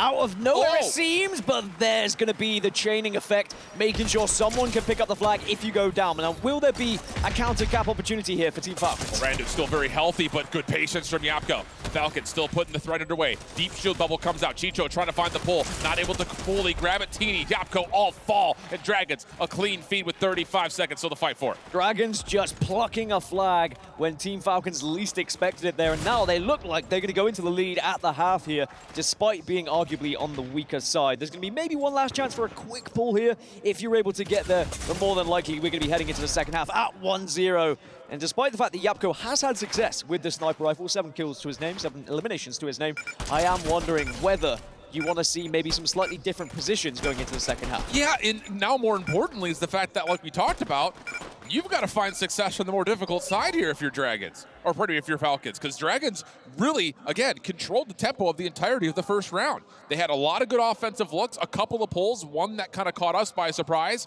and even though there was a chance for Falcons to play kind of a counterattack, honestly, they didn't really get much of a setup besides that one moment where they're trying to defend their flag while also trying to get a pull of their own.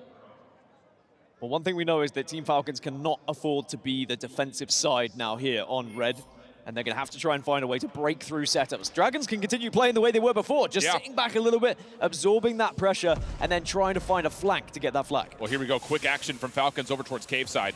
Yapko, dynamite in hand, tries to throw this in the corners. Here comes the double push through. Lua trying to challenge the bubble. Good EMP coming out, but it is Falcons for the first couple eliminations. Randu up top, being pressured, trying to track back to safety, but he actually puts himself more in a dangerous position. So early elimination for Falcons. Romero off spawn, also getting dealt with as Chicho's going to be able to help out for a pull. Now it's just how can they get it out of here? It's great pressure from Team Falcons, but as you said, it's about escaping now with that flag. You need to be aware of where those spawns are going to be. It's going to be attempted tunnel rush, and they will get down the tunnel here. Yeah. This could be a capture. Dragons, though, are sending players through the middle. It's all about Romero. Can Romero find some sort of an angle here? It's all on Tayson to try to wrap this all the way around the back. Here comes the players for Dragons trying to get there in time. They don't find the elimination in time, though. Falcons able to score the point, but there's a counter cap immediately. Dragons can now run this one, potentially. Falcons need to be well aware of where that flag is being pulled, though. But Idrol has escaped the sightlines for now, and it looks like probably far enough to escape any sort of grenades, too. You can see the grenades coming in, but it looks like the counter cap will be successful. It's been absolutely chef's kiss from Dragons to this point. Without question, they have had every response you want to see for a Team Falcon squad that at DreamHack, by the way, really dominated in CTF. But here for Dragons, it has been way far and above. And maybe even more still to come here, as Dragons are very aware that Falcons are on their front door knocking for another potential pull. Yeah, Team Falcons holding one player over towards tunnel as everyone else decides to push through the house here. You can see Chico getting very aggressive and will find the elimination thanks to the bubble. And now they're trying to go cave side with this run. And Idrol is right there on his heels, trying to cap right behind him. One shot lands, follow-up, gunfight! Not fully there for Chicho. Yapko trying to assist, but Romero, fully healthy, will slide forward, get the return, and now we're at 3 minutes left. Well, it's opened things up, hasn't it? Switching sides whilst Falcons are behind, because they are really trying to force the narrative of we can get back into this game, despite the fact we are having to play from arguably the worst side. But Chico off spawn is going to have the opportunity to take down yet another player.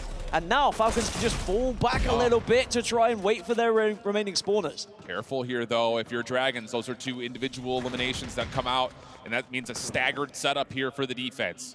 They will be up and ready to fight, but it'll be very far back towards their spawn, as there was some lingering action up top towards the tunnel position as well. Teeny waiting to see if Randu's going to make a move, while the rest of the squad for the Falcons try to play through mid, and it will be nothing but a feed in favor of the Dragons. Here comes Randu for the pull. Yeah, Dragons now going to have a real opportunity to grab this flag and will be able to move quickly. The bubble. Fight together. The bubble just kind of blocks any sort of damage from behind, and already being in pull, I'm looking around at that minimap, and I'm not sure anyone's here to stop them. Legitimately, this has been the best CTF sides that we've seen out of any team yet. Dragons have played perfectly. Timings have been great. Tayson could maybe have one more chance to try to contest, but he's not going to get here in time. And still, the Dragons are finding the elims they need to again play forward on the map. Off the spawn as well, the engineer being able to help and put that bubble down just in case whilst capturing that flag, and it was enough to allow Dragons to now take a 3-1 lead. 1 minute 40 left on the clock, and Team Falcons need to start moving, but defensively, Dragons have been sound as Idrol again picks up another. I mean, he's undeniable right now. Yapko at mid through crates, shut down. Another feed that all favors the Dragons. Holy cow, this has been impressive. Romero now looking to move forward. Tayson gets a read on the threat, drops over a clinger just to see if he could find some sort of a delay. But keep in mind, this is an infiltrator. He needs to find a way to start finding some pulls. He needs to find it fast. I like this aggression, though, from Dragons, knowing that Falcons really have to push themselves forward. If Dragons just take the fight to them, they almost eliminate the possibility of there being back-to-back caps because there just won't be enough time here for Team Falcons. Well, Falcons are making their move. You see Idrol, he is just going to crouch walk his way to another pull. And this may guarantee it right here. He doesn't even need to capture it. He just needs to stay alive. and stop Falcons from being able to score. More than that, Itro still shuts down Yapko, who had no choice but to force some sort of a contest. Falcons get the pull, but they don't have the ability to score here with Itro still holding onto their flag. Need to find Itro, need to get that return, and then need to also be in a position to get another flag pulled ASAP. Is there anyone in a position? Teeny trying to make a move to maybe get a grab on this one, but you can already see Dragon setting up defensively. Teeny will drop. Chicho following up, also shut down. 20 seconds left to fight for. Yapko trying to do it himself. Nothing there. Tayson has to force a square peg into the round hole, and it is done. You can see the Dragons start to look left to right with smiles and fist bumps going awry as Dragons will strike first here in this final qualifier of Group A. Well, their first time on the main stage and their first map going in favor of the Dragons, despite it being a home crowd here in Riyadh. Team Falcons not able to get one on the board in the initial CTF map, and we have to give credit to Dragons with how they played initially that first half. Yes. To be able to take a lead in arguably a worse side of the map, but then the counter cap was massive, judging off the aggression that we saw from Team Falcons. Dragons didn't even get phased by it. Yeah, I think the thing about it is, and it's hard to say, but it feels like Dragons are doing a really good job of understanding when they have numbers in their favor and finding ways to push quickly when they have those advantages. Don't allow Falcons a chance to get themselves reset up. We get a couple of good elims at mid-map, push hard through that position, get forward, force Falcons to have to play a very passive defense, and the utility usage behind that, I think, was really efficient for Dragons to get the pulls, especially, like you mentioned, from the weaker side of the map. It was also something I noticed was, again, there was always a player from Dragons that was prepared to go on the flank and go for a flag pull if things weren't going correctly or something they would see correctly in the middle of map or on their side, just to make Team Falcons turn around and say, okay, well, we have to be aware of who could be behind us. Suddenly they then get nervous, their attention is turned, and it just allows for a little bit of a pinch to happen.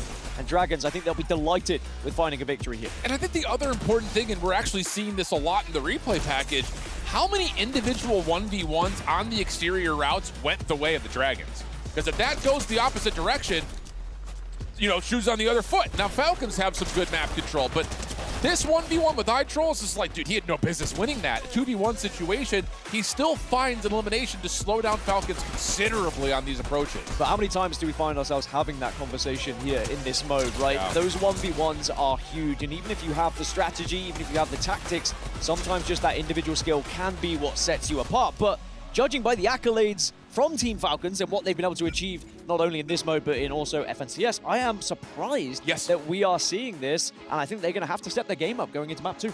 Don't sleep on Argentina. That's all we've learned to this point. I'm Shift, that's Gasket. And you guys had some, predictions for us. I think we know how this is going to go. And yeah, 78% predicting on towards the Falcons. So that means a good 3/4 of you, I'm sure, are shaking in your shoes just a touch. Because Dragons come out looking impressive. And now we go to a hard point where, again, hard to say exactly kind of what the litmus test has been, because XSET has been the only common foe they've played. And it both was 250 to 244 for both these squads, losing to XSET when they played.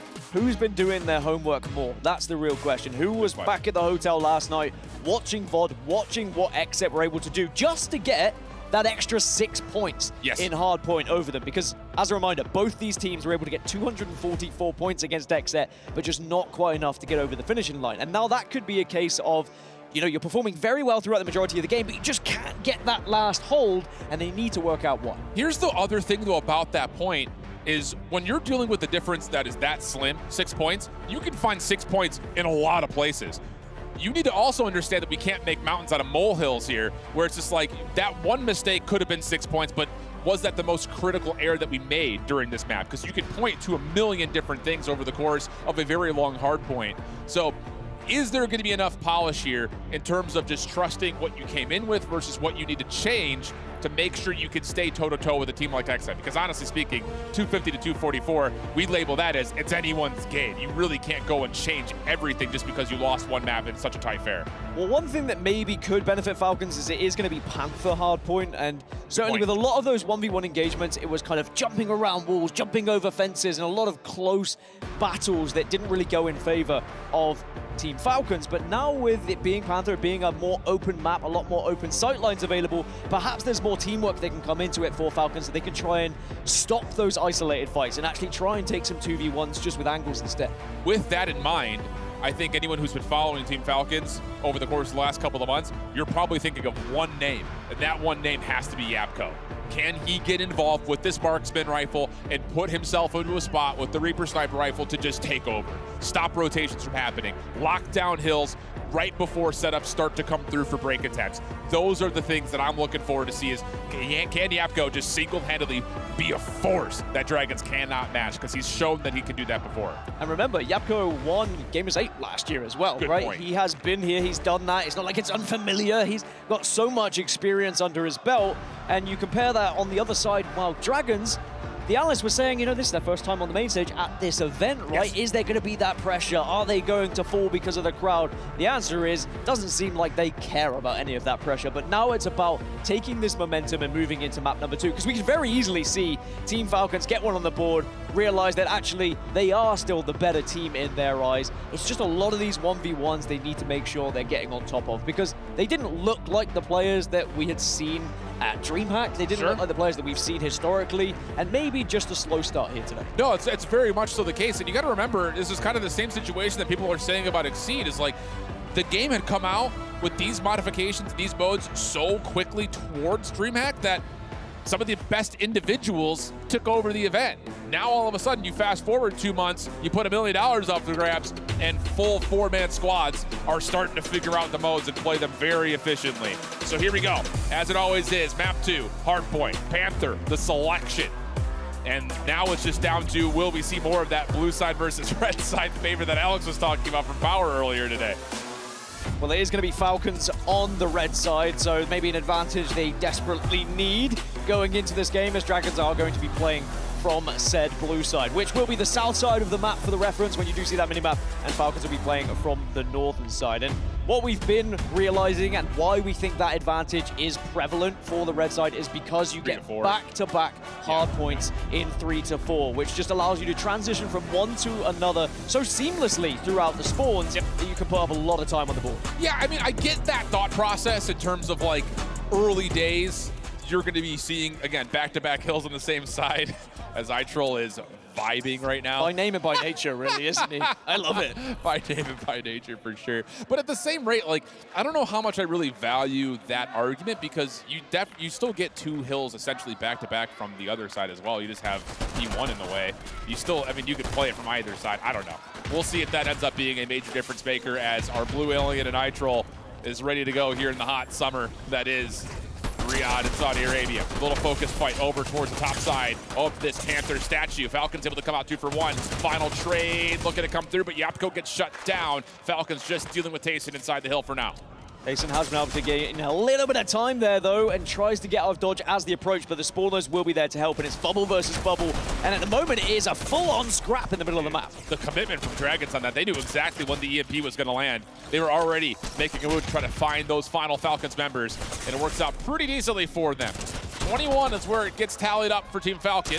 One more chance here for Tayson. Clean shots, trusting that Teeny can clean it up, and he will. iTroll up top also seen, and as he drops, Team Falcons off to the races early. Yeah, neither team able to get a solid setup at the moment. It's just very back and forth with trades in these eliminations. Falcons still hold the better half of these points, but we are going to now move to P2, and you can already see Dragons setting up ready for it. And this is what Falcons do best on when they break from this hill. They throw Yapko up top. He's just going to jump peek, try to see if he can find any snipes. Everyone else will hit from the opposite angle. And this is exactly what it does. It forces Randu off the high ground. Falcons still earning time here on the second hill. Chicho finishes off 1. Tayson and Teeny clean out the others. This has been flawless in terms of how you attack a P2. And remember, this should be a hill favoring Dragons. They will be spawning over towards the blue side here. They will be very quickly pressuring Falcons, and they should be able to take them down eventually. But the time that's been gathered from Falcons to have a 42-point lead is a substantial one, because there's only 23 seconds left of this hard point, and Falcons have another chance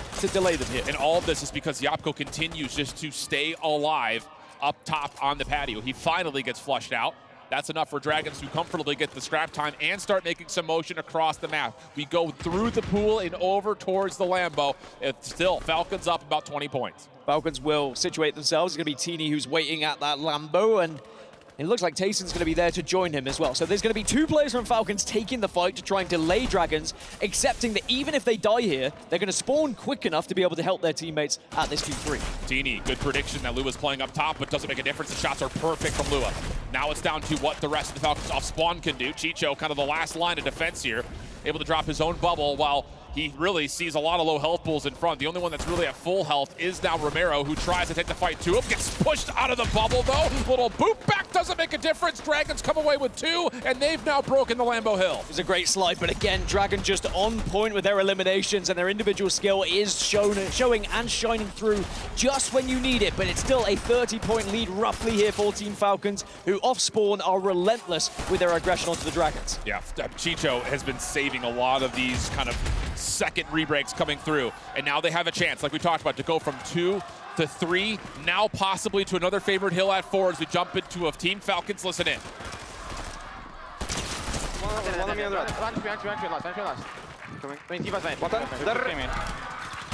Push me in front.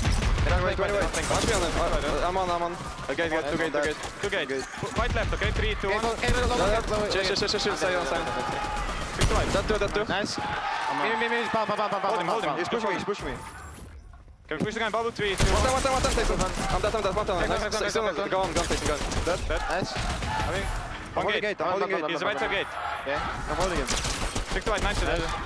I'm going to hardpoint, fucking the mid.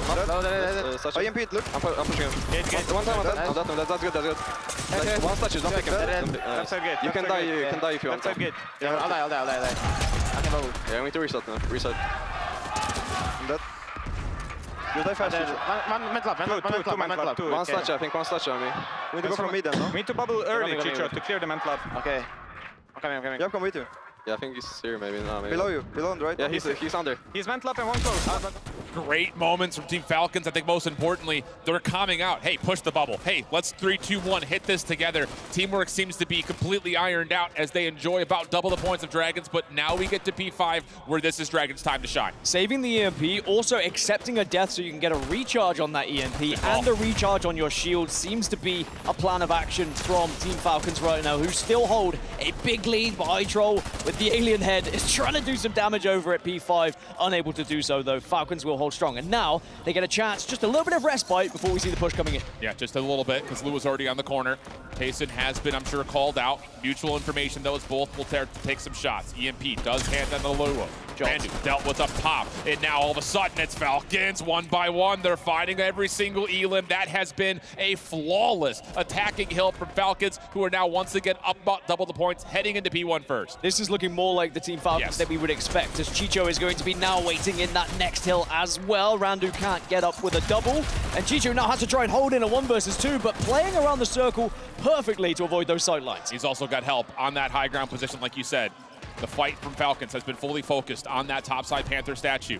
Bubbled down. Dragons not able to utilize that as a chance to contest, as now all of a sudden Falcons have a chance to get over the 200-point mark, and Dragons have been empty in the last 4 hills back to back. Romero has hit a few shots so far in this series to really allow Dragons to get back into the game just when you think they are down and out, so maybe if that initial shot might be enough for them to just get a little bit of scrappy time here on this one and then start to think about the next hill. Yeah, they need this scrap time badly, though. I mean, this is all very important score time from the side of Dragons. Impressive quick shot comes through. Follow-up fight from Yapko, not going to work out. So Dragons will get the majority of the scrap, plus have a decent zone here as they try to wrap back over towards P2, which will, again, be one of their favorite hills that they need to get essentially 45+ on. And they can do it. We've seen them have strongholds previously, if it's not just yesterday when they were competing against XF, finding those 244 points. So it's going to be Lua who holds it originally, but someone else is probably going to have to back him up. Romero tries, but he's going to fall as well. The Falcons just have this hard point figured out in terms of how you attack it. You bubble one side, you get players up top on the patio, and then you just naturally pinch it. But this time, it doesn't work out nearly as cleanly. I think a lot of that is because Yapko doesn't actually get up to that position that Teeny's currently at. He's instead watching over towards mid. There's just not a lot of angles here, so the first 30 seconds is good. Tayson, though, kicks us off with the next elimination, trying to get this re-break in. Well, 14 Falcons is just about trying to delay Dragons Esports here. Don't give them too much time in one of their favorite hills and get them on the respawn. And now Team Falcons will break towards the end here, which is going to be perfect for them because they can already start to think about that rotation. But have just noticed Dragons have moved very early here to P3. Yeah. Randu's going to be in position already. And you have Romero doing a really nice job in the middle of the map. He stopped a lot of the exits from the Falcons. The problem here is you don't have to just be perfect on a hard point that you're not going to spawn near. You got to do it again. 216 to 150. You got to be able to go from 3 to 4 cleanly. It all starts with these opening eliminations, which the Dragons are good for the majority of. Tayson finding one, Yapko trying to join in, but Randu has stayed nice and healthy inside the hill. Randu's done so well considering he moved so early and now does have support from the rest of the team, but now he goes down. This is a great push from Falcons. Utility perfect, but at the same time, you've got to make sure the damage is done from the weapons. And Lua just not able to find the rest of the reinforcements from the Falcons, who now get to about the 225 mark. Tayson sliding forward, only able to find one. Itral has to make a play. Yapko getting isolated, nowhere to run for him. Lua from the front, trying to take care of Teeny, who's on low health. Chicho also surprised by Itral, who somehow doesn't finish off Teeny. Holy smokes, how about the play from Teeny? Falcons looking decent for the scrap, but more importantly, they're already at new. Yep, Falcons going to move over to P4, and it should be a comfortable position from here because they're going to have the spawns, and they only need 8 more seconds here. One last push, perhaps, for Dragons. Romero able to find one from the front. Has to jump on in to contest this. Again, the Falcons spawning so darn close. Tayson trying to stop the rotation in, but Romero will be there to contest. Help from Itral. Early bubble is in. This would be a Herculean effort, though, if Dragons were able to win out all of these gunfights and still stay alive. Not going to happen. 250, 187. Falcons clean in the hard point. That's more like the Team Falcons we were expecting here at this tournament. They looked far more comfortable in their engagements. And again, I don't know if it's down to the fact it was Panther, it was a little bit more open, or maybe it was just a couple of nerves in front of that home crowd. Because even though we said on the flip side for Dragons, going up against a home crowd is difficult, playing in front of a home crowd is also very tough. Yeah, a lot of expectations. You feel like you owe it to the fans to put together a good performance. And may have been a little bit of a slow start in map number 1, but no hesitation here. And I think a lot of it is not only did Falcons do a great job on their own hills in the first rotation, they actually went 50-50 with Team Dragons on some of the Dragons' favorite hills in that first set as well. So the gap just too big to overcome. I'm really thinking of 4 to 5 to 1 to 2 again. Falcons so clean on breaking those very difficult hard points to get into. Glad we got to go into a listening as well and see how they do communicate their EMP usage. And one of the big things, it's okay to die. I think that is such an important thing to note here because I think naturally if you play a game like this, you think you have to survive. You think you want to go into the next fight, but you could be only on health with no shields going into the next one. Instead, you could get aggressive, do damage to the opposition, take the death, and then you come back with shields almost instantly. And I think the thing was, during that comm, it was right before we went back to a Falcons hill. So they had the opportunity to get themselves fully reset with utility, with help pulls for a hard point that you're looking to really soak up. So really clean stuff, and it's really, I think, fun to be able to hear the players not just know that, but cognitively call that to your teammates to reaffirm that, hey, this is a moment where we can't afford to get aggressive because there's really not much risk involved with it.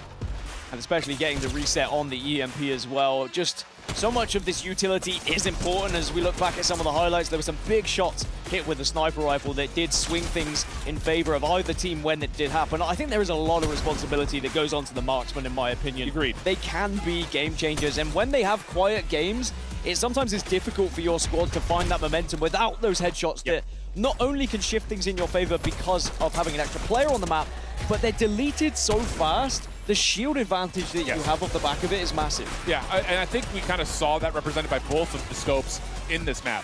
I mean, the first P2 break for Falcons, it was Yapko up top, able to chew away at some of the defensive rotators that are coming off the favorite spawn. We kind of saw it there just a moment ago, Romero mid-map, stopping the rotation for Falcons in the same way. So it's really interesting to see not just how good these guys are, but more importantly, how they could be difference makers by putting yourself in the exact right spot to allow your team more freedom on rotation. I love watching the POV of people within bubbles waiting to be EMP'd, and they're like, just go for it, bro. I'm locked in. I'm ready to take you down. And you can never assume you are safe when you are within a bubble. And I love the EMP versus bubble meta that we have because of the classes that are available to us. Absolutely the case.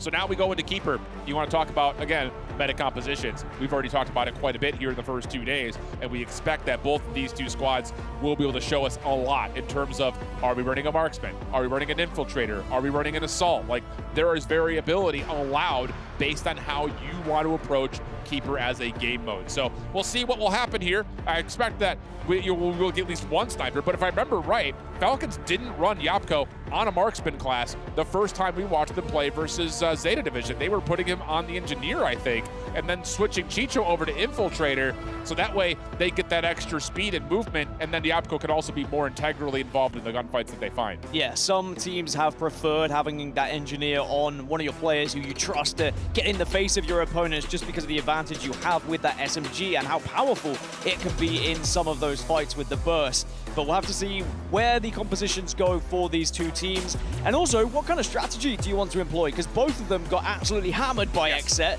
Xset play this probably the best out of any team we've seen so far in this tournament, and how much have you learned of it? We all talk about this basement setup, and yes, there is alternatives, but the basement setup is clearly the best if you can make it work. However, if you are not successful with a basement setup, you need to be thinking how you can rotate as a unit, as a team, away from spawners and towards your own. Ready for my hot take, Dan? I'm ready for your hot take. I think when we start to get into playoffs, we start to see our top teams playing this map against each other, I think basement is going to be one of the worst options, because I feel like the teams that have dominated a basement are outslaying their opponents, but when the slaying is even, I don't think you can convincingly hold it as well as we've seen from some of our top teams at this point. That's my hot take. Also, if you lose that basement setup against a team who also knows how to set up themselves, you're at risk of being put to the knife by a team that knows how to dominate, right? So I think you're right. We might see teams just having to think outside the box a little bit more and rotate as the initial push comes through. Indeed, there's the first shots. Romero, the first one to drop.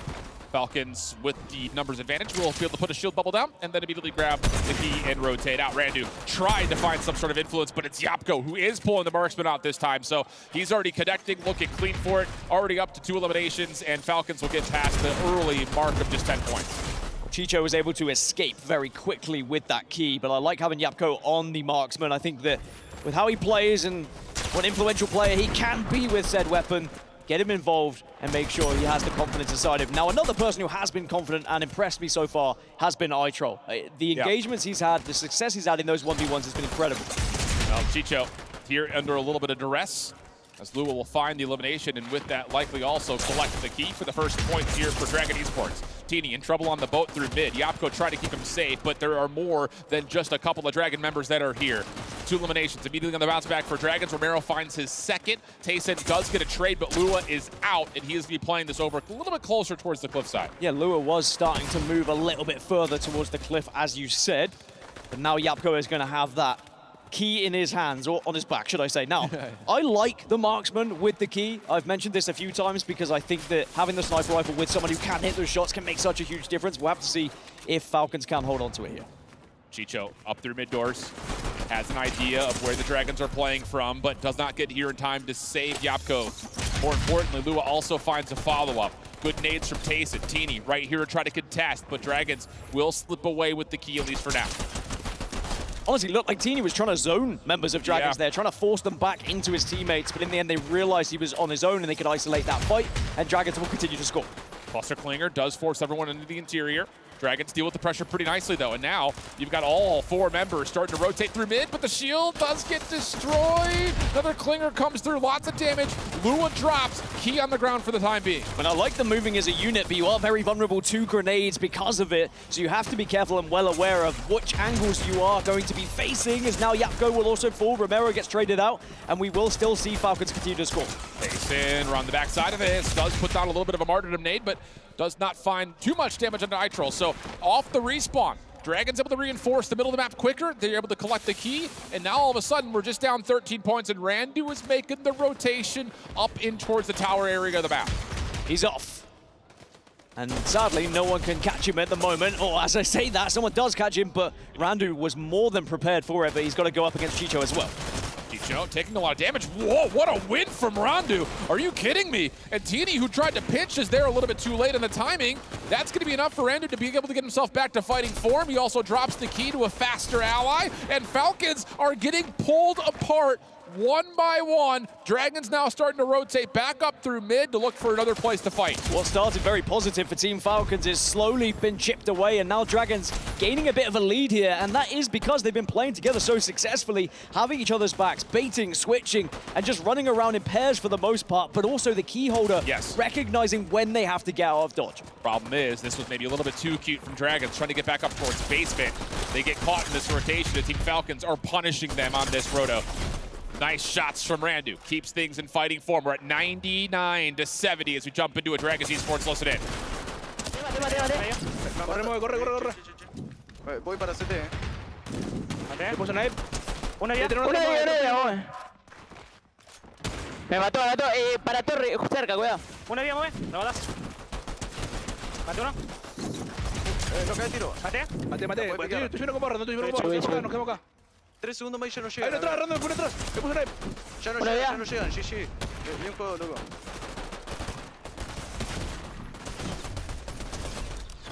Ya no llegan, nice. Ay. Nice. Total, ¿no? No festeja. Ahí no jump.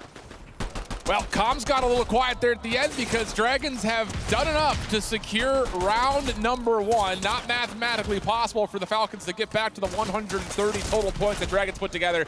And again, they found a lot of success rotating in and out of mid, back over towards tower side. Yeah, I really like what we saw from Dragons in this initial round, and they moved so successfully together. They seem to have a very good plan on the fly. Whenever they noticed where the Falcons spawn were, they just said, okay, we turn around. Or if they were restricted a little bit with their positioning, they just said, okay, let's take the fight here and now, and they weren't afraid to kind of lose a player, respawn, and then re-engage.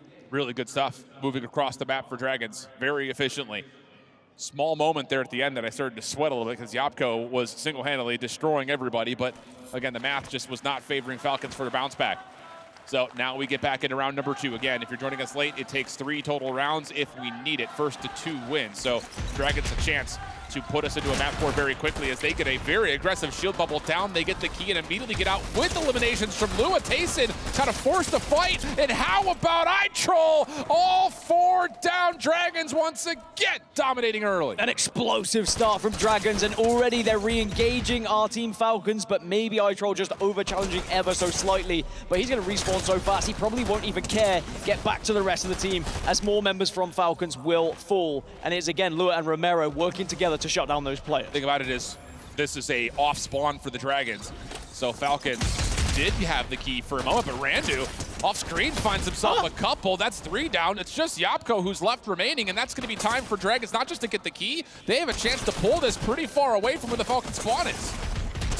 Can Dragons get out of those spawning areas, though? That's the real question. They are still scoring. Falcons starting to hunt a little bit. Randu's taking a lot of damage. So has Romero, and now the key will be exchanged over to Team Falcons. We need to see something else from the Falcons players. They could go for a little bit of a tower setup here if they'd like to. Well, even in this moment right here, it feels a little bit too congested where you've got so many Falcons members all kind of on top of one another. Look how much space Romero's able to find. Lua able to hit a bit of a pinch, and Tayson's just not here to help. So both of the aforementioned players in the Dragons find the quick elims. Now they've got the surround, and that's just not good separation of space from the side of Team Falcons. Yeah, not taking that space, maybe just turtling up a little bit too much, and it just allows Dragons to surround them and pick and choose where and which angle they would like to take. So maybe Team Falcons need to learn from that previous defensive maneuver.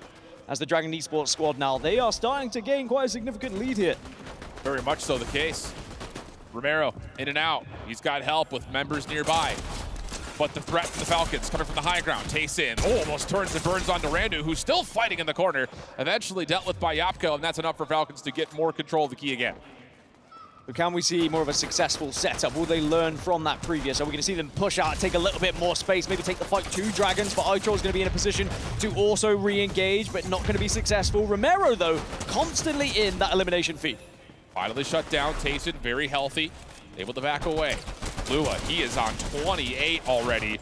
key recovered by Dragons at that moment. Again, Falcons didn't have concentrated spawns, but they were in positions that felt like that they could help one another out pretty cleanly. But look at the teamwork. It's just every single time you start to see a Falcons push coming through, it's one member by themselves, and that may be enough as Yapko finds 2. Now full reinforcements are here in the basement for Falcons to get some time. Need more of that if you are a fan of Team Falcons. Yapko has to be hitting those headshots to be the difference maker for this squad, but now they do have basement set up. You are going to see the overcharging from the players. They are just going to try and push out, and that's going to allow things to open up for Dragons. Yeah, this is just right on into the bubble, and Romero able to clean just about everything up.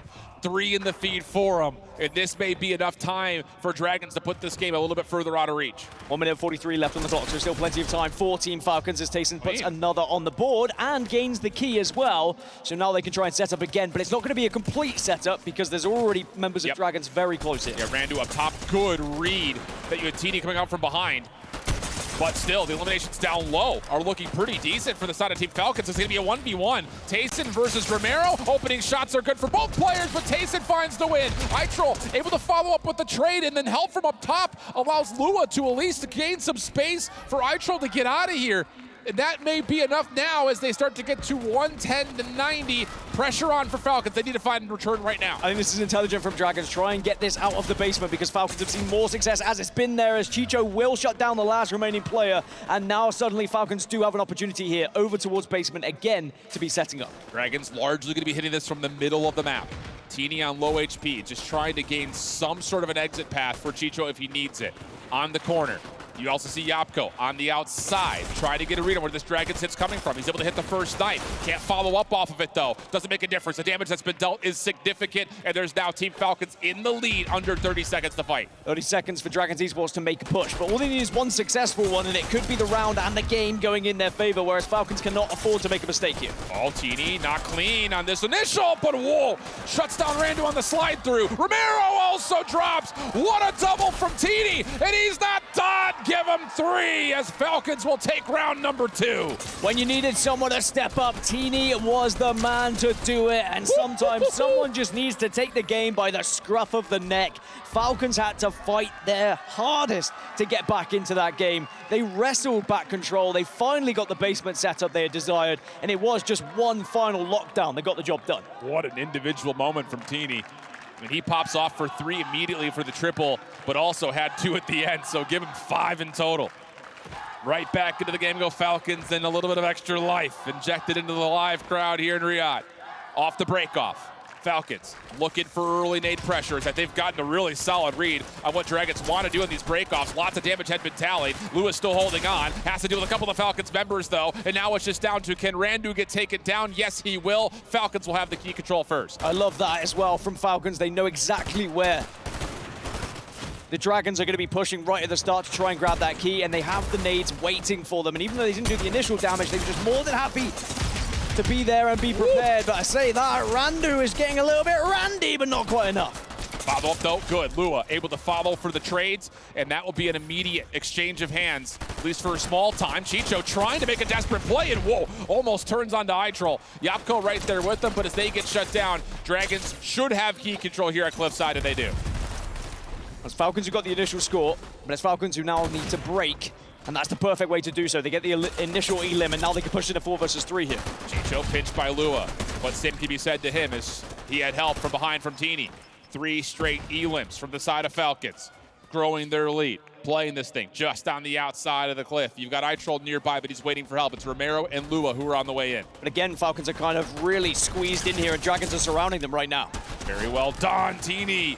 Controlling this backside building. Works out nicely for a double. Also creates space for the key carrier to try to make a move, but he's not done. Lua around the back had collected the key for a moment, but so clean from Falcons with a lot of space now for Teeny just to hang out here. This is a lot better from Team Falcons, and I bet the communication is on point. Let's jump into a listen in and find out. Do it. He's gonna go window. I'm gonna sneak in window. Yeah, wait. One right. Down jack. I was low. Yeah, let them push. Behind you, Chicho. He's sneaking. Okay, right. 20 white. I'm dead. Yeah, I'm in left. Dead. Nice grab. Nice. 20 white in our spawn. He's pushing from our spawn. No, 9 white. Dead. I can get. I'm dead. Take the ball. Just wait there. He's taking left. Oh, I'm 1 HP from my son. Kill him hard. 1 HP dead. Counter. I'm back. I'm dead. Cracked. He's dead. That's one. 1 HP. Dead. I got about spawn. I'm coming.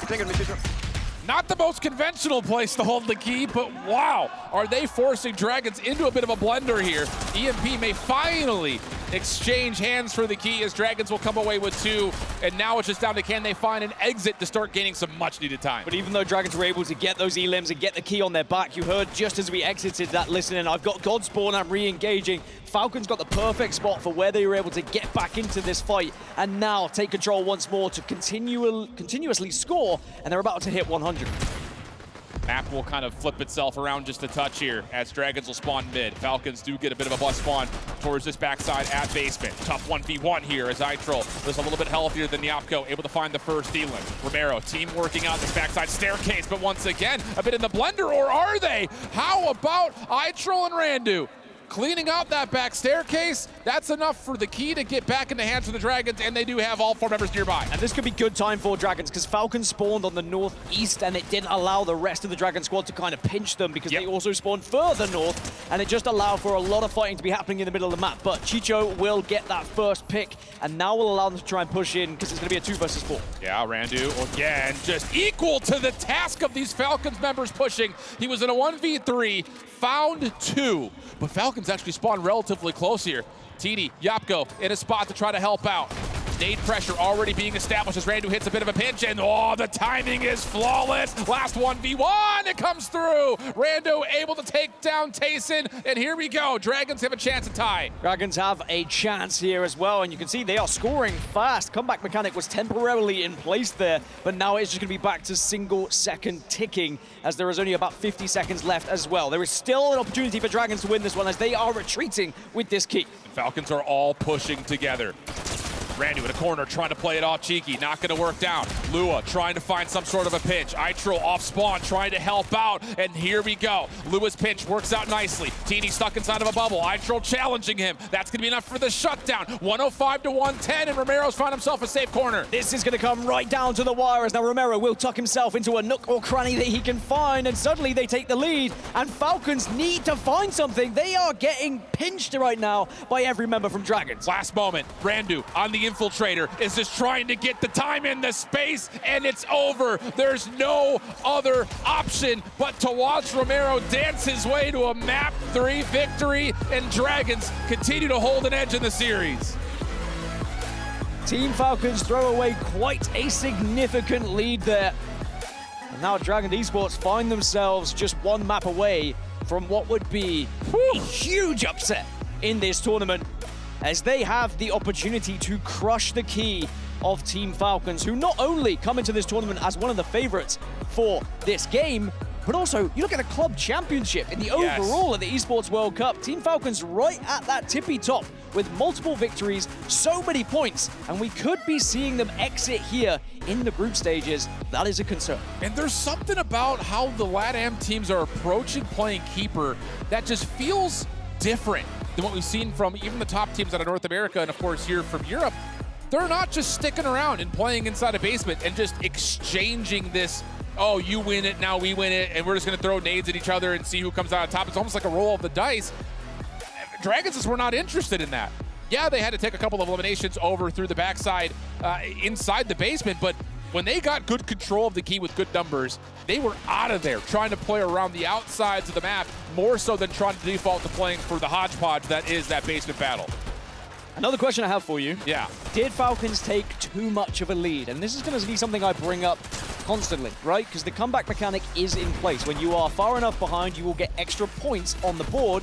It happened. Dragons finally got control of the key. Yeah. They started to get the 2-second tick, and because of it, they would just be able to shift the momentum in their favor. I know it seems so wrong to drop that key and take control of the map just through presence of eliminations, but we've seen it happen now multiple times where the game is lost because of the comeback mechanic being a part of it. Yeah, there is that element. I don't know how much I value that compared to plays like this from Randu.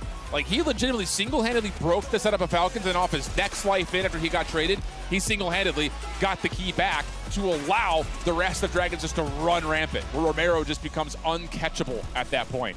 So, brilliant stuff. I think the conversation is fair, but in the live moment of it, I think when you're that close to winning the map, I don't think you're going to see anyone make a call saying, hey, drop it, let's just play for kills, because there are still, I mean, moments like that can still happen to where you're still able to get back into the game quickly, regardless of the comeback mechanic or not. I think they should. I think the conversation should be, let's drop it, play for elims, and if we do lose that initial engagement, it is not as detrimental because they are not going to be scoring as quickly.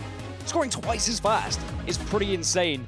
We will see how it develops as we get to the bigger and the better teams, but the fact that it's repeating now, we've had it a couple of times, it seems to be a concern for me, but I'm very impressed with what I've seen from Dragon so far. Yes, absolutely the case. Regardless of the details and the finessing and the brand new game mode for a lot of these players, Dragons have an edge in the series, but while the players take a bit of a reprieve in a moment to kind of collect themselves before Map 4, we will do the same, but don't you go anywhere. Map 4 coming up between Team Falcons and Dragon Esports right after this.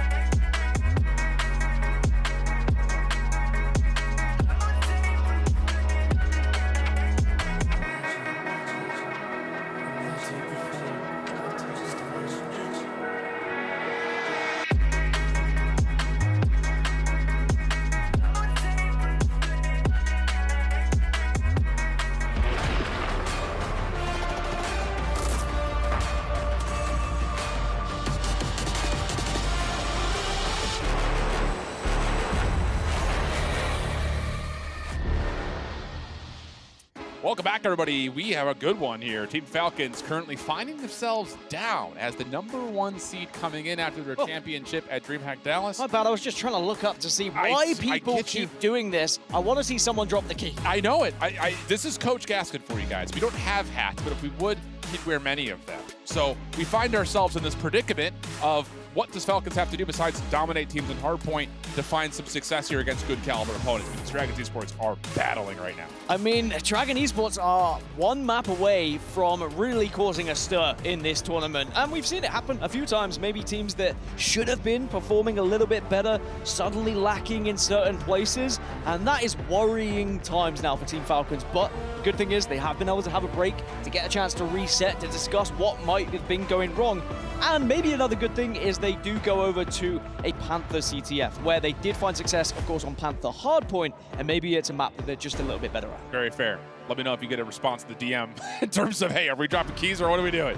But like you mentioned, it's going to be another mixed mash of playing possibly CTF and another Hardpoint. And if anything goes to show for the CTF that we had at map #1, Dragons have a really good handle on what we saw in the opener. That said, Falcons have done really well in Hardpoint overall. Again, they have the common opponent of both playing Xset, and the results were copy-pasted between them, but it just feels like in this head-to-head matchup, there may be an advantage for CTF for Dragons. Maybe the same could be said, though, for the Hardpoint Team Falcons. Well, I think something that we saw in the original Chalet CTF was that Dragons were a bit better at sending that player on a flank. Now, in a bigger map where these flanks are far more prevalent, I am wondering whether Falcons are going to be able to keep tabs on that, because if they do allow Dragons to consistently rotate in, grab a flag, get out, we might actually end up with a lot of flag standoffs, which we have seen quite often on Panther. And if we do have those flag standoffs, I mean, Dragons just seem to be playing better at the moment. So it's a little bit concerning. Now, this is what I was talking about earlier. Those club championship rankings, they look good for Team Falcons, but they are on the brink of exiting this tournament and having their key crushed. And I'm sure teams like Gaming Gladiators, who are in this particular competition, are really rooting for that. Same can be said for Team Liquid, who still have a number of players and other titles that are going to have a chance to earn more points for them. So yes, the lead is currently massive for Team Falcons, but with the ability to possibly win the tournament, you could find yourself in the rankings immediately, especially for, again, teams like Gaming Gladiators, who would be instantly happy to see Falcons drop out and have a chance to kind of close that gap in the club championship, let alone, of course, they want to see their Fortnite team win too. So, you know, kind of 2 for one, 2 for the other. It is going to be a very exciting one, and of course that is the prize for any of these teams who do take away victory here at Esports World Cup featuring Fortnite. And not only do they get that trophy, but you also get to choose 3 of the crushed keys of your opponents to put in that trophy as well, which I think is such a nice personal touch to your own trophy. And who would you put in there? That's one of the real questions, because there has been a few rivalries from DreamHack, I would say, but there might even be some teams that got eliminated so early you say, well, screw it, we'll just think about someone else instead. Here's the other fun part about this particular event, because the traditional Fortnite is either played like a duos or solos. There are a lot of players that have a duo that they play with at FNCS that they're not playing with here. So to like take your duo's key and throw that into the trophy would be pretty sick as well. So lots of interesting things to kind of come through. And also, while we have a moment here, before we load into our next map, looking over, Gaming Gladiators have defeated Power Esports 3-0. It's a 2-0 CTF, a 250, 198 Hardpoint, and a 2-1 keeper. So Gaming Gladiators have punched their ticket into playoffs tomorrow already. And I think that was expected, right? Gaming Gladiators touted as one of the favorites, arguably, like up there in the top 4. So if we didn't see them in the top 8, I would have been very surprised. A shame for Power after their valiant effort, and of course Alex on his birthday able to get through to this round against the Gaming Gladiators, but sadly they will bow out of the tournament. They will have their key crushed as well. But Gaming Gladiators, their key can be shined up a little bit because it is still glowing and still very much have an opportunity to go all the way in this tournament. And I do need to point some extra attention to that Exceed versus Gaming Gladiators matchup.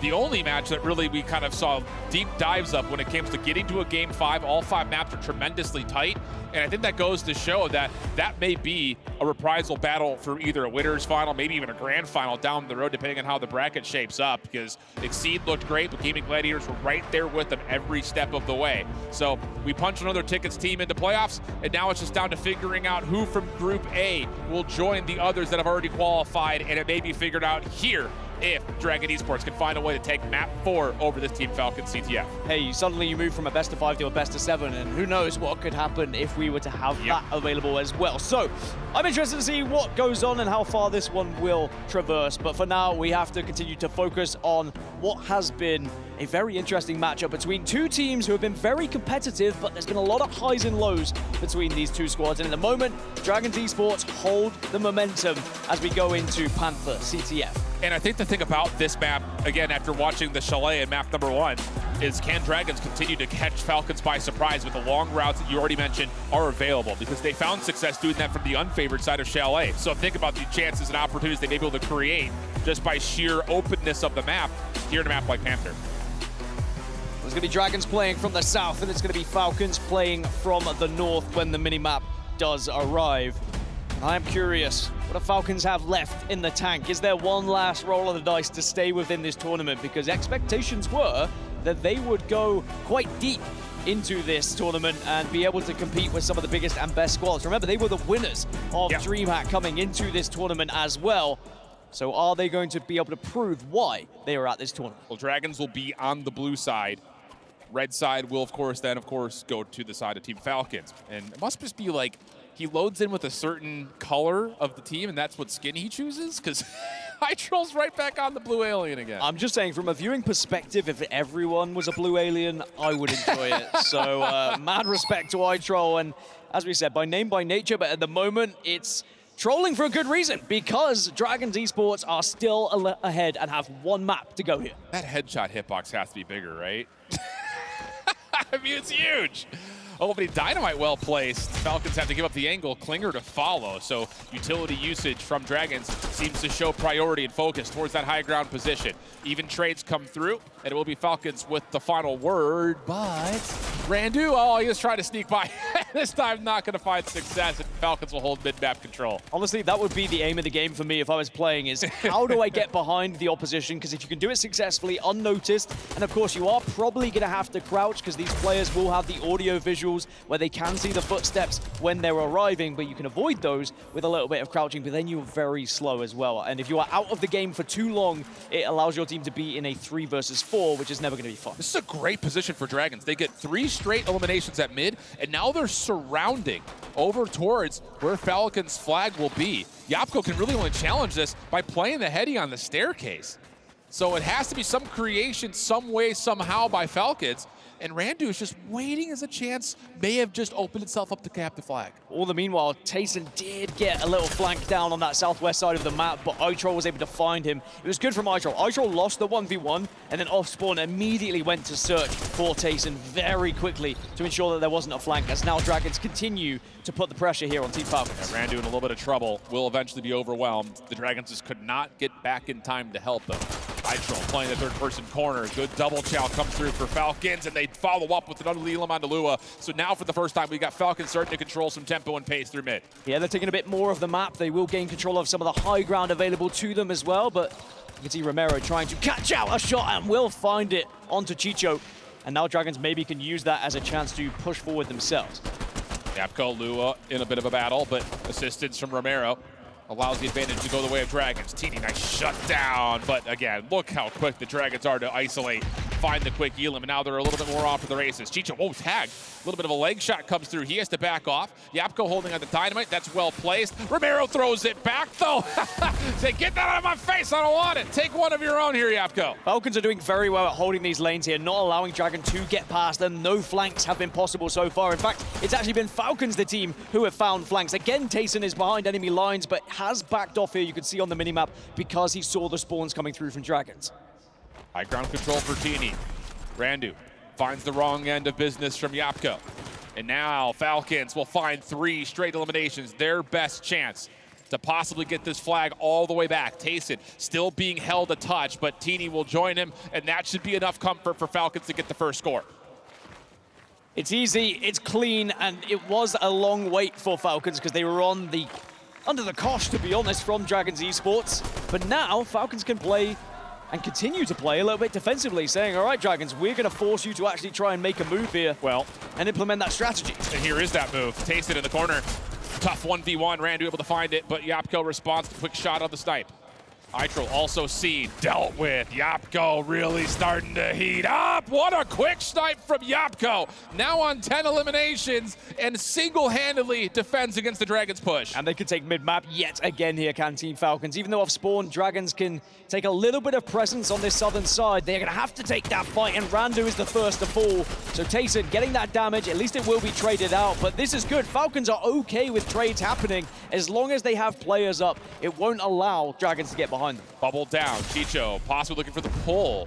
That gets shut down. Nice shot from Romero. Has to hit the 1v1 versus Teeny. Pistol out, and Romero responds in kind. What an affair between these scopes. Both Romero and Yapko have been heroes, and that very well may have been a second pull for Falcons, but now instead, it's Dragons moving up the map. Yeah, Dragons are getting aggressive. Lua is going to be behind with a chance to maybe pull a flag, but the spawn from Tayson is very close. Lua has to move quickly. Can there be maybe any sort of chain here? It's a great EMP coming through. Yeah, Itrol just nowhere to go. And Yapko, who also found 2, is going to have the long route around the back. Romero there to meet him. 1v1 between the scopes, although there's a little bit of extra help coming through for Team Falcons as Chicho had gotten top mid control. And now Dragons need to find something. Randu, clean opener here. Hold on a second. He can get to a spot to counter pull.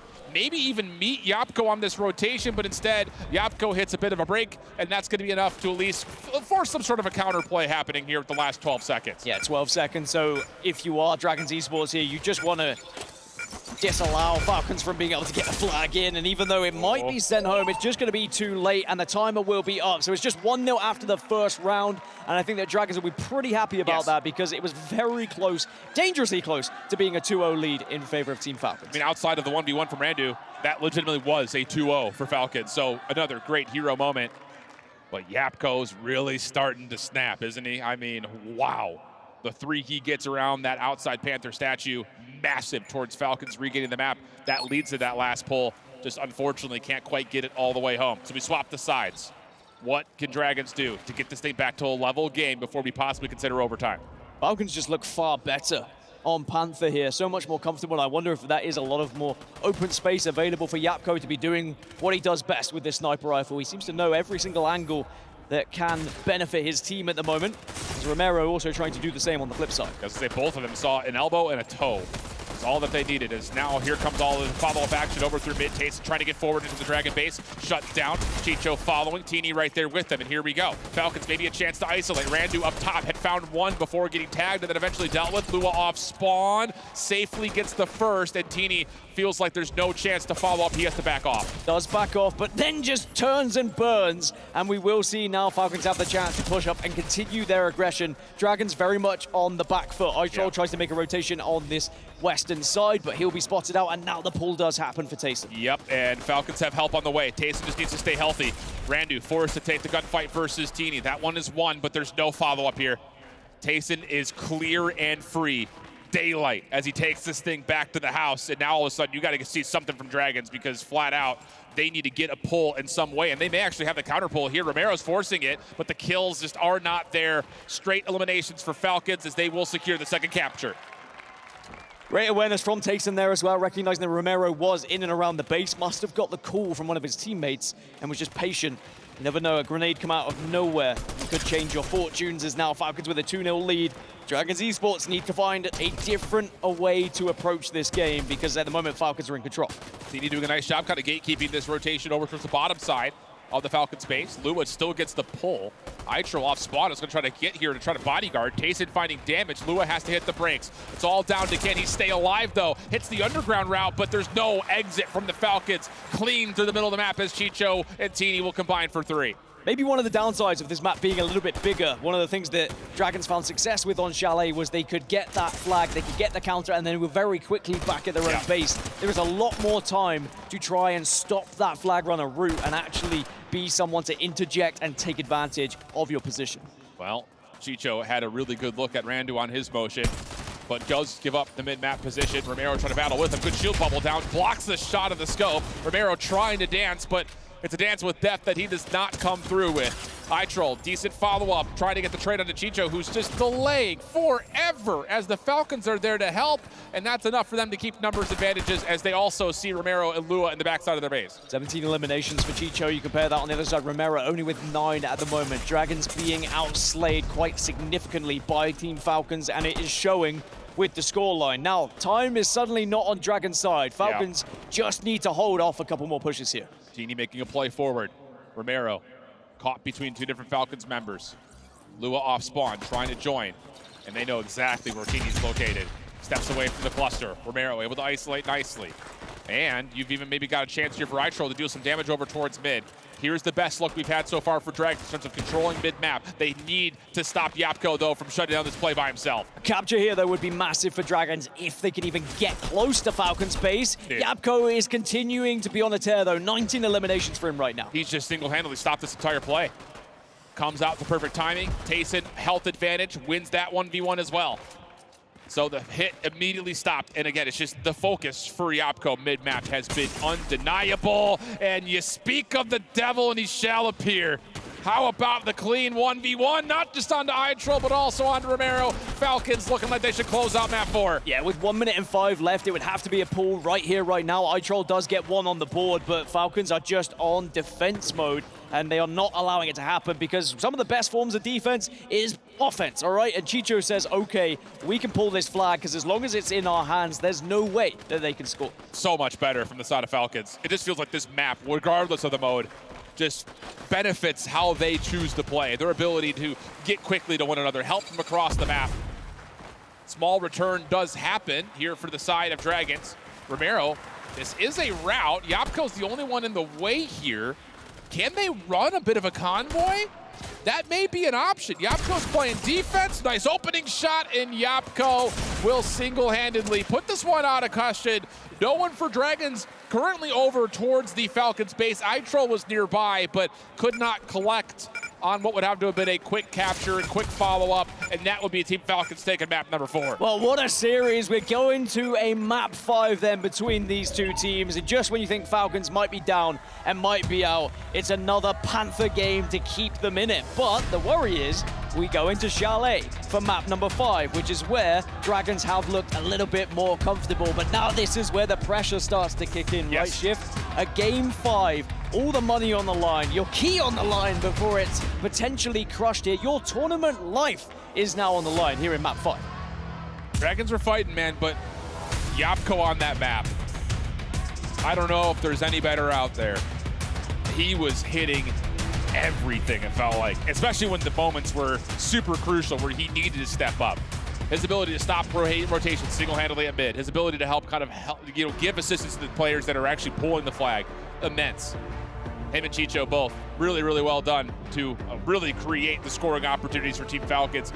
And regardless of it going back to a Chalet, I just feel like Falcons currently are still winning out in the slaying department overall. Yeah, I think that if they can continue to outslay them that successfully, then this should be relatively one-sided going into Chalet Hardpoint. But again, I mean, from what we saw from Dragons earlier, their strategy is solid.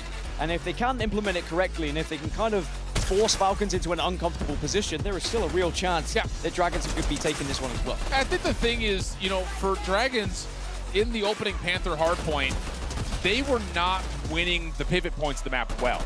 That's where we get those 3 to 4 hardpoints strung back-to-back together for the side of Team Falcons, where that they were just not allowing Dragons to freely exit from certain hills. They were breaking them on initial attempts that they were attacking hardpoints. Chalet is not going to provide maybe the same opportunities, but there is still, I think, a window to where you can create some tunnel control and string a couple of hills back to back. I think if you're Dragons, you need to slow down Yapko, slow down Chicho, and see if you can actually put some tempo into your favor as we head to this map number 5. I think there needs to be more hand-holding from Dragons because, sure, if you are taking too many 1v1s, it allows there to be those shots from Yapko to really change things for the favor of his team. But if you are pushing aggressively as a 2, it's much more difficult to try and hit back-to-back headshots to stay alive. And I know it sounds simple at its very base, but maybe there was just too many individual attempts here from Dragons. The case, and that is a look at what's at stake, let alone the thousands of dollars that this match is currently worth. Having the pride of holding onto your key and smashing your opponents could be another element that we've never really seen before in esports. Super cool trophy idea, but that doesn't matter right now. This is about survival and maybe even just establishing some dominance here from one side or the other. Chalet Hardpoint, map number 5. Final moment to stay alive in the tournament for both Dragons Esports and Team Falcons. Let's get it on. There's going to be Dragons on the red side. No, Falcons on the red side, excuse me. So with the Falcons on the red side, I mean, we'll see how that plays to what we saw in an interview earlier from Alex, where he was very aware that he believed that red side was better when it comes to Hardpoint, regardless of the map. We'll have to see if Dragons can go against that wind. I just don't know how much that's really going to play a factor on this map. Yeah, it's less so. Yeah, because you've got 3 and 4 on the top side by Dragons that are the 2 that are kind of right back to one another, but the hard point is so deep inside the tunnel that it almost doesn't really give much favor to the team spawning closest to it because it's still a choke point no matter how you look at it. Yeah, I think it's more so on Panther, but, you know, he was still saying, has anyone won it on any map at that point? I think he was digging deep, but we're going to get a remake of the lobby between these two teams, but certainly that adds to the nerves, right? The longer you have to wait, suddenly more of those thoughts start to creep into the back of your mind. Be the case. And I think on top of this, you know, the conversation we're having at large, there's something to be said about the fact that you've got some young competitors that have maybe not seen a live in-person stage with a dedicated audience towards it, maybe ever, let alone a handful of times to kind of use it as a non-factor, right? I mean, in other established esports where you've got major after major after major, sure, you've got the FNCS for these guys, but this is a totally different ball game. Like actually, by definition, they're playing modes that they've never really played before, at least not to the same kind of history that the BR has been around with. And now all of a sudden, you add in the element of $1 million total prize pool with one map in between you and a possible farewell flight. And that's crazy, right? You've already mentioned the difference and the drop-off of prize money from those kind of top few places down to what would be, top 12 if you were to be eliminated here, because you would technically be third within your group. It's nervy times for a lot of these guys, and it's about just having someone who can put a brave face on and be saying, look, there's nothing to worry about. I'm confident in our performance. I think we can go on to win this one, and you just need a leader in this time. And sometimes that can be the coach to step up in those moments. How much, I guess the question I'm trying to get to here, who do you have your eye on to be the person from either's team to step up and be the difference maker? Has to be Yapko, right? Yapko. What Yapko has just done, and what he didn't do on Chalet CTF, right? Wasn't able to kind of pop off in the same way with the sniper rifle. Now going to Chalet Hardpoint, will there be more opportunity for him to pop off? Because it's not going to be as much of a game about lanes, and instead there's going to be a lot more movement, which means he might be able to take more angles and catch players off guard. I'm going to go with the player to watch for me. It's going to be Teeny. 15 years old, map 5, elimination on the line. He's stayed cool so far, but can he step up? Because on the other side of things, we've obviously seen the sniper battle between Yapko and Romero, but Lua and Itral have been great for Dragons. And I'm looking at both really Tayson and Teeny both to see who can step up for Falcons to kind of bring that same power. And I think when I compare those two, I want to see the young superstar in Teeny. One of the only players on controller, by the way. See how he pops off and how he can handle the pressure of a map 5 situation. Well, what we can promise you is this is going to be a game of all games, right? This is the first time we'll go into a map 5 for the chance to send yourself in to the top 8 so far that we've seen today. Now, Dragons are going to be spawning on that blue side, so they're going to have the initial push down into the tunnel if they would like to take it, which does give you that covered route down into the middle of the map towards Pool. For Falcons, they should be able to get to Pool first here. Agreed. But the utility usage from Dragons has been great. I think that's kind of what I've been most impressed by in terms of how they focus their fire towards one direction or the other.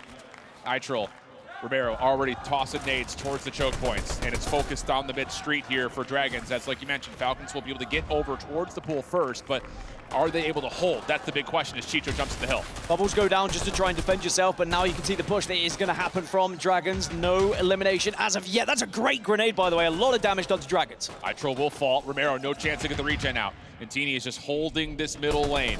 The only thing he's responsible for is making sure no one hits that pinch, and now Tayson has pushed forward. What a start for Team Falcons. This has been legitimately perfect. Now Dragons, all 4 of them going to be pushing from one side. One grenade could change everything, but the bubble goes down, EMP follows. And it's a lot of shield damage dealt by that EMP. Opening exchange is decent. Itral able to still stay alive with Randu, but here it is. It's just down to Teeny, last one left, and he wins the final 1v1 to jump into the point. Really well done. And again, 45 points plus in P1, a hard point that we consider to be a 50-50. Falcons off to the races early, but Dragons will get some of the scrap. Maybe slightly favors Falcons because they have the speed to get there, but of course, if you are the first team within that hill, you are far more vulnerable to grenades, as Falcons also quickest to hill number 2, and they have a 52-6 lead. Seems like a good time to jump into a listening with Team Falcons. 70 white. He's Lambo, yeah. He's EMP. Don't have to. Just hold. Yeah. One side, you behind you, Chicho. 60 white. 90 white. 90 white on Lambo, 90 white on Lambo. I'm dead. 50 white, nice. Nice, I'm alive. 90 white on pillar. Just wait. Let me, I'm gonna dynamite him. That pillar. One more Lambo or front house. There. 70 crack pillar. 70 crack pillar. I killed him. That, no bubble, Dave, no bubble. Yeah, I see. He's shooting me in my feet, I'm 1 HP. 70. Yeah. Fine. Bro, my screen is shaking. Yeah. Watch check here, he's on top. Lambo. Sniper. Yeah, white. Sniper on Lambo. EMP. 60 white, dead. Nice. Just go push them now. Yeah. Can someone stay? I can stay. I think they're next already. Yeah. Two spam pool. On me, Matt. Okay. 60 white. No, they have no bubble. Nice. Run. One smite and 1 point. Only 1 point. Okay. Going right. Can you have bubble? You have bubble or no? I don't have EMP. No. I'm dead. One window as well. Let me dynamite. Open that. Okay, all good. Yeah, that's Keeping window. It's fine, I have EMP now. 70 on SMG, 70 on SMG. It's an absolutely brilliant hold of the second hill, but as we rotate over to 3, you kind of heard the call. A couple of Dragons members spawn over towards Pool. They also have the crossing angle from their top windows, and that's been enough to keep Dragons safe in the hard point. This is a better hold for Dragons in a hill that they should have success with. The Falcons now looking to get aggressive, but Chicho falls as well. Dragons continuing their dominance, but now Teeny looks to try and even things up here, but it is still a solid chunk of time in favor of Dragons. And you can see what Falcons are trying to do here in the back half of this hill. It's not just trying to flood from the front and find success. They're trying to put a little bit of extra pressure on this house, so that way the rotation over towards New is a little bit easier for them. The problem has been, it hasn't been easy at all. Dragons have done very well through the third hill, and they have numbers to try to flush Tayson out of the New hill. Tayson won a massive individual fight over towards Tunnel to get the initial time on the board and give his team a little bit of leeway to get over to Tunnel as well. You can see Yapko is there waiting, but Romero is scoring right now. But you can see Yapko being patient because he knows full well there is more than just one member of Dragons over there. And for Falcons, they're trying to hit a little bit of a pinch here with Chicho. Yapko trying to pull the focus to the front. Tayson also assisting. Romero not able to connect with the sniper. He's got to go to the pistol, and he gets completely obliterated. So Falcons, a little cut hit comes through. They find 3. Dragons still spawning close, so immediately trying to set up for a rebreak. 2 members of Falcons on this car just holding hands and hoping to stay alive. Well, Yapko continues to pop off and continues to be a difference maker here for Falcons. And now all of a sudden, it's on the onus for Dragons. You can't just flood this from the front. This is what I'm talking about when it comes to this tunnel, because the new hard point will be on the other side. Falcons going to have the easy rotation. Yapko the first one here. Dragons trying to work through mid-map, but the fights happening right now over the old hill are really not significant one way or the other, and those even battles favor Falcons completely. And if iTroll goes down here, who's the furthest northern player, it will just open things up for the spawners from Falcons to take control of the map once more as Yapko holds on to this hill and is just waiting for someone to walk into his crosshair. Yeah, he's waiting for someone to start tapping at his toes. Like, you gotta pay extra if you want to see those buttes. He's able to get the sniper up, find a couple of headshots, and now all of a sudden you've got Tayson zoning out the tunnel. Nice shots though from iTroll. He kind of slips through here, has to back up the deal with Tayson, and that will work out. Now a chance for Randu to work with them as Yapko's the last one standing, but that might be all you need. Teeny off spawn is also here. Last 1v1 with Randu, and he will drop. Falcons looking good to get close to the 200-point mark. Falcons are doing so well to hold these hills. When it's a last-ditch attempt from someone to remain in that hill, they are always finding one elimination, if not 2, to keep Dragons at their back. And now they're going to have a very significant lead here as this hill is about to shift. You have to find 40 seconds here if you're Dragons. Have to find clean eliminations. Have to find a good buffer of the hard point itself. This is helpful. Randu, Lua also finding a couple of key eliminations as this looks like a good time for Dragons to get over the 100-point threshold. Been very impressed with Randu and what he's been able to put on, but is it going to be just too little too late with some of these eliminations? And now Falcons, they swoop in yet again, and all 4 members will be alive. iTroll desperately tries to stay alive, but again, it is just Falcons at their very best with the bait and switch. I mean, when they play that 4-man flood, when there's only 2 players of Dragons left alive, they're winning out so convincingly, but put a pause in that statement as Lua starts to tee off just a touch. Him and iTroll combined for a 3v2 situation. And now we start to look at the rotation once again. Back over towards Jeep. iTroll trying to get some window control, but Yapko beats him there. And the thing is, with a lead like this, Falcons can afford to just give away this time for Dragons and start to move towards this next hard point. Oh, but watch this long flank. Randu finds himself kind of in between a couple of Falcons members, but you see the health pool completely diminish. Now it has to be a hit from the front. iTroll working on the window play. Lua trying to get up towards Truck. Teeny watching the right side. The rest of his teammates trusted to watch the middle. Here comes the hit. Dragons finding the first couple eliminations. Can they get Teeny out of the hill? And yes, they can. Lua! Clean shots come through, and it's a break from Dragons. Well, they needed someone to step up because Falcons could have won it in this hill. Yapko, though, still alive within the chalet. And now Dragons are vulnerable. You can see the grenades are coming through. And all it takes here really is one big push, and it is still doable in this final hill. Yeah, you're going to have Randu in position to try to assist here, but they cannot get into the right positions to take care of the Falcons reinforcements. 15 seconds still left. Not, I don't believe, enough time for them to get the final tick. It'll be close. I mean, Dragons, they would have to be math warriors if they want to make this commitment, and iTroll will come through. There's the contest. We will likely see another hill, but there's no one there now because Dragons had to play for old time. Dragons were quick to move back over towards P3, though, but now it has to be perfect from Dragons if they want to survive in this game. Romero, Lua holding from inside the hill.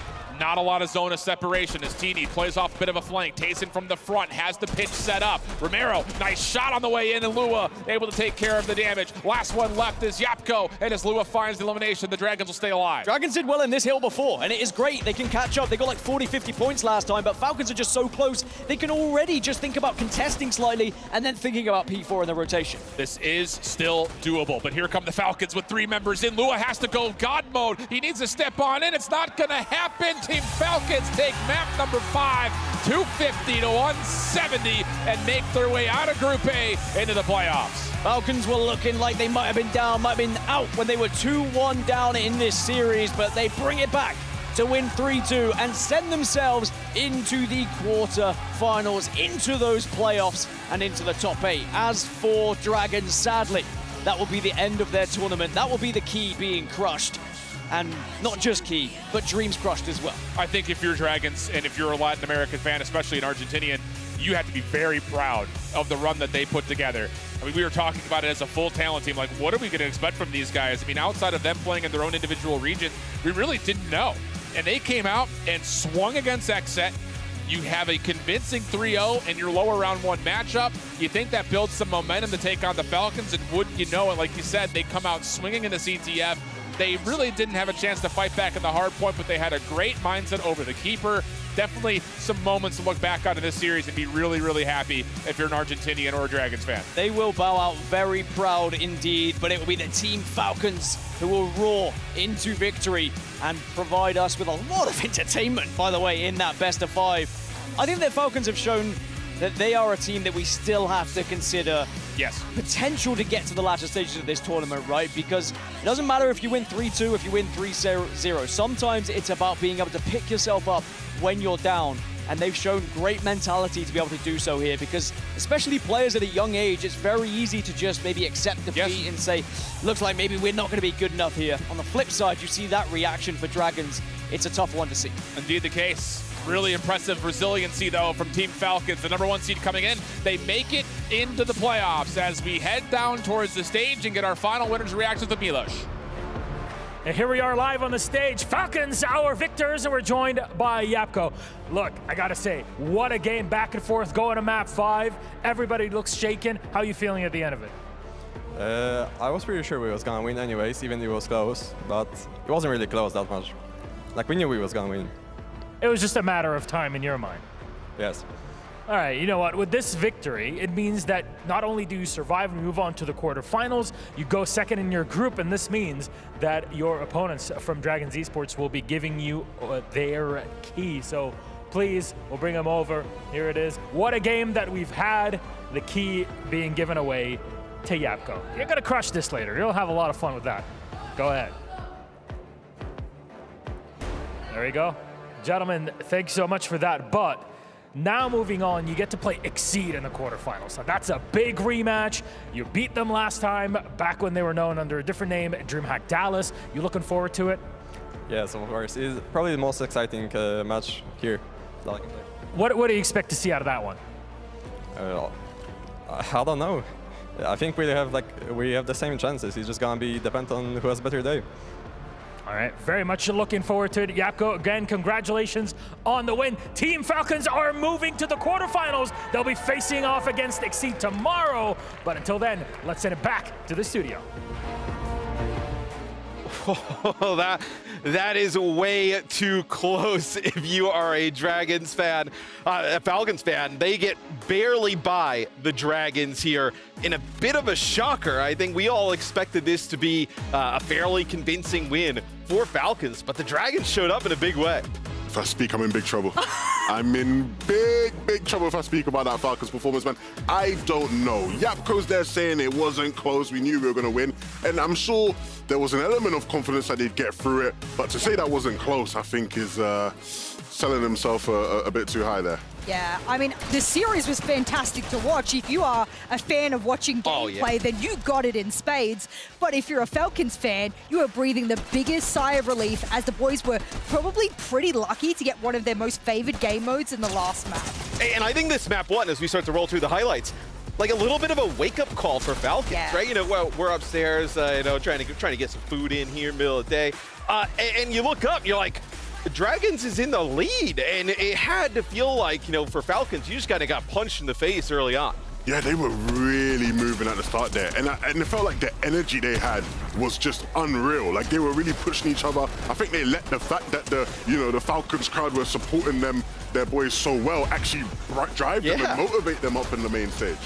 I mean, Dragons played so well on map 1. I would actually argue, if you guys are looking for one of the best representations of how to play CTF, Dragons, map number 1, rip that, study that, replicate that, because that is some of the best CTF play I've seen. Yeah, the CTFs, though, were generally, like, pretty slow. And I think, really, when the speed started to pick up in Hardpoint, that's where I feel like the Dragons fell behind. Yeah, and Falcons are a really good hardpoint team. It's always been one of their key strengths, and that's why, like, going into map 5, as soon as I saw it was hardpoint, and they were starting on the red side, I was like, okay, they do just win here. But, again, like, a bit shaky there, right? Like, the keeper was also one of those series where you're thinking, hold on a minute here, like, they are getting cooked. I mean, Randu on keeper. He was the chef. He was putting in work. Oh my goodness, like, it was... I mean... Yeah.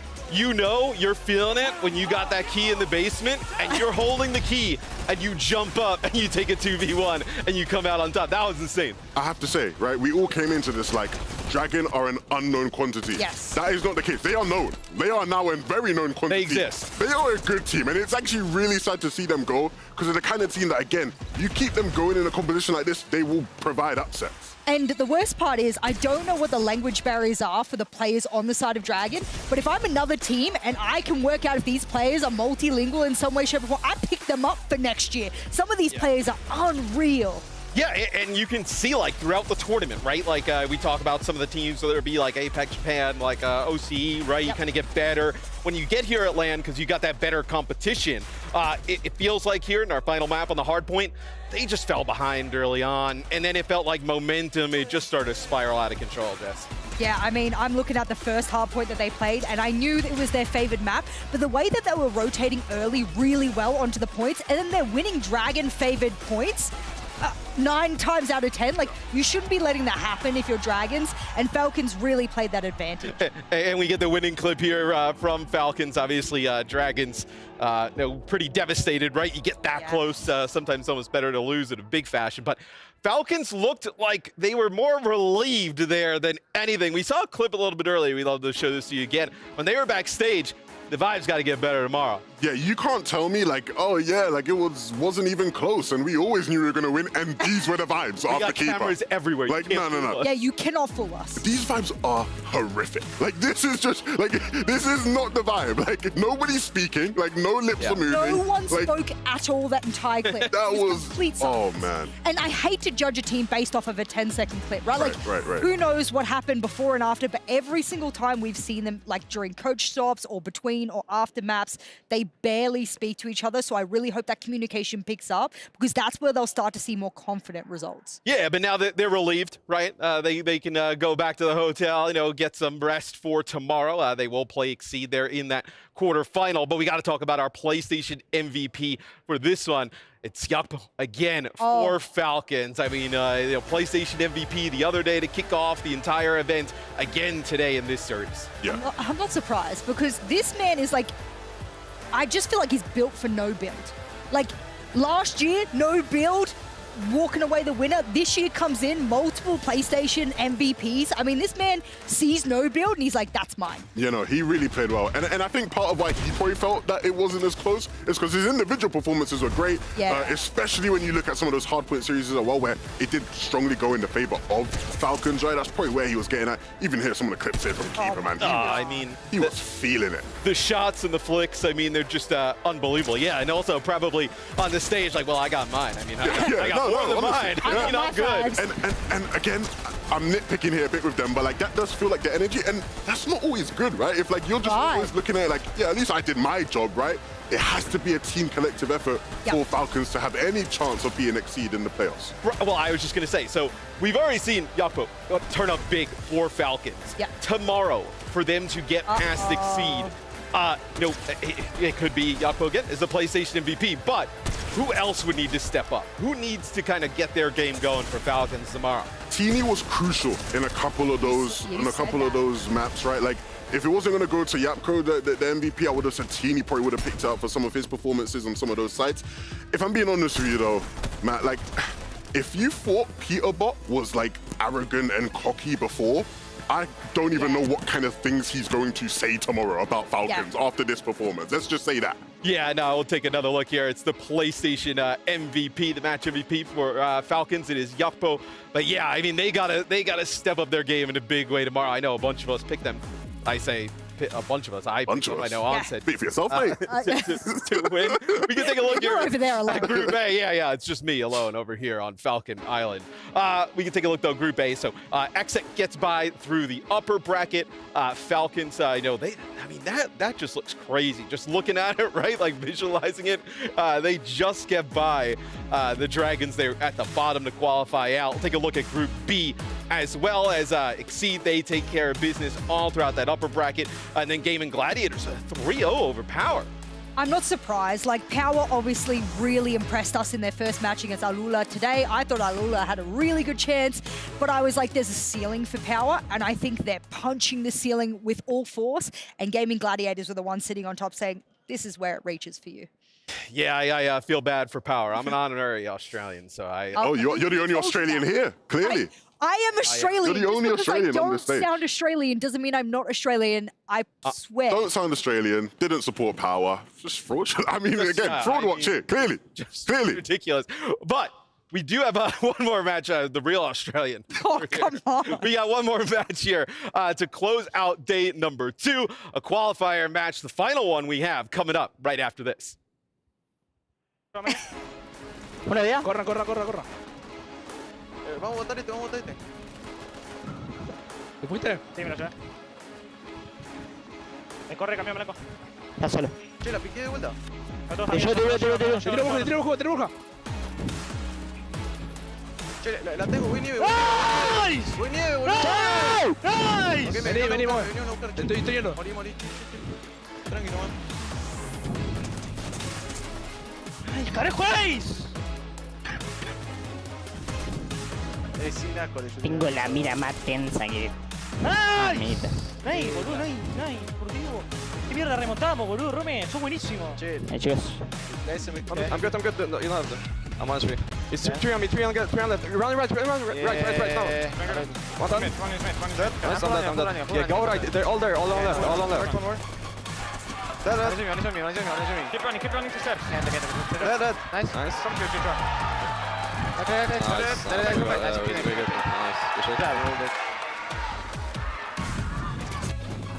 Una idea, maté. Una idea.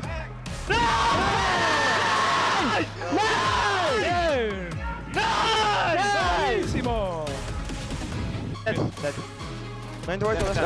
I got doors. Nice. They can't get it. GG. Wait, you got it? No, we have Hardpoint. Yeah, no. He's been on.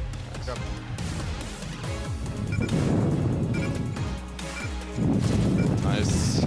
We're playing Charlotte Red right now? Yeah, good. Hey.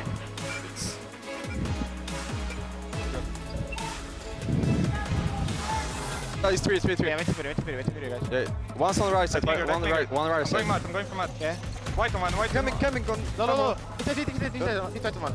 They're gonna fight. They're fighting in mat. Nice. Dead. Last one. No. I imped myself. He's low. Playing the point. I'm playing the point. He has to jump in. Let's go. GG. Good job, man. Nice. Yeah. Guys, it's hard, guys. It was so hard to win. Yeah. Welcome to the Amazon Arena, where 3 of our 4 secondary stage matches are over. Remember, today's matches are all elimination matches. That means that keys are being crushed and dreams are being shattered. Sandstorm, where are we at today? Who's been victorious? Well, starting off with our B-Stream games, you're talking about Dig, who started off a little bit rough in day 1, but they made it back with a 3-1 victory against W7M. Starting off our first game. Second, we had Dragons against Zeta, a clean 3-0, and they are 1 game away from qualifying against Falcons, so we'll see what happens there. And finally, third game, we had a very clean sweep from GG up against Power, another 3-0, so the flurry is coming back. Very, very soon, we're going to have all 8 of our teams ready for the playoffs that will be kicking off tomorrow. But before we get to that, we've got one more match to play today, so let's go.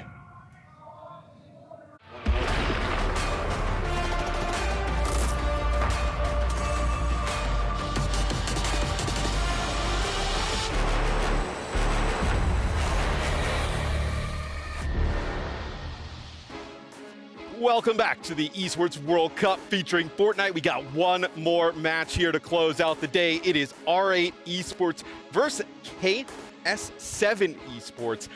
In a matchup, this is quite interesting in that like both of these teams basically got to this round in the exact same fashion. They both beat Fnatic, they both lost to KC. So potentially a pretty interesting matchup on our hands. One that I actually probably think that's a little bit more interesting than the last one, which ends up going the distance, right? We would have thought that Falcons would have blown out their opponents and Dragons, but this one could be pretty close. I think people might expect it to be close, especially after that last KS7, performance. Like, they actually looked a lot better than I think most people gave them credit for. Yeah, I am going to disagree with both of you. I'm just going to be, an alternative, and I think it's over for KS7. I agree with that. Oh, I just think it's a 3-0. And not because I don't think KS7 is a good team. I just think that I've seen so many surprises from their opponents, and they have improved every single match dramatically. So I think it's not that KS7 isn't good, their opponents are just way better.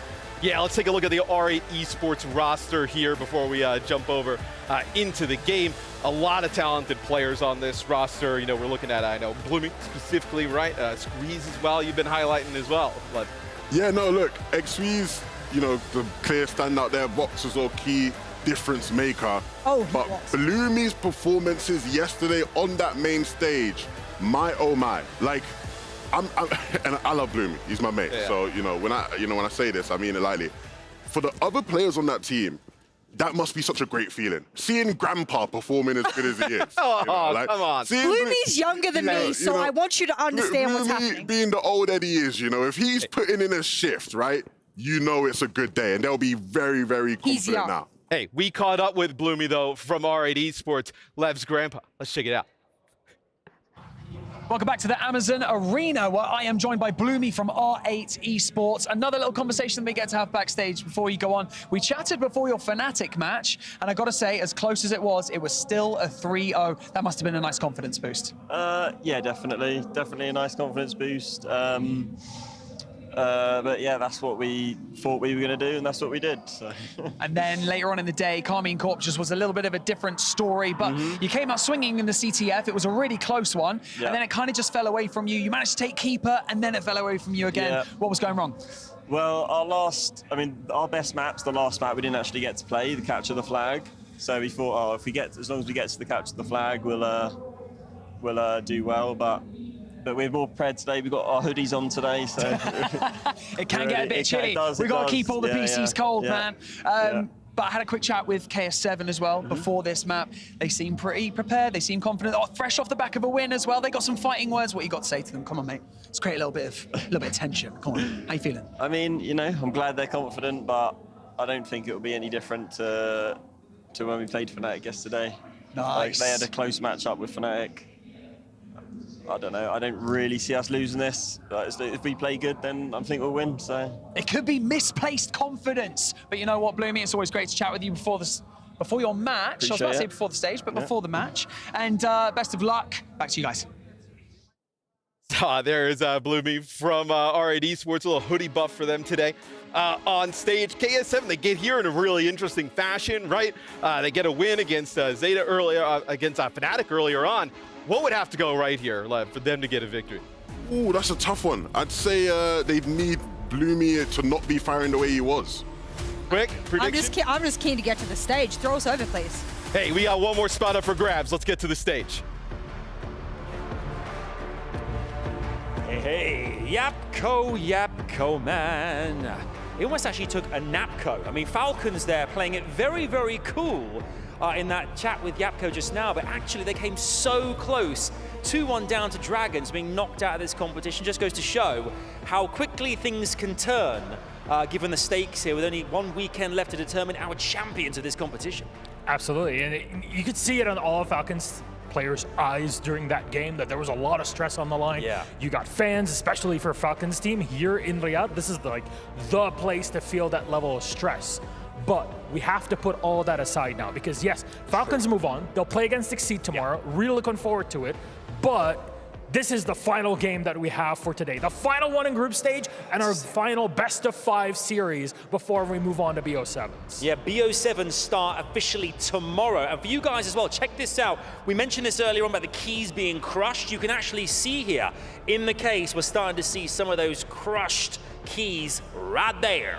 So it's all starting to happen here. We're starting to see teams being eliminated from the competition. And with 2 more days after this of just all out action, we cannot wait to see that unfold. But as you said, Milos, we must meet our final teams in these group stages and find out who is going through to join the rest of the teams waiting in those brackets. Let's bring them out. KS7 and R8 Esports.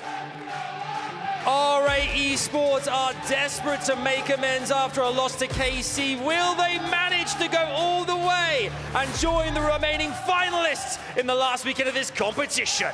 KS7 have also made it so far here. They look to cross over this line in the groups and into the quarterfinals. A massive matchup for both of these teams with so much on the line. The jump from here to quarters is insane in prize pool.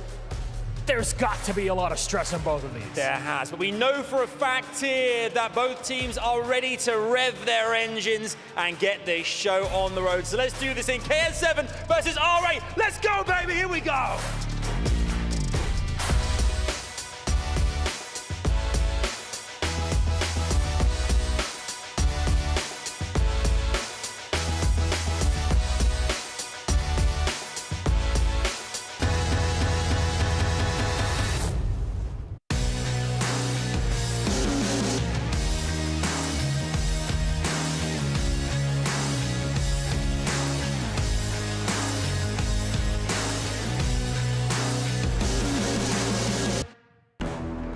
What a day it's been so far here in Riyadh at the Esports World Cup featuring Fortnite, and the day is yet to finish. We've got one more match in front of us here, another elimination match, and what a match it is turning up to be. R8 versus KS7. Andy, we've got to find who's going to have their keys crushed. And how fitting. We talked about it on day number 1. We all knew it coming in. Group C was always going to be the group of death, and it has been an absolute bloodbath finding out which teams were going to emerge out of this group. And guess what? There's still one more story yet to be told. You just saw the players emerge to our main stage here, our beautiful main stage, with the keys in hand and ready to place them on the corner of their stage, knowing that they're only a few games away from either keeping tight hold of that overnight and getting to our day number 3 of the competition, or potentially exiting here and not even seeing the weekend of competition. Getting to that weekend, going to be stage 1 as to make it your money as well. And talking about the teams that we have on our stage right now, you look at R8, they've had a pretty solid start to this tournament, kind of fighting their way through to where they find themselves now, is getting ready to head into map number 1. But KS7, I've got a funny feeling that this team could pull off a few surprises in this series. A 3-1 win over Fnatic a little bit earlier on today on the same stage they find themselves in right now. They showed some heart. They showed some real desire to send the games deep, and most importantly, I always talk about this, right? The ice in the final moments when it really mattered. Yeah, exactly. That's what we saw on display, and they're going to need to find that once again here, and both sides of these stages. Let's also not forget here in Riyadh the time of the evening, right? You're already at 10:30 here, going past 10:30 in the evening. You need the tournament stamina, and the players with the LAN experience, whether we're talking about FNCS experience or other titles, the players with that main stage experience, knowing that no matter the time of day, no matter how tired you are, no matter how you're feeling, the temperature in the room, as you heard people talking about earlier, you need to show up and make sure you show up big in matches like this. We were talking about the time of the day. Well, we're heading over to Chalet to start this one off here. Map number 1 going to be CTF on Chalet as we jump on board with both sides of our main stage to see exactly how this opening strike goes. Now, R8 will be able to beat them to this mid-map point, and I like the aggression that we are seeing. Except, of course, for Bloomy. His job here on the Marksman is just to slow things down. Excuse me, the Marksman here is going to be just watching that tunnel overextension, which we do see teams try and push early on here, but it looks like he's going to have a quiet time. Yeah, just holding down that slow once again. And to be honest, this is a really slow opening here. Sometimes you see players at least with a little bit more aggression than this, but this just tells you, by the way, some of the Marksman holding that window angle on that mid pillar. There's a no-no. Gets all the way chased back and wisely does so, retreats early, knowing that that pressure is going to come in. But finally, a mid-map push does come in from Cody. Will pick up that kill. Taking down Vox, and Vortex are just trying to get away, just holding down the mid-map, but man, really slow start from both of these teams on Chalet CTF here in game number 1. I mean, nobody has stepped past the 50-yard line at this point. Nobody has had any progression up map. It's all about eliminations before the teams try and formulate some sort of push. And we talk about how this can be a strategy thing. Sometimes it can be a matter of respect, but we are starting to see R8 put that respect to the side. They're going to start flooding through the middle of the house at the moment, and a couple of picks are going their way, and KS7 now find themselves on the back foot. Xweezy's going to have a little bit of a challenge here. He's going to win that one as well. Very nicely done. Not easy to win a battle like that, to dribble back and pick up that kill. As you can tell, Bloomy's there for the help as well. Cal and team were hoping to capitalize, but with plays like that coming in from Bloomy and Xweez, that's going to open some things up. Here comes the push on the back rock. But you're now trying to cut these players down as they do approach, and it will be a pretty solid looking hold, even though it did look a little bit dicey for a few moments there for KS7. But now that they've got those eliminations on their side, they can start to progress up the map themselves, and they can put some pressure onto the respawners here from R8. You can see Bloomy, he's had to back up here. He's had to wait for some help, and they're going to have to tiptoe their way forward, secure their flag before they start to progress up this map. Trying to play this nice and slow, making sure that they can just play any angles that they need to. Vortexers also here as well. Sweeze and Vox holding down that left side angle. This is going to be big. Salva and Cody's trying to make the push, and you get the feeling this is a really strategic and tactical CTF. These two teams really opting for the slower gameplay that you and I have occasionally seen in the DreamHack qualifiers, but both teams really opting for a slow start. Here's the pre-bubble from Coty. This is always an interesting situation, because if you play the back and you play it slow and it does not go your way, then you're going to guarantee an opportunity for that flag to be moving, and it will be moving. It was all eliminated at the same time. They tried to play it slow. They tried to turn up in the back of the base, and KS7 picked up elim after elim after elim. All 4 of them fell simultaneously, it felt like, and that will be the first flag being capped, and it will be KS7 who got first. I mean, absolutely beautifully done. You saw the pre-bubble that came in there from Coty, and they just absolutely wiped the back of the base. And like we said, this feels like sometimes when you and I were watching scrim gameplay as well as qualifier gameplay, some teams prefer to play this style, and when you have 2 teams that prefer to play this style, you get some very, very interesting, slower pace, but very tactical matches of CTF. So far, 1-0 in favor of KS7 with a beautiful back base push. Oh, Vox the marksman. One of our marksmen to watch in this event without a doubt. Picks up a nice shot. However, he's going to get flooded here, and he will be taken out. So we've seen offensively how good KS7 can be, and now they're showing defensively that they can pick up those numbers when they need to. Make sure they don't lose track of anyone who's floating about inside of the house or in and around the rocks, and Vortexers might be that man. Cal's going to be challenging, but that bubble is going to save him, and that might be the opening of the rock side for them to push forward. Yeah, very, very nicely done. We'll see if Sweeze can also pick up this kill, but not going to be easy in a 1v2 at mid-map like that. Just gets absolutely picked apart in the end by the KS7 players. Vortexers needs to win this one. He does. Almost turns 2. Oh!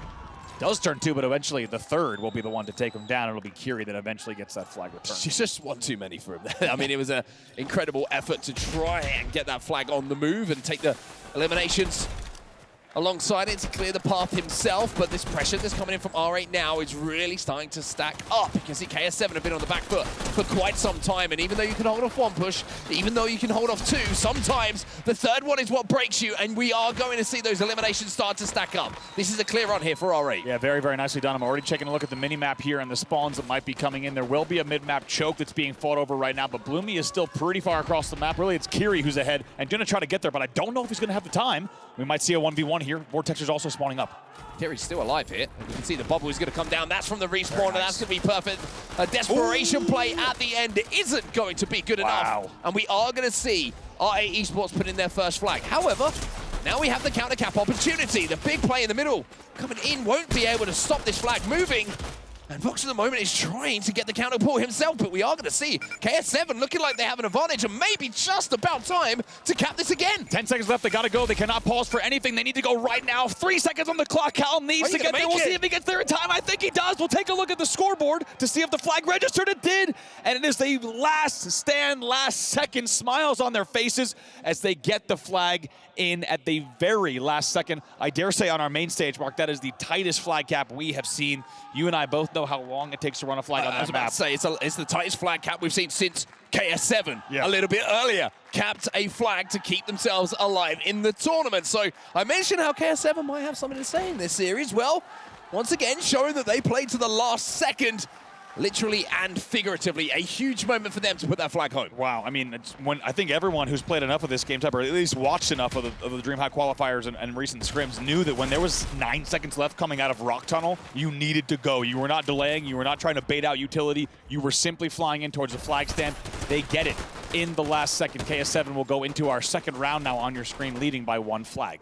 Bloomy trying to get an early flag pull here, maybe just a little bit of a change of pace being employed by R8. They aren't quite playing the corners, aren't quite playing the angles that they were off the rip here. They're trying to force it a little bit more and put the pressure onto KS7. Now they're on good side, they're going to have the opportunity to do so, but they've got to worry about Cal here, who is on the flank in and around the front of the house. Now he moves towards Paul. He's looking to pick up some eliminations now on the Rock side. 1 minute to play here, no pulls just yet. And we resume back to kind of that slow-paced gameplay, but really love what we're seeing in terms of the teams really avoiding mistakes, right? They're waiting for each other, they're getting their team shots down, they're doing damage together, and they're flooding in the same pace. Excellent use of utility here, a lot of kind of early bubbles, and just really great timing on the bubbles on both of the flag caps that we just saw, the last 2, I should say. And now back over to Vortexers here on the Rock side, trying to control it. There's 2 players there from KS7 will fall. Vortexers with 10 eliminations to his name already in this game. He's not going to be able to pick up the 11th here as Salva now tries to take over and command a little bit of defensive work for his squad. Will be able to do so as we see the respawners now come in on the side of KS7. So they hold pretty aggressive, I would say, on the push out towards the flag. And that's the difference, right? They looked for that elimination off the respawn, didn't let R8 Esports push up onto the spawns like they did in that previous game where it cost them. Yeah, Salva going to hit that dynamite, making sure those shields come back. By the way, it's going to be Kiri, 14 limbs to the name. Next closest is going to be Vortexers and Sweeze with 10 and 9 respectively, but big limbs coming in from Kiri. The fight going down in and around the tunnel for now. R8 will get the better of it, which is going to allow them to progress here up the map. You have to wonder if they're going to try and wrap this through house or if they're going to just try and wrap it towards the mid lane. Instead, it's going to be Bloomy. He takes a huge amount of damage down to just 25 health. But it looks like this route might be good enough. Denies all the LOSs. Now, unfortunately, for the rest of this run, his teammates have fallen, but off the respawn, Vortexes is going to be there. His job is going to be to bubble, going to be to send Bloomy home and tie this game up at 2-2. Very nicely done, as you said. They timed that back rock spawn. The bubble went down immediately, exactly when it needed to, and that will escort the flag very safely home, and now it's going to be KS7 looking for a counter. KS7 now trying to push up, like you say, taking control of the house. Salva's in the window. Cow is kind of peeking through the backside as well. Interesting decisions to be made here by R8. Do they rotate back, try and pick up those kills and eliminations inside of the house, or do they push forward and try and flip the map? It looks like they're kind of split, and when you split on your decision, it allows someone like Cody to move forward here and create an opening for himself. Almost makes it happen there, trying to turn, and knows there's a lot of fights still to be had. A little bit, a target-rich environment, you might say. A little bit too much to chew there. And unable to control, but look at Vortexers picks up another one mid-map. Might open up a little bit more on tunnel side. Salvo wants something to say about that, though. Salva and Vortexers, they know of each other's positions, almost sense it. Vortex is going to move past. You have to wonder if Salva's going to take that bait, and it's going to be an easy pick. Yes, it is indeed. Beautiful bait and switching coming out from R8. Really nice there from the X-Sweeze and Vortexers, as you say. Really well done. Ooh, Vortexers, I think, trying to hug a little bit of a wall glitch there in the end. Just hitbox outside of it does get tagged, so now Sweeze going to be forced to wait for opponents, wait for teammates again, as opponents are starting to push on the back hardwood. Now trying to get aggressive here. Not to be able to do so to clean out his side. Bloomy, 1v1 here with Kiri, and Kiri will come out on top of that one. Coach, on your screen right now, 15 eliminations to his name. We've been talking a lot about Vortexes and how good he has been so far, but not able to quite match this man who has the most eliminations as it stands in the lobby, although he's just been overtaken, as we say. And you really got to admire, once again, the playstyle there. Just in case you haven't seen, it's going to be a nice little team shot coming in from R8, top of the rock tunnel. You got to admire the two playstyles here, because we haven't seen games like this all that often here on Chalet CTF. 50 seconds left. You can see why the R8 side are trying to slow things down, right? You can see why they want to play this one slow. Bloomy, oh boy, he'll be eliminated here, and now we might see that flag starting to be moving a little bit. And yes, indeed, we are seeing that flag move, but it gets cut down. You could tell they didn't know where to go, right? You could just tell they thought about maybe doing a back rock run. They thought maybe, let's actually bring it scoreboard here with 27 seconds left. The pull would need to come in very quickly if we want to see something in the end of regulation. You have to worry. I don't think they're going to be able to get across the map here, and I think that both teams recognize this. Maybe R8 have got the time to pull that flag, but KS7 just going to play defensively for long enough that we are going to have eliminations mid-map, which means both those flags will be safe. And as the clock ticks down, we're going to head into a round of overtime here to decide who wins map number 1. Next flag will take it. And how fitting here. It feels like as we get deeper into the tournament mark that each and every round these teams get closer and closer. You're not seeing the blowouts that we saw on day number 1 in terms of the score lines whatsoever. Instead, you're seeing everyone really tightly knit here in terms of the overall flags on the board. But one thing that's not close is Kiri's kills right now. 21 to his name. Very impressive. Cody with 16, Vortexers with 15. Sweeze, though, 19 kills on the other side, on the R8 side. So, right, those two players really leading the lobby. We'll see who decides to lead and step up in this overtime. Next flag wins. Overtime is where KS7 have done some pretty magical work so far in this tournament. We'll have to see if it's going to be another opportunity for them to do so, or maybe it's just going to be a step too far. All right, with a lot of aggression off the rip here, and it's going to be a potential flag pull coming in for them, but Kiri's doing what he can to defend, and you've got to say he's played that so well. Done so well. Also, how about guns blazing, right? When we talked about the first 2 rounds, these teams are essentially playing SWAT, just waiting for each other and playing the game type as if it's almost something like Siege. Instead, it's just now guns blazing, flying at each other here. 23 kills on the board for Kiri. Here comes the push up the rock tunnel. They pick up another one. They're map towards mid-map as well. Lumi just coming off the respawn. He's going to have to defend here. You can see Cal. Wow, look at this. He gets that bubble down. The EMP. Oh, and it got around the corner. What a moment that could be. Even though the bubble was taken down, even though the shields and the health were broken, it's not going to be enough. And Cal will run it home. Oh. As KS7 will win this one in overtime. How about that? Also to watch it from Bloomy's POV. Bloomy spawning up on the rock, trying to hit the shots.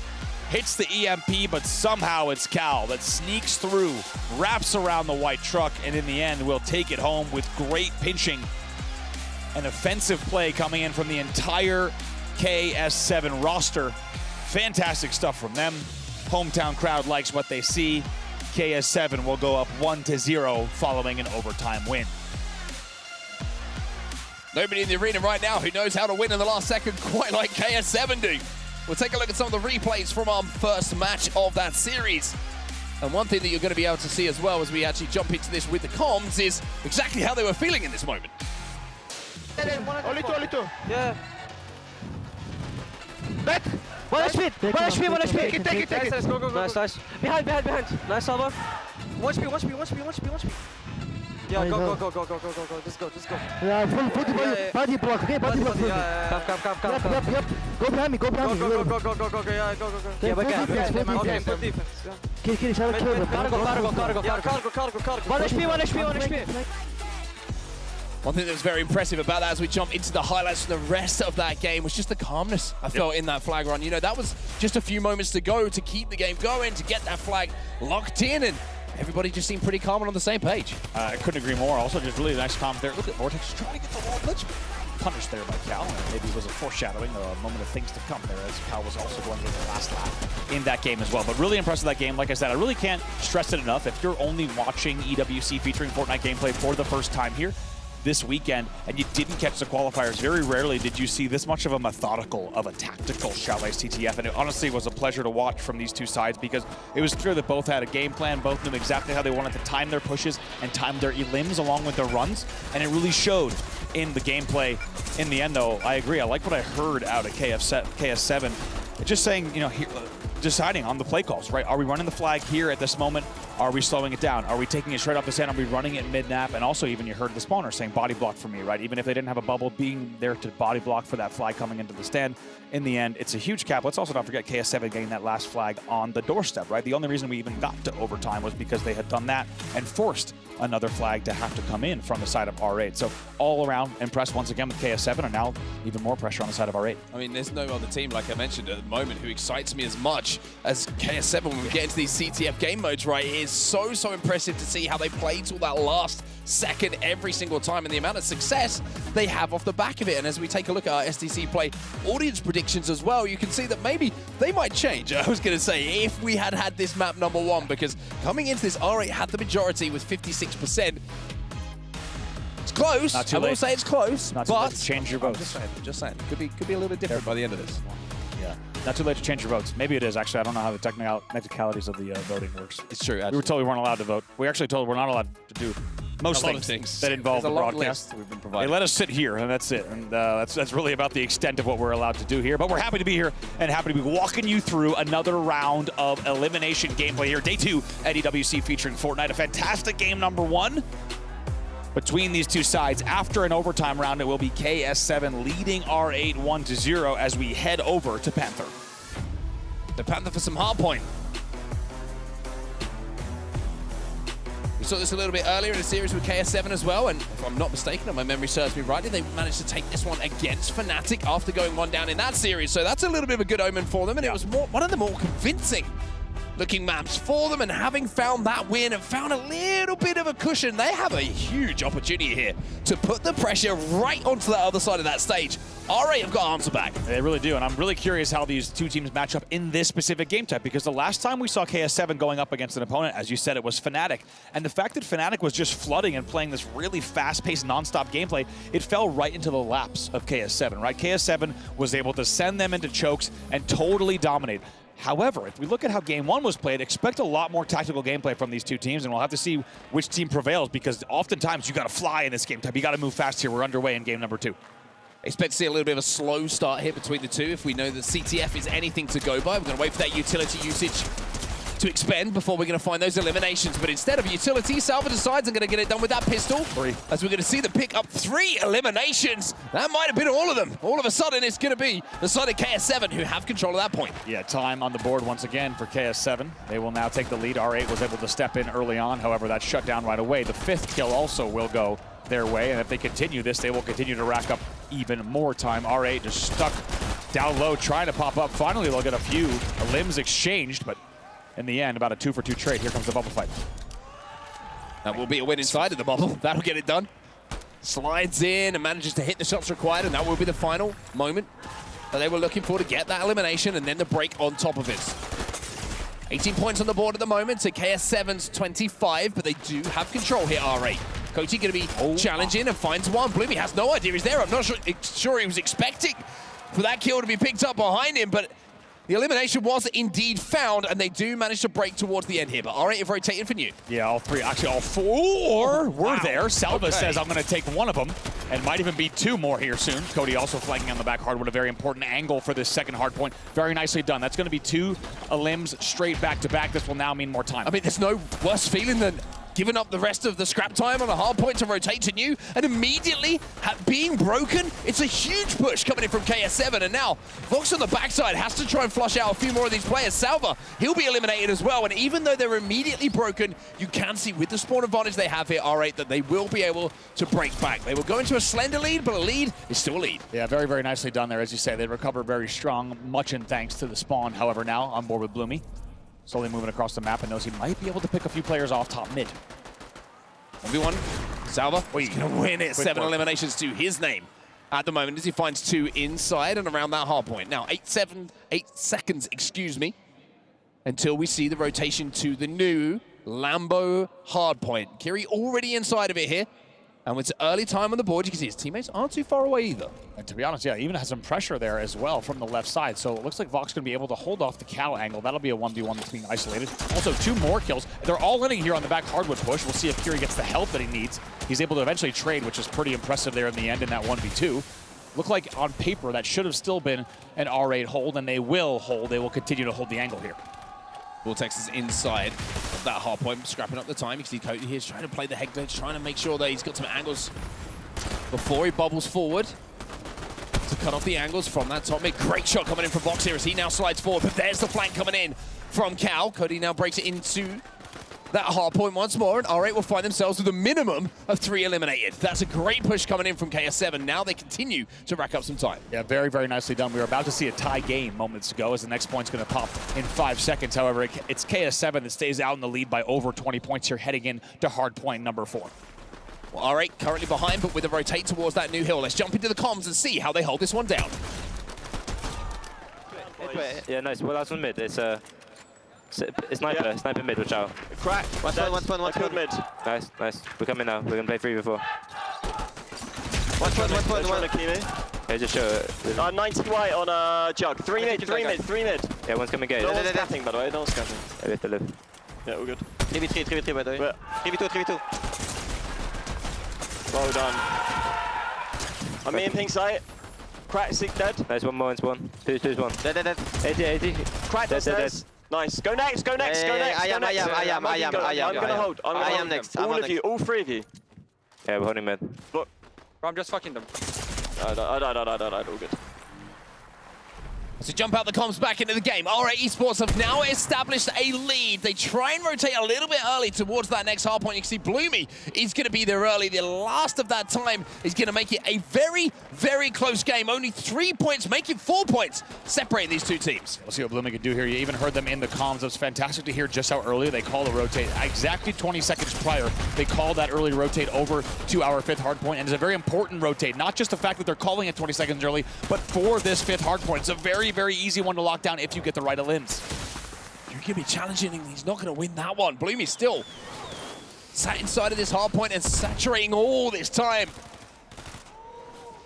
to the scoreboard on the side of R8. Bloomy now peeking around those walls, using the cover that he's got in front of him. He's going to find one as well, turns his attention to even more, but Vortex is going to be there to pick up two himself.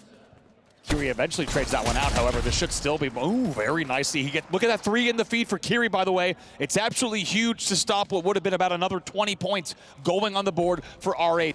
Right now, everyone's going to be rotating here, as you can already see, back towards our top middle. But in the end, it's a really nice defensive stand from Kiri. Really good bubble, but immediately it's going to be broken by that EMP. And on the rotate, you're going to see R8 pick up 3 eliminations. That's going to be complete control of this hard point. At this point in the game, when you have somewhat of a lead and you can establish a little bit of presence, the pressure now moves over to KS7. But we know if there's any team here at the EWC feature in Fortnite who knows how to deal with pressure and perform late in a game, it's a team named KS7. It has been KS7. Have they ever showed up for the Middle East region or what? Now, as we see 2 limbs going their way, Kiri and Cody combining for those 2.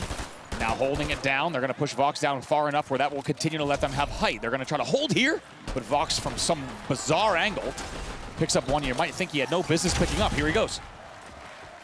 3 eliminations. Wow. One after the other, and it's going to be a clean break now coming in with 10 seconds left until that hard point starts to rotate. Salva going to fly forward to pick up 1 elimination. It's going to be Vortexes who has got ahead of the game here and will be able to scrap up some time here early on. Nobody really close from the KS7 side to even challenge this. Cal's the furthest forward. He's already taking damage. Little splash is going to follow from that grenade, but elsewhere you can see that eliminations are going the way of R8. Trades now starting to come in as another one will be picked up, this time by Sweeze. Vortex has tried to buy a lot of time, and to be honest, he did very well. We'll have to see if it pays off, though, because I think in the end of this, based on the numbers, this should be time on the board for KS7. They will start to score once again. 4 down in the feed, even though Vortex has tried to buy some time. As you had said, there was 3 down, a little bit too little too late. We'll see if they can hold mid-map. Here comes the R8 push. First things first, it's going to be a trade. Nobody having the advantage, but there's Bloomy. He will find one. Now the numbers favor R8. They can flood this hill. Kiri, he's got his shields broken, and now he might have his heart broken as well, as R8 will step into this hill and continue to stack up time. They're going to cross the 200-point mark. Oh boy, little style points as well now. 5 points before we move. However, the bigger differential and the bigger points to focus on certainly is that lead. Salva already on the point here on Lambo, going to try to hold this angle against Vox. Dynamite out. As the Vox is there, Dynamite is going to go out and it's going to connect. That's going to give him information onto where Vox is. He wants to challenge this. He wants to flood him out, and he wants to make sure that he isn't too much of a problem. And the rest of R8 won't be either, as you see 3 eliminations picked up in a row here by KS7. And now if you're R8 Esports, you should know that even though you've had good moments, even though you had a lead, KS7 will keep fighting, keep clawing, and keep scraping until this game comes to its result. Here comes the R8 push, traded back and forth, about a 2v2 on the map now. It's going to be Cal versus Vox. Cal certainly with the advantage here as the crack does come in. Cracks on both sides, however, will make this 1v1 very important. Cal stays alive, but the pressure will continue coming in from R8. Let's jump into a listen-in with the team who are trying to make this comeback. It's KS7. Point. I died. Dead? Okay, now 2. Don't pick Salvo, don't fight them. Okay. I'm not tank. I died. Alright, it's fine. One good push, we won. I died. Okay, ready? Nice. 1 HP, 2 guys. No, 140. 1 HP. 1 HP, we need EMP. They're solo. There's one on push, be careful. Okay, I'm pushing mid, Yeah, we do. 70 white on 1. We need to go, guys. 1 HP. Dead, mid. Dead? No. One more, Kiri, one more. Nice. Bro, claims. Bro, we need to come statue and kill them. And we no, okay, chill. One mid. Let's get 30 points. 100, give him 100. Pushing. Dead mid. On 3 on us. Dead. Yeah, one shot. I died. Nice. One more point, guys. Go next. Yep, everyone go next. I'm going statue. Full right, bro. Yeah, we need to go now. Yeah, we're coming. Yep, I'm going blue, I'm left. They come here. One under tunnel. Dead one bomb chip behind, half wall. Let's kill him, we win.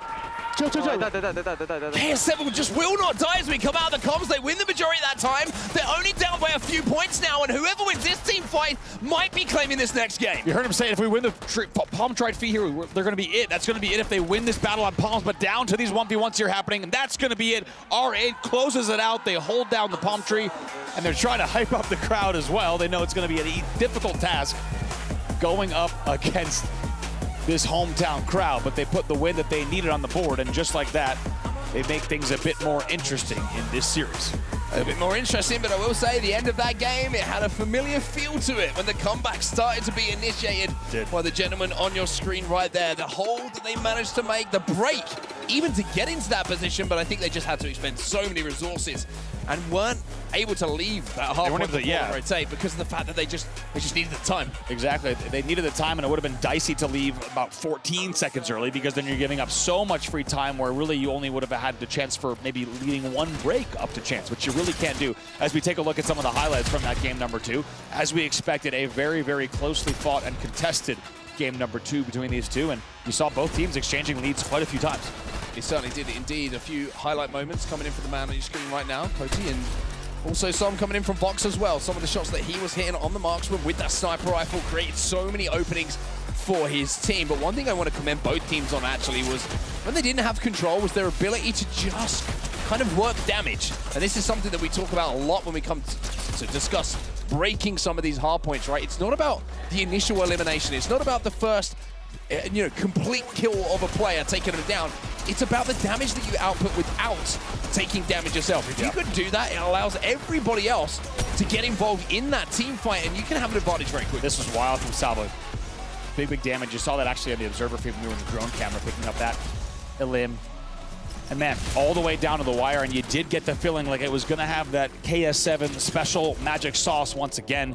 And you even heard it in the listening. It was pretty fantastic, just the way that they were saying, if we win this battle here on Palm Tree, we win the game. Instead, R8 got there early. As you said, you heard during the listening, KS7 wanted to rotate much earlier. They couldn't get anyone there.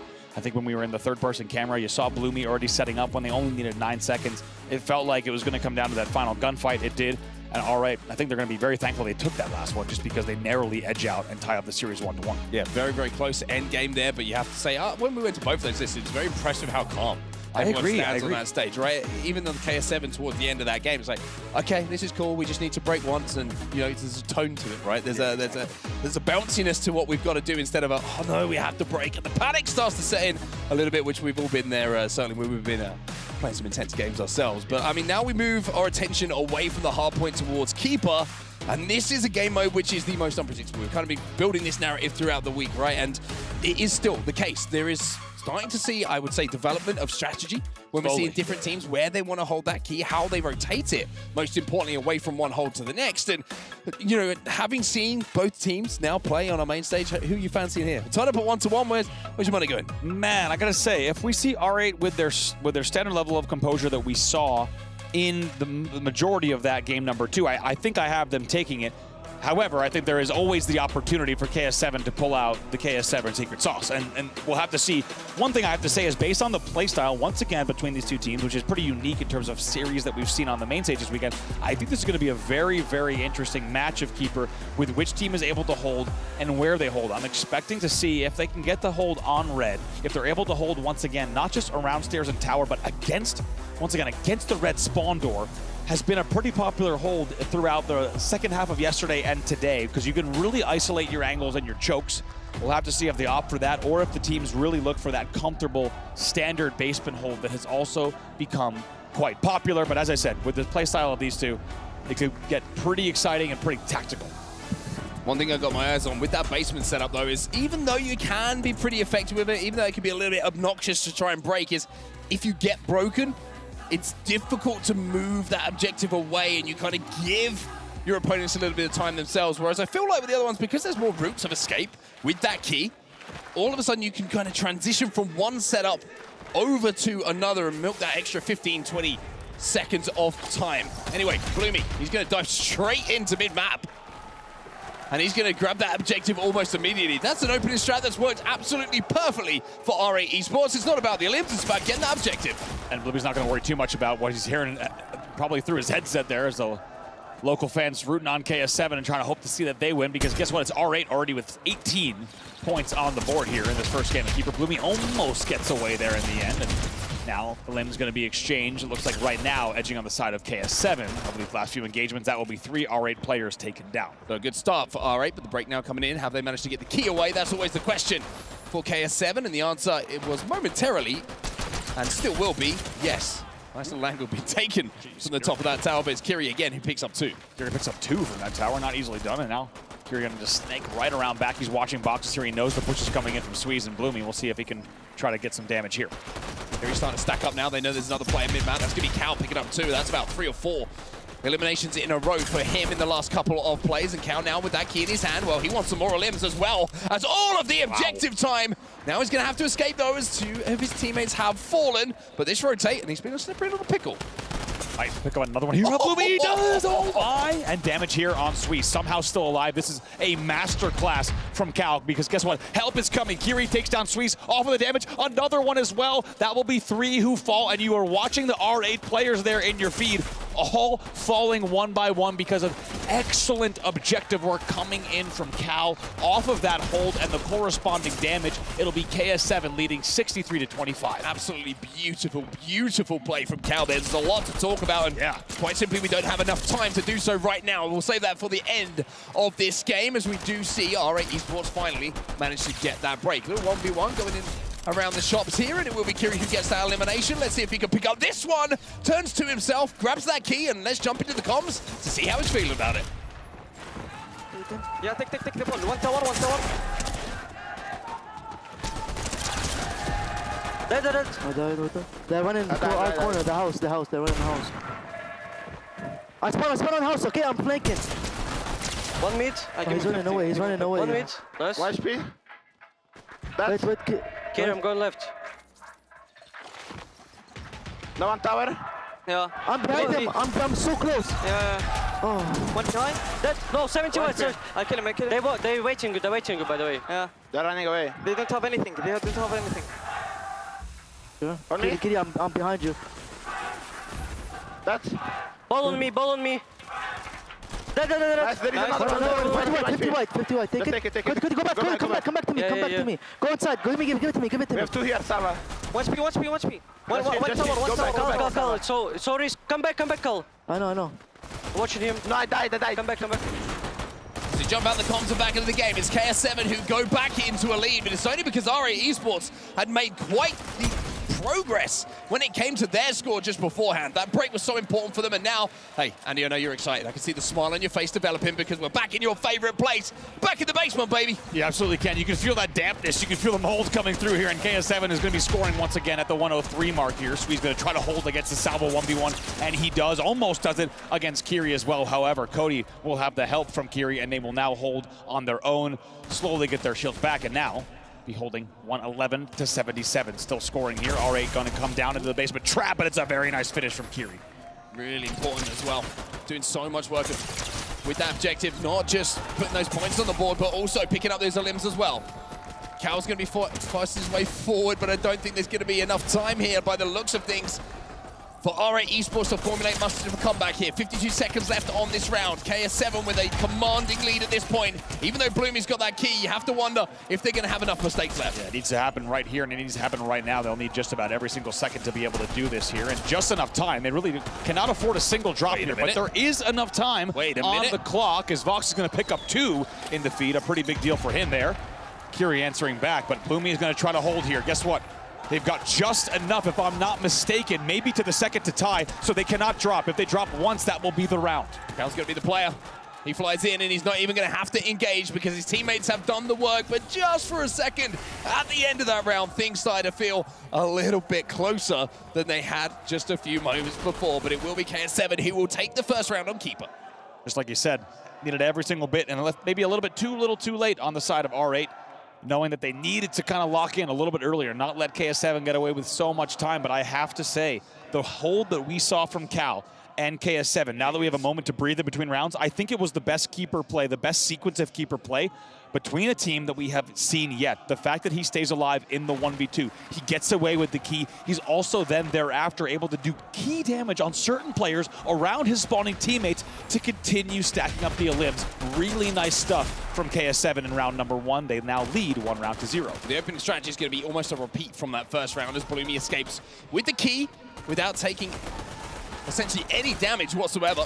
Now he's going to have to try and scarp away back to the respawners because elsewhere in the feed, Salva managed to find one. Sweet's going to answer back with 2 of his own. Salva now looking for his second in quick succession, and we'll find it. 14 limbs to his name, tries to get another one there. Vox is going to be the one that shuts that down in the end, 26-0 in favor of R8, and R8 knows that they need to ice up here to get ready here. They're already trailing 1-0, and they want to make sure that they take this the go-ahead game in the series. Oh, look at this rotate coming in for Bloomy. Moves towards the tower now, tries to drop down and escape away from the clutches of the chasing KS7 players.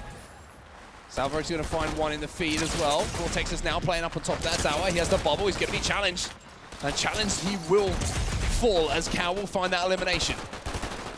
Very good start in this round, though, for R8 Esports, but very similar to what we saw previously in the previous round. A good start, but then it was KS7 who managed to start to put together a comeback. Yeah, at this point, you almost think that R8's very thankful that they managed to get that game number 2, because it feels like KS7 just somehow has a little bit more late-game composure overall across the games in the series so far. R8, though, making sure they grab that second game now. Kiri just trying to make something happen, doubles back off of the wall in a very, very nice effort, meaning 3 down for R8, and we will now see the key held in the comforts of Hagrid's hut. And we're going to see the score flip on its head once more with KS7 who go into a lead. And that's going to be back-to-back, essentially squad wipes coming in from them. Really, really well done there from the side of KS7. As you say, they now take the lead in back-to-back. 3 elims in a row. Salva finally gets taken down, but not before a few more kills are ready. Kiri's just running around. Oh my movement! Absolutely fantastic movement, baiting, switching. Look at Bloomy. Looks over to his left. You know he's a bit frustrated there. He looks over to his left there on the other side of the stage and not too happy because guess what? They were just leading by 40. Now they're trailing by 25. Just a hint of tilt. We won't say it yet, but just a hint. Just maybe just some beginnings of the feelings of it for sure as we head towards Hagrid's hut. Now Kiri's still with that key in his hand. Finally, it's going to be ripped away. As R8 will be able to stop this progress. But again, it's a monster first hole coming in from KS7. 85 points they put on the board there. Essentially just shy of doubling their opponent's score. Bloomy going to go for this outer cliff hold. We've talked about the importance of this hold as well. You can really set some very specific chokes and head glitches there. Here comes the push, though, from KF7 for the break. Salva with 20 limbs to his name at the moment. Doubles back, takes care of Vox. Vortexes might be next as well. He's going to have his shields broken as Salva tries to jump up and challenge. And so he's going to grab that key after seeing his 2 teammates pick up the eliminations to allow him to step forward. That was a really smart play there. Just used it as bait, dropped it for a few moments, tried to move those players into the position where he could clean them up, and now has that ball, had that key, back in their hands. But off the back of it, even though there's some good moments coming in from R8, now we're seeing KS7 managed to pick up 3 eliminations themselves, and they have that key back in their hands. Yeah, very, very nice squad wipe. All the elims coming in from the side. However, R8 answers back right away on the counter very nicely. Oh boy, trade 2 for 2 though. You thought it was going to be an R8 sweep. Instead, 3 fall for R8. Vox is going to be the last one here. If he falls, it will be more time for KS7. Now that's 4 stacked on the elims, and now they will hold for just a moment here. There will be respawners coming in, but likely R8 going to wait for each other here. Utility is going to be used. EMP going to be thrown back. It's Cal, key on his back. 23 eliminations for him. Salva's going to find one in the mid-map after... He's actually going to find 2, excuse me, after his other teammate picked up another, and that might have been all of them falling. And again, Cal just stood here with the key on his back and continues to score. It's 127 on Rising. It is remarkable how different the hut hold is from the basement hold. As you saw earlier, as the player with the key, you can absolutely juke and just out-move players. You can totally dip in and out of these windows, off of the cliffside, back over the wall. You can really bait and switch and use help from your teammates so much more on this side of the map, and we're starting to see that from both sides here. It's 131 to 88 in favor of KS7, but R8 looking to get back in this round. Take a look at the clock here. They will need all of this time. Once again, they've left it down to the final moments. It's deja vu, but this time it's not going to get any closer by the looks of things, as KS7 will pick up the eliminations they need to put all of R8 Esports on the back foot. They will win here on Keeper. 2 rounds to 1, if I'm not mistaken, or is it 2-0? Excuse me. It'll be 2-0. I don't think they know it yet. They're finally, I think, just figuring it out the map. There you go. As they're starting to, you see a little bit of hands going in the crowds. They want to hear some hometown support. And you could tell for a moment, right when we started talking about it, I don't think every player on the stage had done the math quite just yet that they had already won that game. Hard. I will say, I couldn't even do the 2-0. There's the music. There's the music. Now we definitely know. It's going to be a 2-0 win here for a side of KS7. And I told you. I don't want to say I told you, but I've made that mistake by saying I told you just then, because KS7, they're looking pretty good in this series, man. They're looking very, very good in this series. Very good indeed, and I loved what I saw. How about the movement from Kiri? Kiri's the one who started off the movement party in the hut. Just absolutely, the juke potential on those walls and that cover around the cliffs and around the hut is just so much more interesting, and the skill ceiling around that area of the map is just so much better than everything else that's happening in basement. Basement, it just feels very straightforward, very claustrophobic. What we just saw was a masterclass from Kiri and all of KS7 around the mid-map and around the hut in being able to bait and switch, use your teammates, fly over a wall, get all the team fire you need, fly back over that wall to juke someone who's pushing. Really impressive there from the side of KS7. Very, very impressive indeed, coming in from the side of KS7. Oh, I do want to watch that run back, actually. Just that mid-map run, the one from Cal, I believe it was, where he had the key on his back. That moment was such a significant one for the development of game plan we've been talking about, right? The way that you can see the progress of these teams from day one to the point we find ourselves at now in the tournament. Those holds are becoming more and more established, and not just the holds, it's what happens after you pick up the eliminations. What happens if it's trades, and where do you go with that key to keep it in your possession? That's really the question, and we'll take a look at some highlights now, which is going to maybe give us an opportunity to see some of those moments of greatness. But I think as these teams are figuring, here's Kiri, look at these moves, just absolutely getting pushed. Look how we can fly back over, get help on each side. Really, really impressed with that sequence of play. And I liked what I saw. To be honest, I think a lot of people watching at home will kind of agree. I think gameplay around the hut is simply a lot more exciting. The juke and the outplay potential really just is on a whole different level from other corners of the map. Certainly very different from those basement holds that you saw, but really impressed. I think as teams get better and better at this game type, you're going to continue to see just more and more team shotting. When you are the last player alive with the key, if you can not only rotate, but do specific damage near your spawning teammates, you can continue to not just string 4 limbs together, but you can get the 5th limb, you can get the 6th limb. It can be really impressive. Yeah, picking up that first limb off the respawners as well is such a big thing to allow you to have more guns on the map, to then focus your fire as a 4v3 situation. You pretty much should be winning that every single time, unless the utility of the respawners has something to say about it that can even those numbers up. But the majority of the time, you would feel pretty confident you're going to be able to at least trade out a 3-for-3 situation, which then keeps your key carrier alive to be able to just continue to rack up time. We are going to see the players in the timeout at the moment, taking a little bit of a break, Andy, and some discussions being had for sure. Gotta wonder if there's some kind of indicator light there. KS7 boys knew that the camera was on in the room, so they're gonna be careful with exactly how much they share on that whiteboard, but that gives us not only an opportunity for the boys to have a break in the break room here, but also a break really quickly before we get into the next match in the series. Next one coming up in just a moment. Don't go anywhere. More EWC featuring Fortnite coming up after this.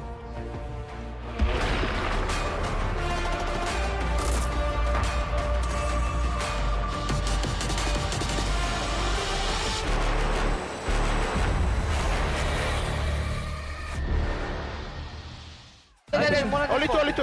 Yeah. Back. 1 HP. 1 HP. Take it. Nice. Go. Nice. Behind. Nice, Alba. 1 HP.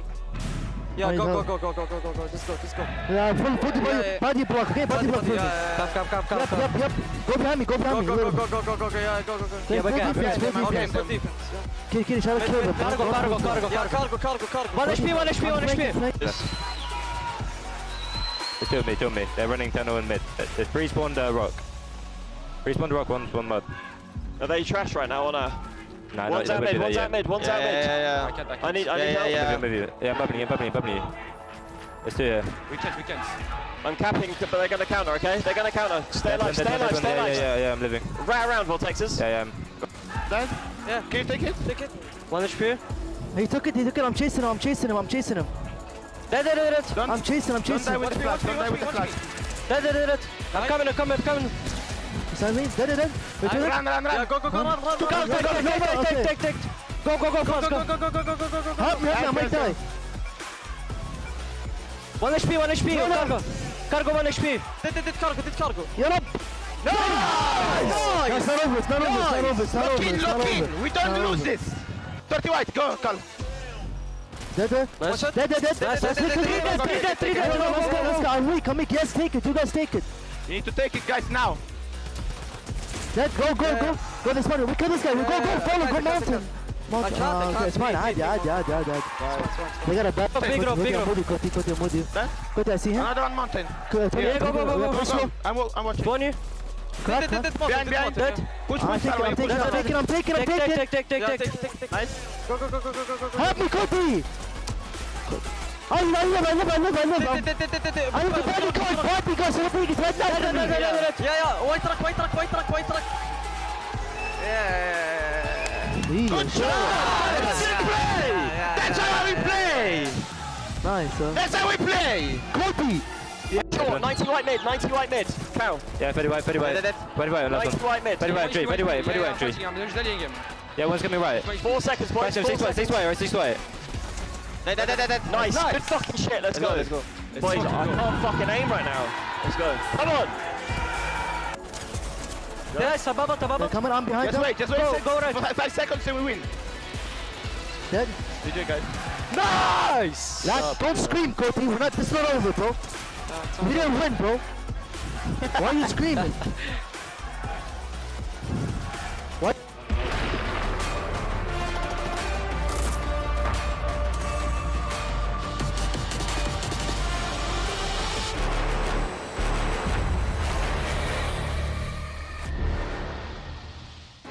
Welcome back to the Esports World Cup featuring Fortnite, and boy, oh boy, wasn't that a treat to hear the comms coming in from the KS7 sides in those final moments of the CTF. A lot to talk about, a lot to take away. Yeah, I'm so glad we got that, by the way. Shout out to our entire production team here for letting us hear that. Also, shout out to both teams, because you can hear the intensity in the comms throughout this game, and it's no surprise based on how the games have played, but absolutely loved what I heard. I think maybe the one that sticks out the most just now is hearing from the KS7 side.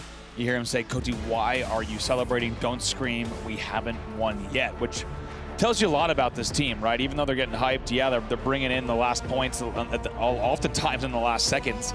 However, you just heard from the side. Don't get too hyped yet. There's still more work to be done for KS7. Job's not done yet, and they will know that, and they certainly showed us that they know that for sure in those moments. Yes, the adrenaline starts to kick in when you have those last-second huge moments in a series, but there's no bigger moment in a series that is the one that takes you across that victory line. So for KS7, 2-1 up in this series, having just one keeper in what felt like, to be honest, a fairly convincing manner. Now they head back into CTF, and they're going to have an opportunity here to close this out and move on to play tomorrow. Yeah, and what a way to do it if they're able to close it out here. They're going to want to avoid that 5th game if they can, and just finish it here and finish it now. I think not only is that going to give them even a little bit of an earlier night and a little bit of extra sleep heading into the next day, however, also even a little bit more confidence if you can close out your last series of the night in 4 games, but don't want to count our eggs before they are hatched. Looming on your screen there, a lot of thinking to do for the R8 side on their end. They're going to want to force not only a win here, but also get all the way to a game 5 and see if they can take the series. It's not going to be an easy task, though. This is going to be our final qualifying match of the night as well before we move into the big money matches tomorrow. This is how things are looking at the moment in our Group C bracket. You can see how we've essentially found our way here. Look down to the bottom in the middle there, the best of 5. That's where we currently are right now. KS7, their road had to go through Fnatic, where they won 3-1, and they're 1 map away now from putting themselves into that final qualification spot alongside Carmine Corp, which you can see up at the top of the screen. Also, not forget here, Fnatic, of course, coming in actually with that 2nd seed in the group. So you might have caught it earlier today, but that KS7 win already an upset. And it goes without saying, KS7 being the last team to qualify in this group, the 4th team, it would also be an upset if they sent R8 home here. What a statement it would be if they were able to come out of the group in that spot. Exiting, of course, with Carmine Corp of Europe. And getting all the way into the playoff stage. One more game for them. R8 on the other side of the stage, though. They're going to want to send us the distance here and have a little bit more games to play in mind, without a doubt. If I'm not mistaken, they're pretty sure that their prize for making their way through this bracket and making their way through this series is a matchup against Heroic a little bit later tomorrow. So as we wait for the players to make sure that all the tech issues are going to be sorted out on our main stage and they're ready to go into this match number 4. it gives us an opportunity to talk a little bit about what we've seen so far, Andy, because I gotta say, I think the KS7 have got something special about them in this tournament. There's a couple of things that we can talk about which essentially boil down to preparation, individual skill, you know, work that they've done to be tactically aware of what they want to do in and around these maps, especially with the newer game types. You know, a lot of that comes down to hard work and natural ability, but there's something which is an intangible which we always look for in teams and players, which is just the ability to clutch, right? And there's certain players that you put in exactly the same situation and they come out with different results. And it looks like to me, I don't know, from what I'm seeing so far in this series, what I'm seeing so far today, KS7 have got more of them than a lot of the other teams here at the moment. I think they really do. And look, I mean, even when you look across, right, smiles on their faces, you can tell they're having a good time. I think they're taking in this moment, right? They're on this unbelievable, beautiful, huge, by the way, stage in front of not just everyone here in the arena, but of course everyone watching from home and everyone who will watch these VODs on YouTube as well. I think they know not only what's at stake, but I think also they're kind of getting a feeling like, hey, like you said, let's do it. Let's do our thing. Let's clutch up as we get ready to go back to Panther here for our game number 4. Panther CTF. Gotta say, my favorite game type of the suite. I think it's extremely exciting to watch. Those flags get moving. And of course, it's not just about getting that flag moving and getting it out of the base, Andy. You have to be able to pick up some eliminations on those respawners who are overextending in and around mid-map and towards your base as well. So it's almost a 3-step progress. Yeah. 1, get the elims to get in the base. 2, get that flag moving, and then 3, get those elims on the way back to make sure you can secure that flag. It really is a difficult flag run, without a doubt. You feel like on Chalet, once you have the chokes pinned down, you really have the flag back. Here, it's a very different story. It provides a whole different set of challenges when you're running that flag back, as you say. And not only do you have to worry about the overextenders on the spawn, I would say about 50% of the time, if not more, there's already an overextender at your base because of, as we talked about earlier, just how wide this map is and just how challenging it can be to lock down every single lane. Nearly impossible to do so. So often when you are pulling, you will find the opponents have your flag or already coming back to your side of the map. Here we're underway in game number 4. This could be the deciding match of the day. One more to go here for KS7 to close this out 3-1 and move on to tomorrow's competition. For R8 to keep this one going, they're going to have to send us to a game 5 by taking home this capture the flag in front of us. Interesting to see how we're going to start. Sometimes we've seen a kind of a huge flood on one side and aggression coming in, but this time it's looking like a little bit more of a traditional slow it down, look for those picks. It is, and I gotta say, once again, what a treat these two teams have been. Right now, KS7 leading 2-1, and it really, really slowed down tactical gameplay from these two sides. Very thoughtful, very methodical gameplay. And is this not an indicator of that or what? I mean, no elims on the board just yet. Finally, the first one comes in for Vortexers. Vortexers manages to find the pick, like you say. Cal now trying to escape. Salva's trying to give him a little bit of cover, but Sweet's going to be there, but they're going to be able to zone him out, and all of a sudden the trades start to happen around the mid-map. But it's going to be Salva who picks up a double on one side that might open things up for KS7. However, top middle platform is going to be controlled for now by R8. Rooming the man on your screen and on your POV here. Does get hit. Needs to retreat down low. Now here over to Cody. And man, after 1 minute and 15 of play, you're going to see everything just really still stay pretty slow here. No, oh boy, Vox with an absolute brainer to keep things interesting on his side of the map. Vortex is trying to get an angle here. And he's going to be able to pick up 2 in the feed, which is now going to open things up for them a bit. But he has to back down, play towards his base, just buy a little bit of time for his teammates to respawn and get back into a position to help him defend this flag pool coming in. Vortex is going to be challenging. Look at the peak coming in from Cody, though. He has been a nuisance. Now he uses that bubble as the engineer as well, but Vortex is still challenging, still keeping the pressure up, and it's Kiri's time now to try and use a very similar position. Does it? To defend his base, and defend it he will. Wow, what a set of shots there. Needed to hit that in a very, very small window. In the end, Cal's going to roll back to make sure that the base is cleared out, take down Vox, but now Cal's starting to make a move, and you're already hearing here in the arena. It's getting loud. There certainly is a feeling about this game, right? I think everybody's starting to get locked into Esports World Cup featuring Fortnite as we get through these rounds, and with the elimination in front of us, it just adds that a little bit of extra spice to a big series like this one. 2 minutes and 35 seconds left on the round clock here, as Bloomy, trying to defend the back of his base, will be eliminated. And look at this, KS7 now inside with an opportunity to steal this flag away from the R8 base. Now going to try to make this pull happen. He already knows it's being baited here. A little bit of a head glitch coming in from Vortexers, who's going to try to hold that flag stand and defend it as best that they can. Bubble does go down very, very nicely timed there, and they're going to start to try to run. Bloomy does find one, though.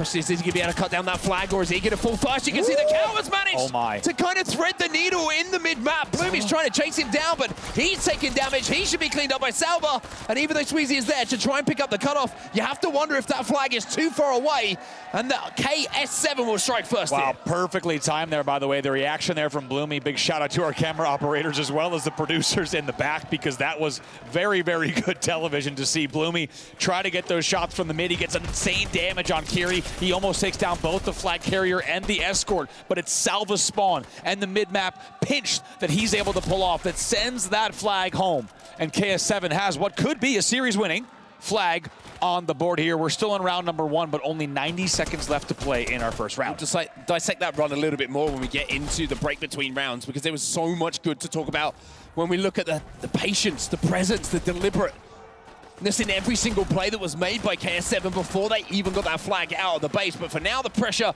has flipped completely onto R8. Vortexers, who's had some good moments so far in this game, needs to try and apply pressure. Salva trying to hold him off. Doing whatever he can. Finally gets taken down in the end. Now here over to Kiri. Now just 60 seconds left. R8 trying to make this happen. Kiri holding, gets a very, very nice one, and also damage on Vortexers. That should pave the way for Callan team to get a little bit of extra damage. Vortexers going to try to get a cheeky pull here, and I think he's going to wrap the corner. He does. R8 now on the flag run. You guys on that feed. That's what really matters. Going to avoid the damage coming in from that grenade as well. Vortexers, now he's going to avoid the damage coming in from those bullet tracers just in behind him. R8 have this flag away, but you have to look at those eliminations as Kiri is inside of the base for now, but it looks like this will be a clear run home. Let's see if he can do this now. Just needs to wrap a little bit more of an angle to go here. Let's see if he takes any damage on the way, and he is able to get it in here. Very nicely done. Not the easiest run, Mark. We don't often see the Lambo route. That's a really, really wide flag route. However, he must have known that he had the teammates, he had the support, and the sight lines to take the longer flag route, and a very, very perfect timing there coming in from R8 with 9 seconds left. You'll see a little bit of roll up of the sleeves from the side of KS7, because we will go into round number 2 tied 1-1. What other way would you want to have it, right? Tied to 1-1. Both of these teams just going back and forth here on the main stage, and you can see the fans, they're enjoying it right now. Why wouldn't you, right? This has been an extremely entertaining series so far, and that's a 1-1. Another flag going in with just a few moments left as well. Kind of follows pace with what we've seen leading up to this point. It really does. Everything's just been on a knife edge. Man, the KS7 boys are having a good time out here. Ooh. Trying to shush the R8 fans in the room, though. That's certainly what we're seeing time and time again. It's always brave to take your attention away even 1% from the game that's in front of you before it's done. I always say, it's always a worry. I want to see people like body disrespected in game 1. It never ends well. No. Maybe keep the shushes to a minimum. You got to win the series first is probably going to be the best bet. Then do what you want. Yeah, then you can do whatever you want. Whatever you want. Truly. You have the whole night ahead of you. The world is your oyster. Vortexers here. Speaking of oysters, going to go ahead and drop down a little protective bubble. Try to hold down the angle here on the palms, but going to try to finish Salva if they can. A little bit of a top mid hold, and now probably also loop back to the base to clear it out. All right, we'll get control of the platform to start off with, then we'll get the majority of the eliminations, and Cow will fall as well. And when Cow falls, usually it's a good sign if you're an R8 fan, because he has been the standout, I feel, in this game. A lot of the times when it comes to those eliminations, it comes to those clutch moments, and it comes to clearing space when you just feel you're under a little bit of pressure. Salva now, he's 10 eliminations. We'll stay at 10 for now, as it's still a little bit of a battle for the mid-map, and this is very similar to what we saw at the start of round 1. Nobody really being able to progress. Really is, and it feels just like we saw when they played that first also CTF as well. It feels like both teams really prefer to have the right openings and the right entries. You don't see a lot of all-inning, just 50-50 pushes that might or might not work out. They're really looking for that preferred hold. Ooh, trade there coming in from Salva and Vortexers. All right, trying to be annoying, trying to get that flag moving. It's actually going to be Cal who goes back and wraps back just to take care of business for a few seconds. Vox, that is quite the shot. Now he's got damage onto Cal as well. He's going to fly in, he's going to clean up, and this might be the opportunity to get that flag moving. Yeah, it should be indeed, but right now it looks like a little bit of pressure going to be coming in. Kiri's going to be the one who just comes and tries to fly in for the break, and actually Vox is going to win that one. Only 29 HP to the name, a little bit of a dream as well, and now finally actually going to wrap back and cross well past the halfway mark on the route home. This is going to be a flag cap, because looking at the map overhead right now, Vortexers and Co are doing work in and around. Still, the KS7 base, and while they are picking up eliminations, he is picking up flag caps. That is huge, huge for the momentum in this game. They have flipped the score on its head, and R8 Esports now up 2-1. A little bit of a smirk and a smile and a nice job you saw there on the lips. Bloomy excited for that flag to go in without a doubt, because now that gives them just maybe only 2 minutes and 44 seconds away from sending us to a 5th and final game, but they will need to hold on. Salva picks up 3 in the feed, 3 elims in a row, make it 4. Oh my. Oh my, here they come. We'll see if they can continue this push. KS7 wants a flag and they want it bad. Salva's exclamation point, very difficult to say, especially after a long day, kind of summarizes how that play felt to me. 3 eliminations in a row as he starts to just add a little bit of spice to his gameplay as he holds down this mid-map. Now, playing off his damage, we're going to look at that elimination feed to see what happens elsewhere, but he's taking over right now. It's 16 for him. Absolutely taking over indeed. Huge amount of elims coming in. Bloomy tries to connect, cannot do it here. On board with Cal on this pillar. Not going to be easy in a battle against Xweez, who will win that one. Opportunity to get a flag moving, you would imagine, though. You see the eliminations being picked up inside of the base. Salva was the furthest forward, and it looks like he will actually be dealt with for now, but it's Coty who has the flag on his back, and we have to wonder if anyone's going to be in position to cut this off, or if it's going to be R8 who will be able to get a flag pull away. They wrap back, they get that kill, they will get the elimination. Now they've got a few more to deal with here. KS7 before they can run this one in, and it's R8 who are flooded. Not going to be easy. Right there, return right away comes in from Bloomy. Absolutely huge from him. Big moment there. A goal line stand, a goal line defensive stand coming in from R8. The overextension not picked up. The eliminations to follow the run not picked up, and that means they can get that flag back to their base. Now we start to feel the pressure of the clock as well. Just over a minute left in this game for KS7 to strike. Look at Bloomy just holding on the pedals here. Wants to play some creative angles and just hold the back hardwood. Cody tries to fly in, but not going to be easy. EMP'd right away. No bubble to hide behind. Bloomy picks up another one and some very good damage on Salva as well. Just trying to hold, waiting for some teammates to help. Vox flying in as well. Very nice from Bloomy. Really good target prioritization. Cal still staying alive inside. He's going to be challenged as well, but Bloomy certainly has the shield advantage. But Cal can turn those situations on their head. Cody now playing in the mid-map. He will pick up one or two vortexes in and around that platform. All right, just trying to slow down the push for now. A couple of bullets coming in. He's going to give away position. Bloomy's going to go forward. The MP will not connect. A little bit of a shoulder shuffle, a little bit of a shoulder poke, as you can see now. There's going to be a 3-man push coming in. This is pretty much the game for KS7. They are committing everything to this. Wow, Vortexers and Sweeze get the first few, and just what an opener from Vortexers to shut down that push here. And that really should be it here based on the time on the clock. Only 14 seconds left, and the elims that come in, you could tell it. R8 knows it that they've won this game. This is going to be the game go to R8, and that means everybody who's watching in the arena and at home, we are going the distance here. A Game 5 on the horizon. The series feels like it deserves it. It really does. I got to say, this is going to, without a doubt, my favorite series that we've casted and watched this entire weekend so far, and it really is only fitting. As the tournament goes on, you're going to get tighter and tighter matches between these two, and especially, and guess what? There's no change of expression, win or loss on the side of KS7. They're just happy. They're just happy to be here.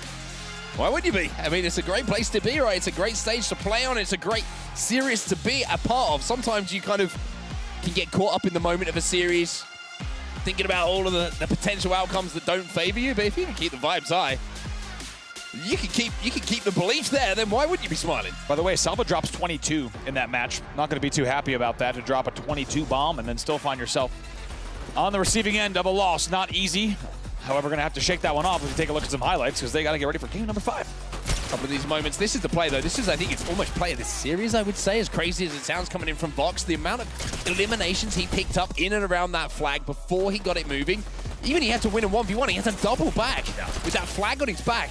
Win that 1v1 before he kept it moving, and it ended up being one of the pivotal moments in the game. But Salva as well, I will say, this was that trip ski was pretty memorable, to say the least. It really was. One thing I want to point out as well, and Salva just, by the way, continued there. That was quite a spree. Look at this play as well. Bloomy getting that return. Absolutely huge play. By the way, that was not the last. This play from Bloomy, I absolutely love it. First of all, EMP's a bubble, absolutely beautifully done, and stays alive long enough. Look at the damage. He also gets the kill on Salva. Look at the damage he also gets here in the end on Cal. Cal's able to get away and take him down. However, I think Bloomy bought enough time for the team. That was what Bloomy needed to do in the end there. And also, they're going to watch, if you just watch these last few seconds, Bloomy stays alive, comes off the respawn, they take down Cal, and it felt like that was around the 38, maybe 45 second left mark or so. Bloomy stays alive in the back of his flag long enough to buy plenty of time. The help comes to swoop along the back of the flag. And really impressive there, and that's something that's never going to show up in the stats, is Bloomy staying alive, getting that extra damage, even though there weren't a ton of limbs on the board. Really impressed with Bloomy's positioning and really prioritization there, and that helps them close out the game. It's another thing that just shows experience, right? I know they were having a little bit of fun on the floor in the studio with Bloomy. Bloomy's expensive, felt like a lot of the time, but experience is a thing that you can only learn over time, right? And those kind of situations, clutch moments, tight moments at the end of games, just playing those kind of positions, making sure you're dealing damage, never overextending to give away a life. You know, a less experienced player may have seen an opportunity for a kill there and played for the kill. Right, it's taken down, overextends, flags open. Before you know it, you look back and you think, ah, that was a mistake, and that one was on me. But the question still stands in this series. We came into it wondering who is going to progress in this tournament and who will have their tournament run come to an end. Well, we are coming to the end of the series after this game is done and dusted, and we will have our answer. It's a game 5 here, and we're going to have it taking place here on Chalet. Only fitting between these two, and guess what? The fire pit's out. That means it's Hardpoint on Chalet. It only comes out for special occasions. The back patio is open Get for the marshmallows business, out. baby. Get the s'mores ready, everyone. Get the lighter fluid out. This one's going to be hot. No, the amount of dynamite in the back pocket. It's true. Of some of these players. And also those houses are certainly look like they're made out of wood. They are made out of wood and highly flammable.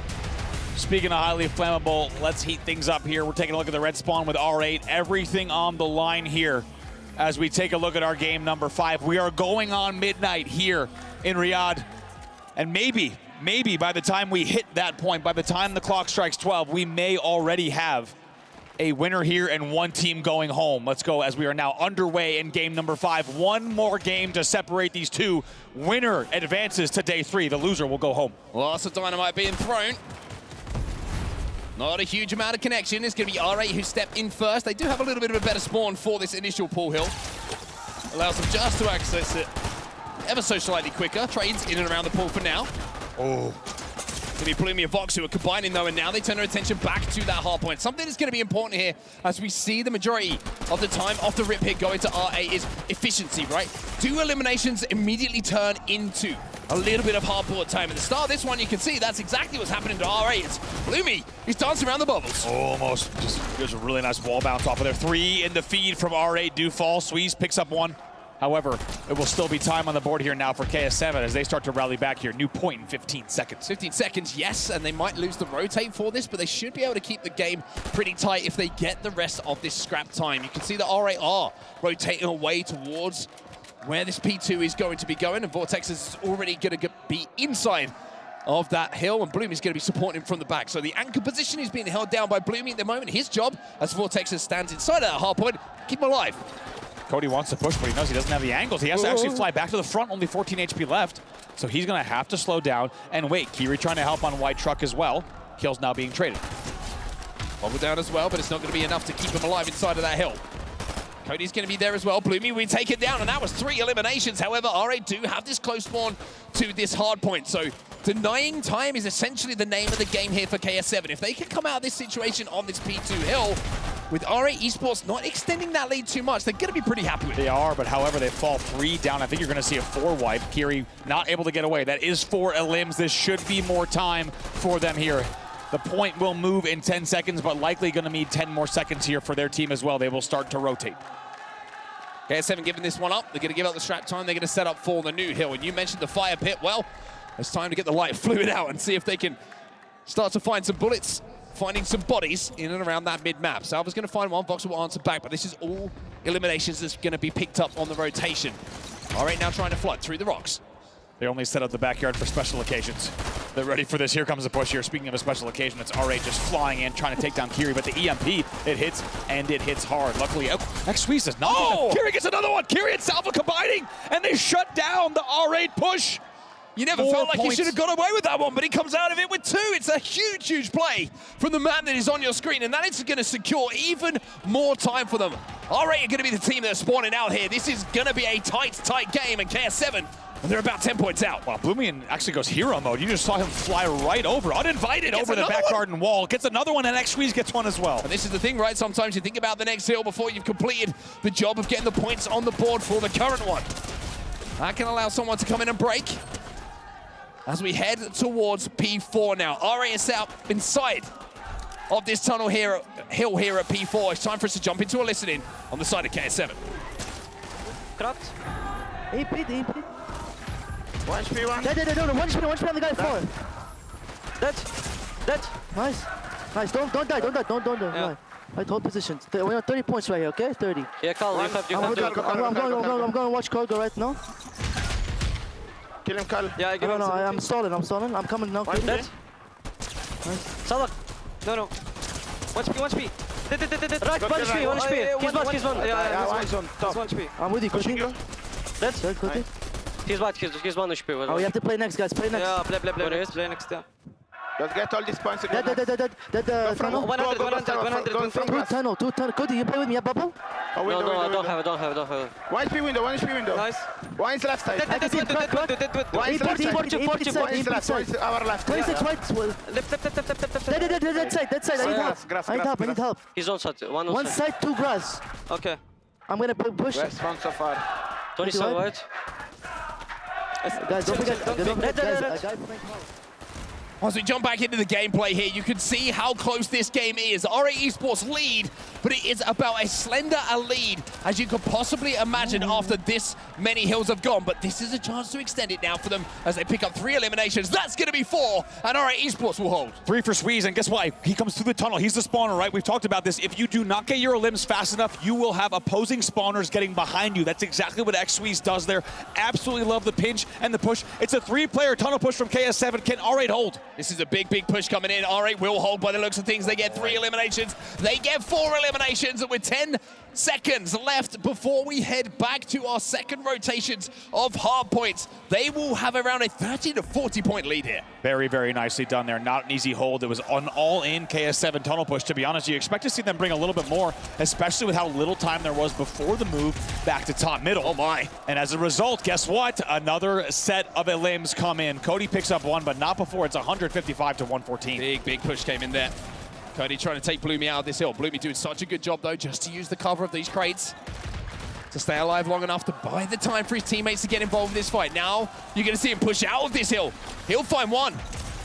Another one going to be picked up here by RA. Cal's left on his own. He'll be taken down as well.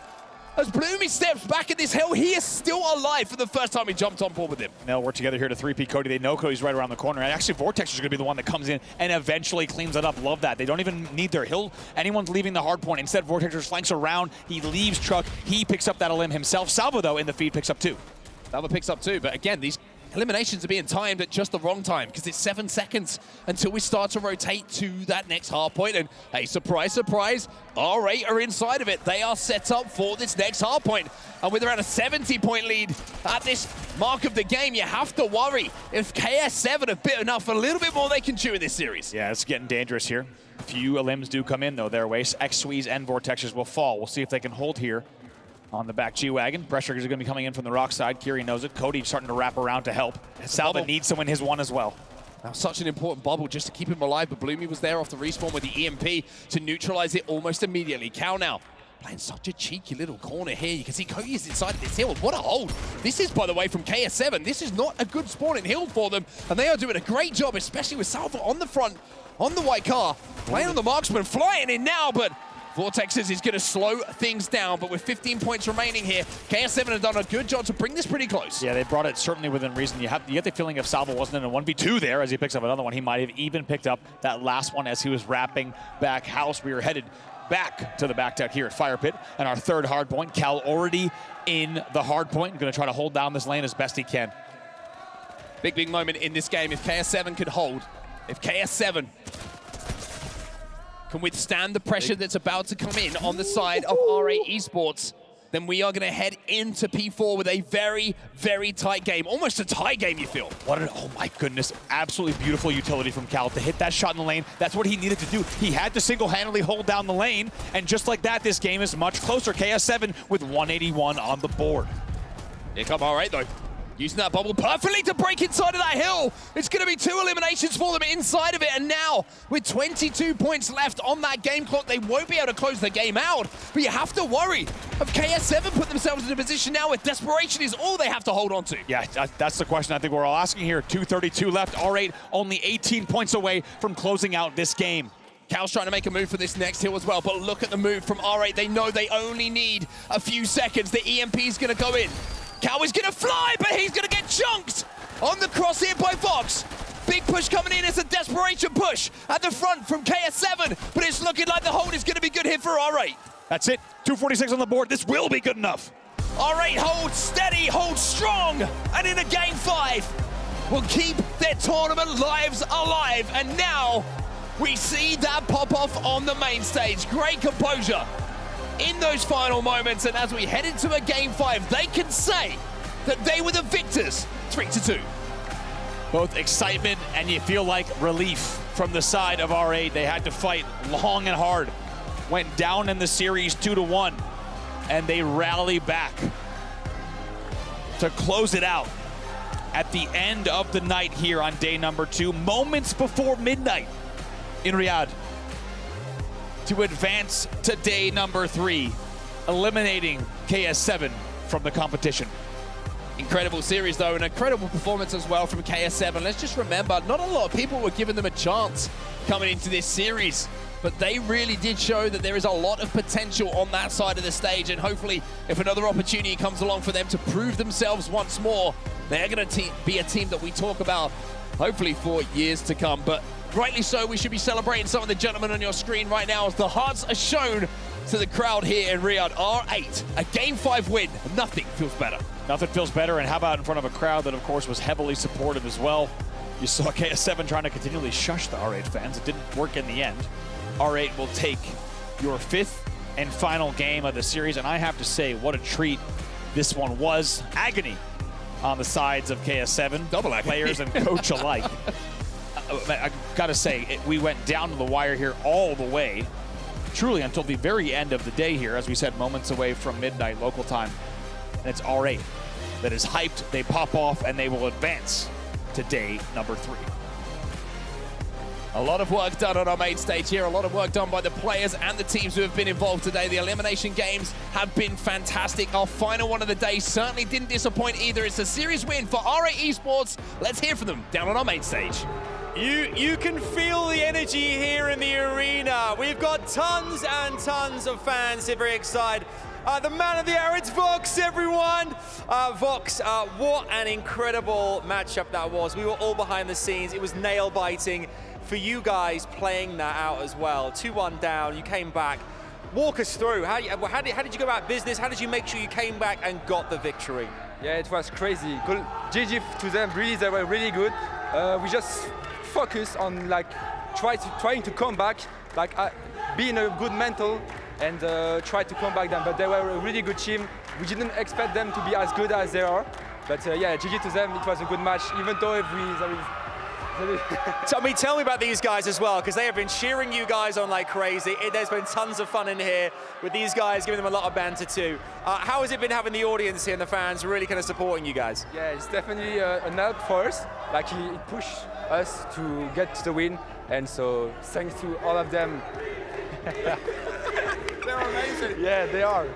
And tell me about as well, Hardpoint seems to be a really strong map for you guys. Were you confident going into that game 5 knowing you had Hardpoint coming your way as well? From where we come here, we were struggling on Hardpoint. So today we decided to focus on it and try to win the both maps that we would have played against them, and that's what we've done. So the work It was incredible. Obviously, you've knocked the team out of the competition now. We're going to have them bring over the key now to you guys. When you're ready, please do bring it over, and you'll get a chance to crush their key later. This is wild. Oh, this is unbelievable. It's incredible. GG's, well done. I love to see it. The sportsmanship is there too. That was great. Well done, man. Well done, well done. GG's, man. That was great. You've got the key. You've got their key to crush that later as well. And everyone's loving every second of it. Next round, you're up against Heroic. How do you guys prepare for this? It's going to be quite the spectacle. Yeah, we have already played them a lot in scrims. Before coming here, of course, we have prepared a lot. And yeah, we are really confident for tomorrow and hope we're going to win. But good luck to them. Good luck to them indeed. Thank you so much. Congrats again, Vox, and the rest of the R8 guys as well. An amazing battle, a great way to round out our second day of our competition. It's back to you guys in the studio. What a day this has been. Push. He's white. 60 white, 90 white. Yeah, we have one white. Let's see what speed. One shot. Just wait. 3, 2, 1. Let's go! Let's go.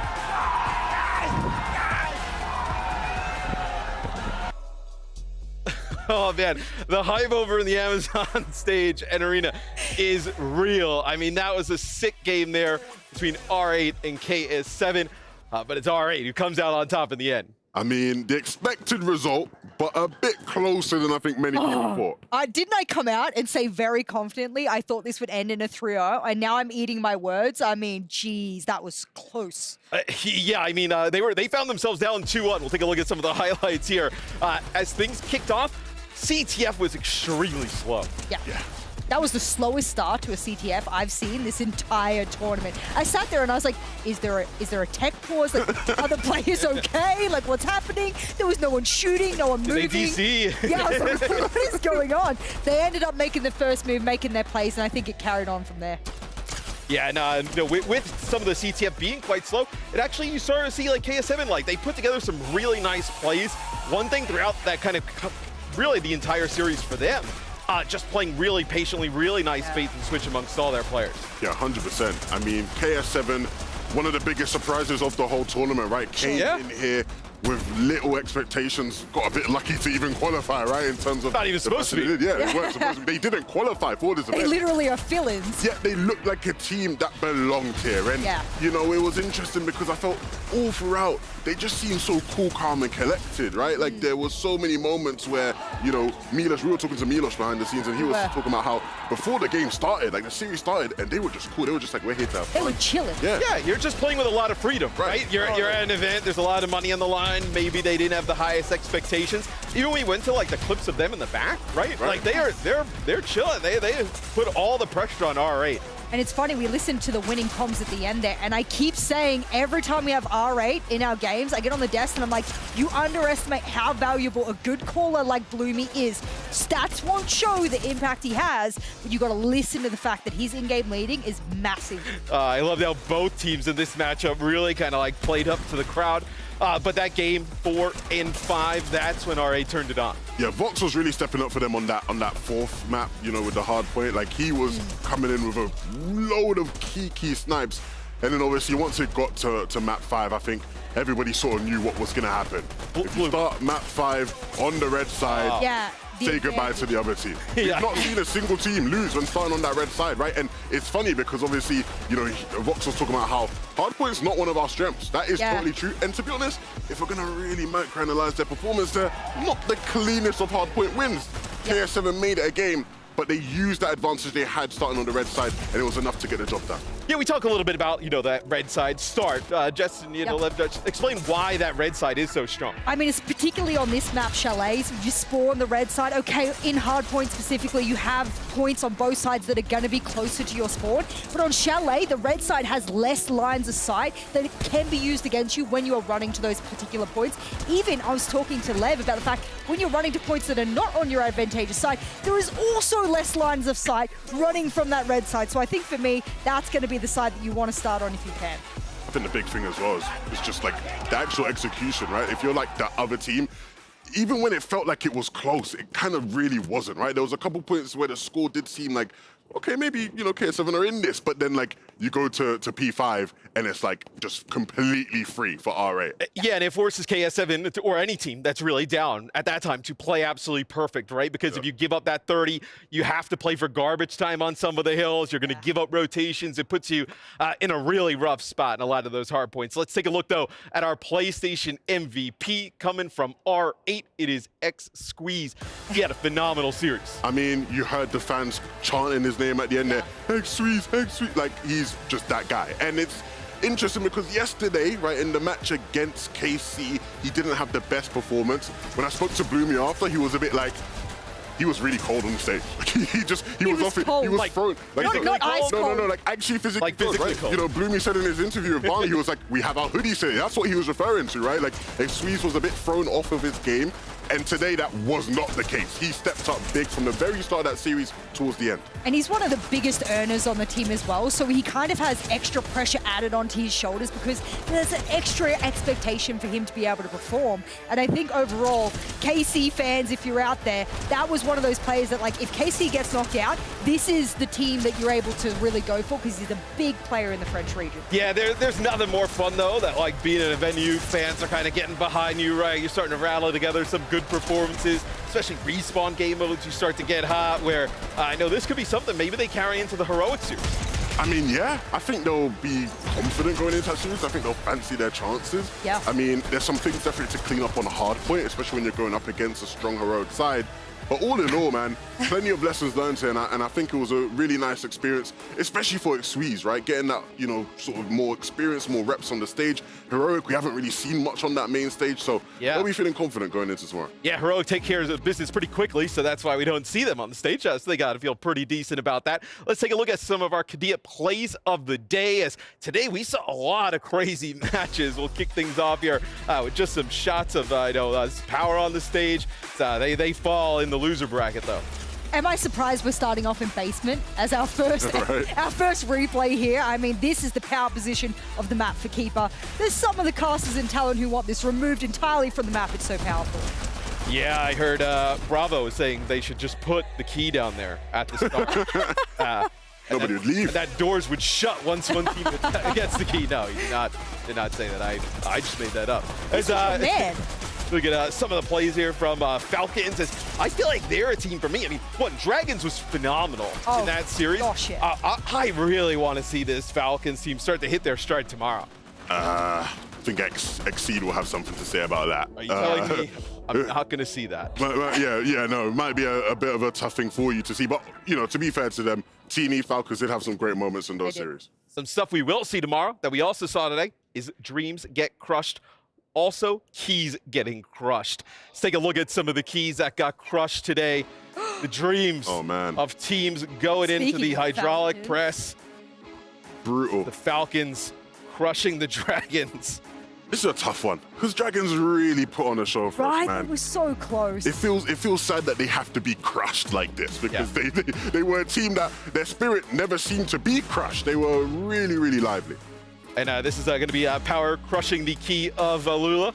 So Power, they get that win earlier today, but they're not able to make it into our quarterfinal rounds, Jess. Yeah, I'm glad they got this experience at least because no one expected them to be able to make, you know, that win in their pocket to walk away with. And they'll walk away with this experience too. And the boys look happy. Alex's birthday, he got a hydraulic press as well going. Oh, and this is Fnatic's key in the press. We had higher hopes, higher expectations for Fnatic. They got one map here, Lev. Yeah, I was just nice about Dragon's key being crushed, but now I'm going to be a bit mean. This was a key that deserved to be crushed. No, that one. Not good enough. Lev's like, put it back in the press. Let's crush it again. It's not crushed enough. The quarterfinals. We can take a look at our playoff bracket for tomorrow. Exit versus GG, Heroic R8, Exceed versus Falcons, and Carmine Corp versus Dignitas. Lev, what game are you looking at there in the quarterfinals? I mean, Exet versus GG. Oh my goodness. That is grand final. I thought that would be the grand final. So the fact that we're going to see that as a quarterfinal match, again, no double elimination, right? So one of those teams is going home. Tough. What about you, Jess? I haven't seen a lot of Heroic personally, and with how R8 performed today and have been moving through the bracket, I want to see how they go head-to-head. It's almost like you saw the schedule, because you're going to get to see Heroic bright and early. I had no idea the schedule. I really did not. That was amazing. Heroic versus R8 will kick off the action tomorrow. Exceed versus Falcons, Carmine Corp versus Dig, and then Exit versus GG to close out the day. That one's going to be sick at the end. And also tomorrow, all best of 7. So that's going to change things up, right? Yeah, definitely. In terms of how those map pools have been stretching, it makes for an interesting day. And I like the fact that it's going to be best of 7s as well, because we just spoke about red side dominance coming into that last map. And it's kind of like, well, if you're going on to the Hardpoint and you get red side, you kind of get that auto win. Going to a best of 7, you're getting that chance to really redeem yourself. Yeah, we had some awesome games today, but now we've dwindled down the field to 8, and tomorrow's games are not going to disappoint. All bangers throughout the day, so you don't want to miss it. But that's it for us today here, though, at the Esports World Cup featuring Fortnite. Make sure you tune in tomorrow. We'll see you there.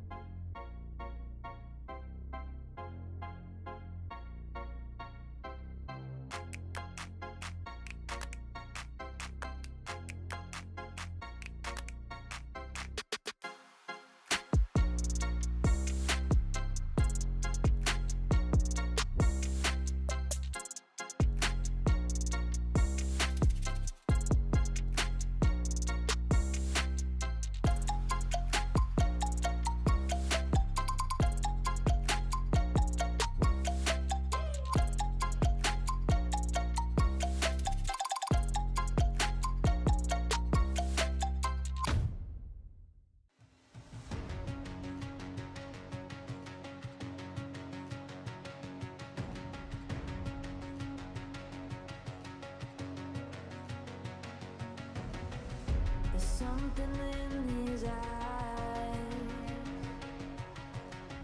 There's a storm within, but it's written in the skies. Let it break me till it's over. Won't let it shake me, no.